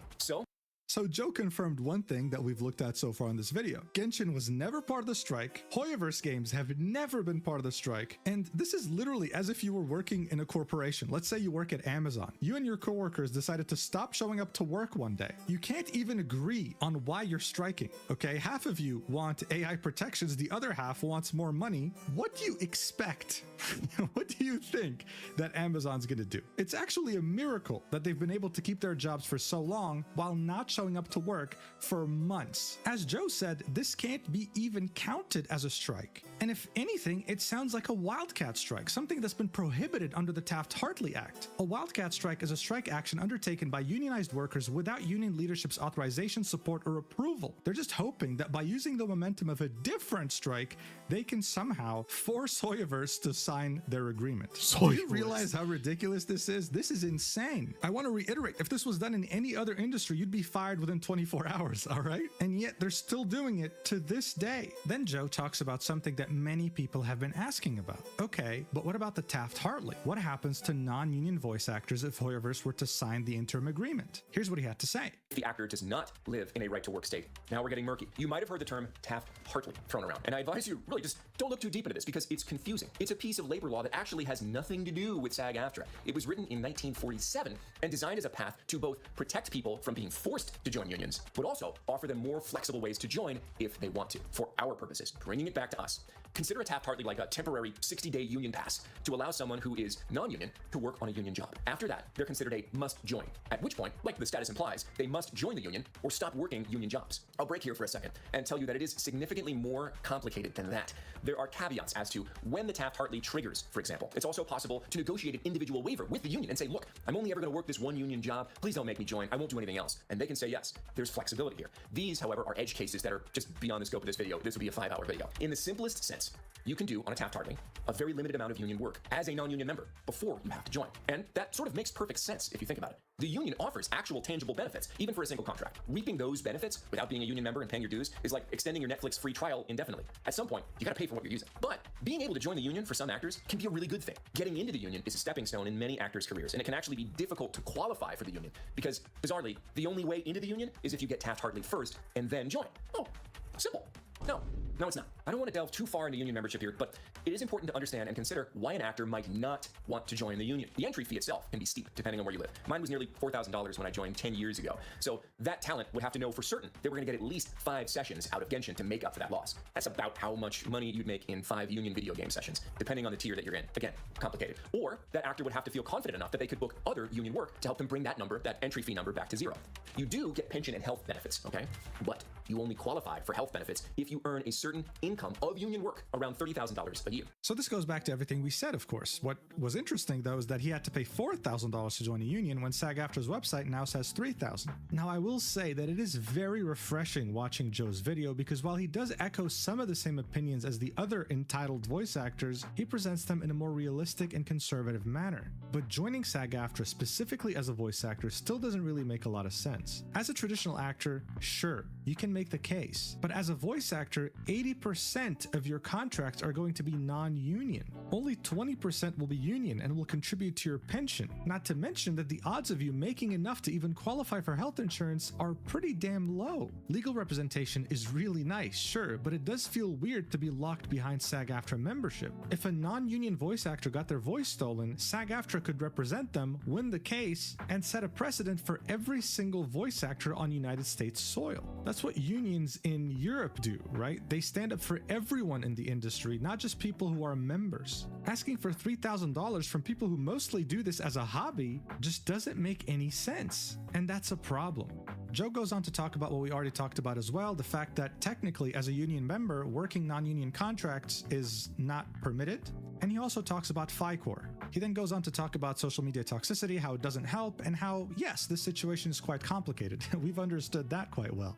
Unfortunately, Joe's intention didn't really work out as well as he had hoped because many of the comments are left in utter confusion and were also disillusioned with the voice actors that have been participating in this discourse. I mean, look at this comment here with 4.6k likes saying, so let me get this right. Union voice actors are bullying a non-union voice actor for getting work with a non-union game, which isn't being struck by the voice acting union.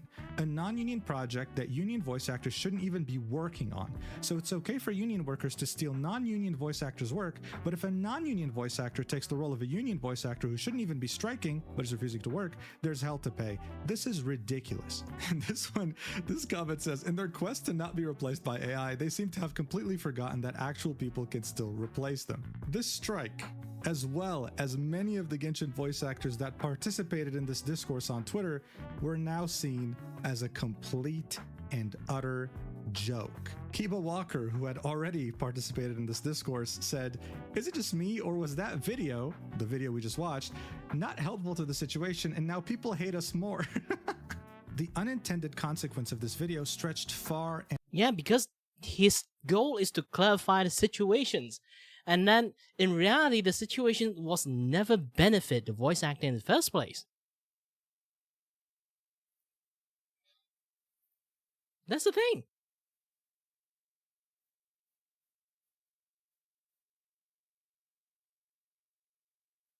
And part of the situation for the Hoyoverse one is just complete shadowboxing. It's shadowboxing out of permission from the union workers, and then shit happens because of this way.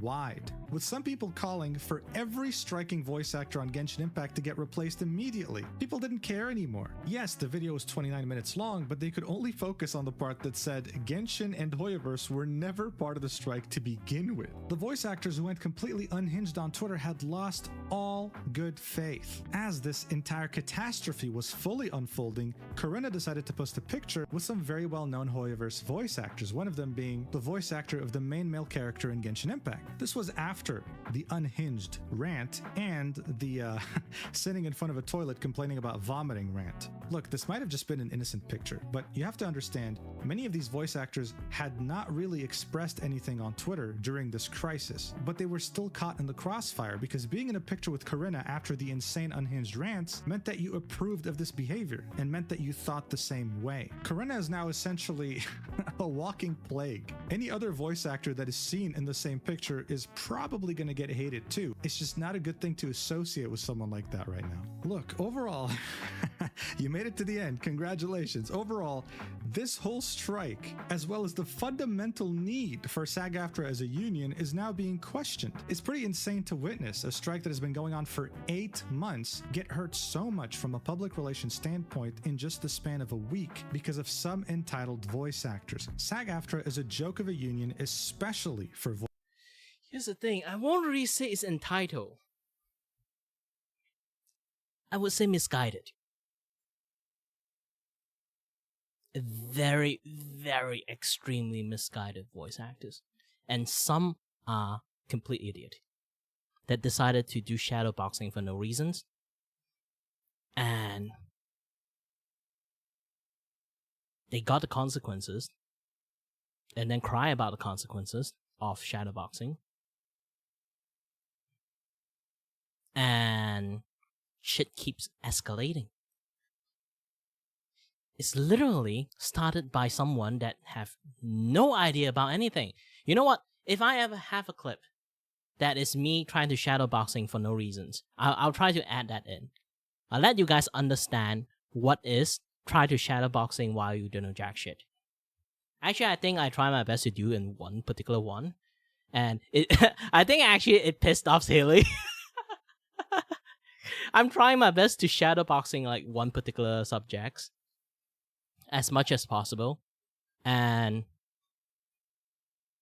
yeah, actually I really don't know jack shit about that thing. So I'm going to clip that things out in a context that is I'm legitly trying to shadow boxing some things. Defend and shadow boxing some things that I have zero idea of. Okay? So it's going to be very long. This is a very good example, but yeah.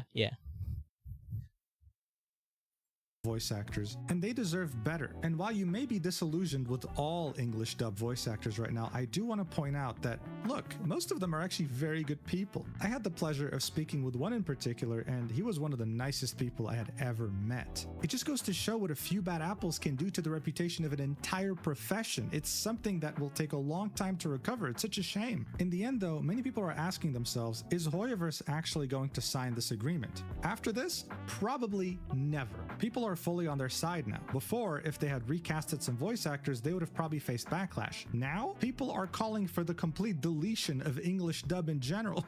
If they replace Corinna as well as any other entitled voice actor on Twitter, hell, even the one striking and that said nothing about this, then the backlash would be minimal. And that's just Hoyoverse, I'm trying to get into voice actors, so if you want a English voice actor, I'm here.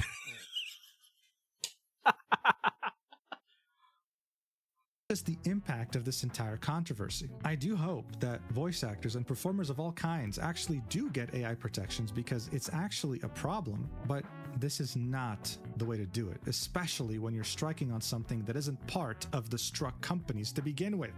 Thank you so much for watching until the end. I really appreciate it. This video took a long time to make, so I'd appreciate it if you like, comment, Yeah, it's very subscribe, all informative. that stuff, and also Like he really dug up in a lot of like situations to like let people understand the whole shit shows that are happening. I may say something unnecessary because it's somewhat of like mirroring what he's saying afterward, but yeah, it's like I can see that miles away in some sense. It's just not in a full context way. This guy really dug deep. Mujin literally dug deep into the trenches to see and understand the situations, which this is a super duper good video and very informative, like in some sense, especially for people who is outside of voice acting. They would have zero idea, or any voice actor is like non-union based and very confusing at this like situations right now. And take a look at this. It's very, very good. Okay. And yeah, like go and find Mujin video. He does a lot of good shit in there. So yeah. I'll have to go to the toilet a little bit. I'll be back soon. So yeah.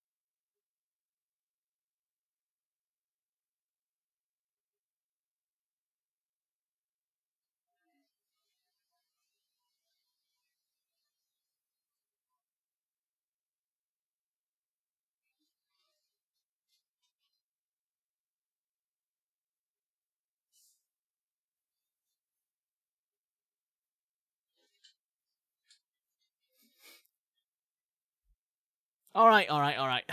Let's got everything, like finally understand the saga of all these things. Makes me more understanding. Yeah, I get a much more understanding of this entire shit show. Complete by a shadow boxer. Not by a shadow boxer, by a group of shadow boxers.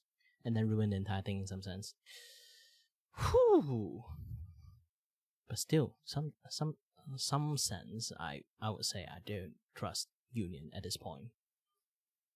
Maybe they it's like they try to draw a broad stroke. It's not like they are not doing good things. They are. It's just such a very wide, broad stroke. It's affecting a lot of things to the point that you're just randomly catching stray for no reasons. It affects like so many things in a sense that they did not anticipate. And again, like the contract and everything when it comes to like union stuff is like it's aged up like a long time ago. Alright? So yeah. It's a weird thing to talk about, but again, like it's a very aged up stuff. You know what? I guess like this will be I didn't expect I'll be like yapping and watching this thing for so long. So I was going to just do some drawing, but man, I used up all my energy just to yap and understand all these things. So I'm just going to delete I'm going to do some drawing and watching stuff after this. Just just this. Okay?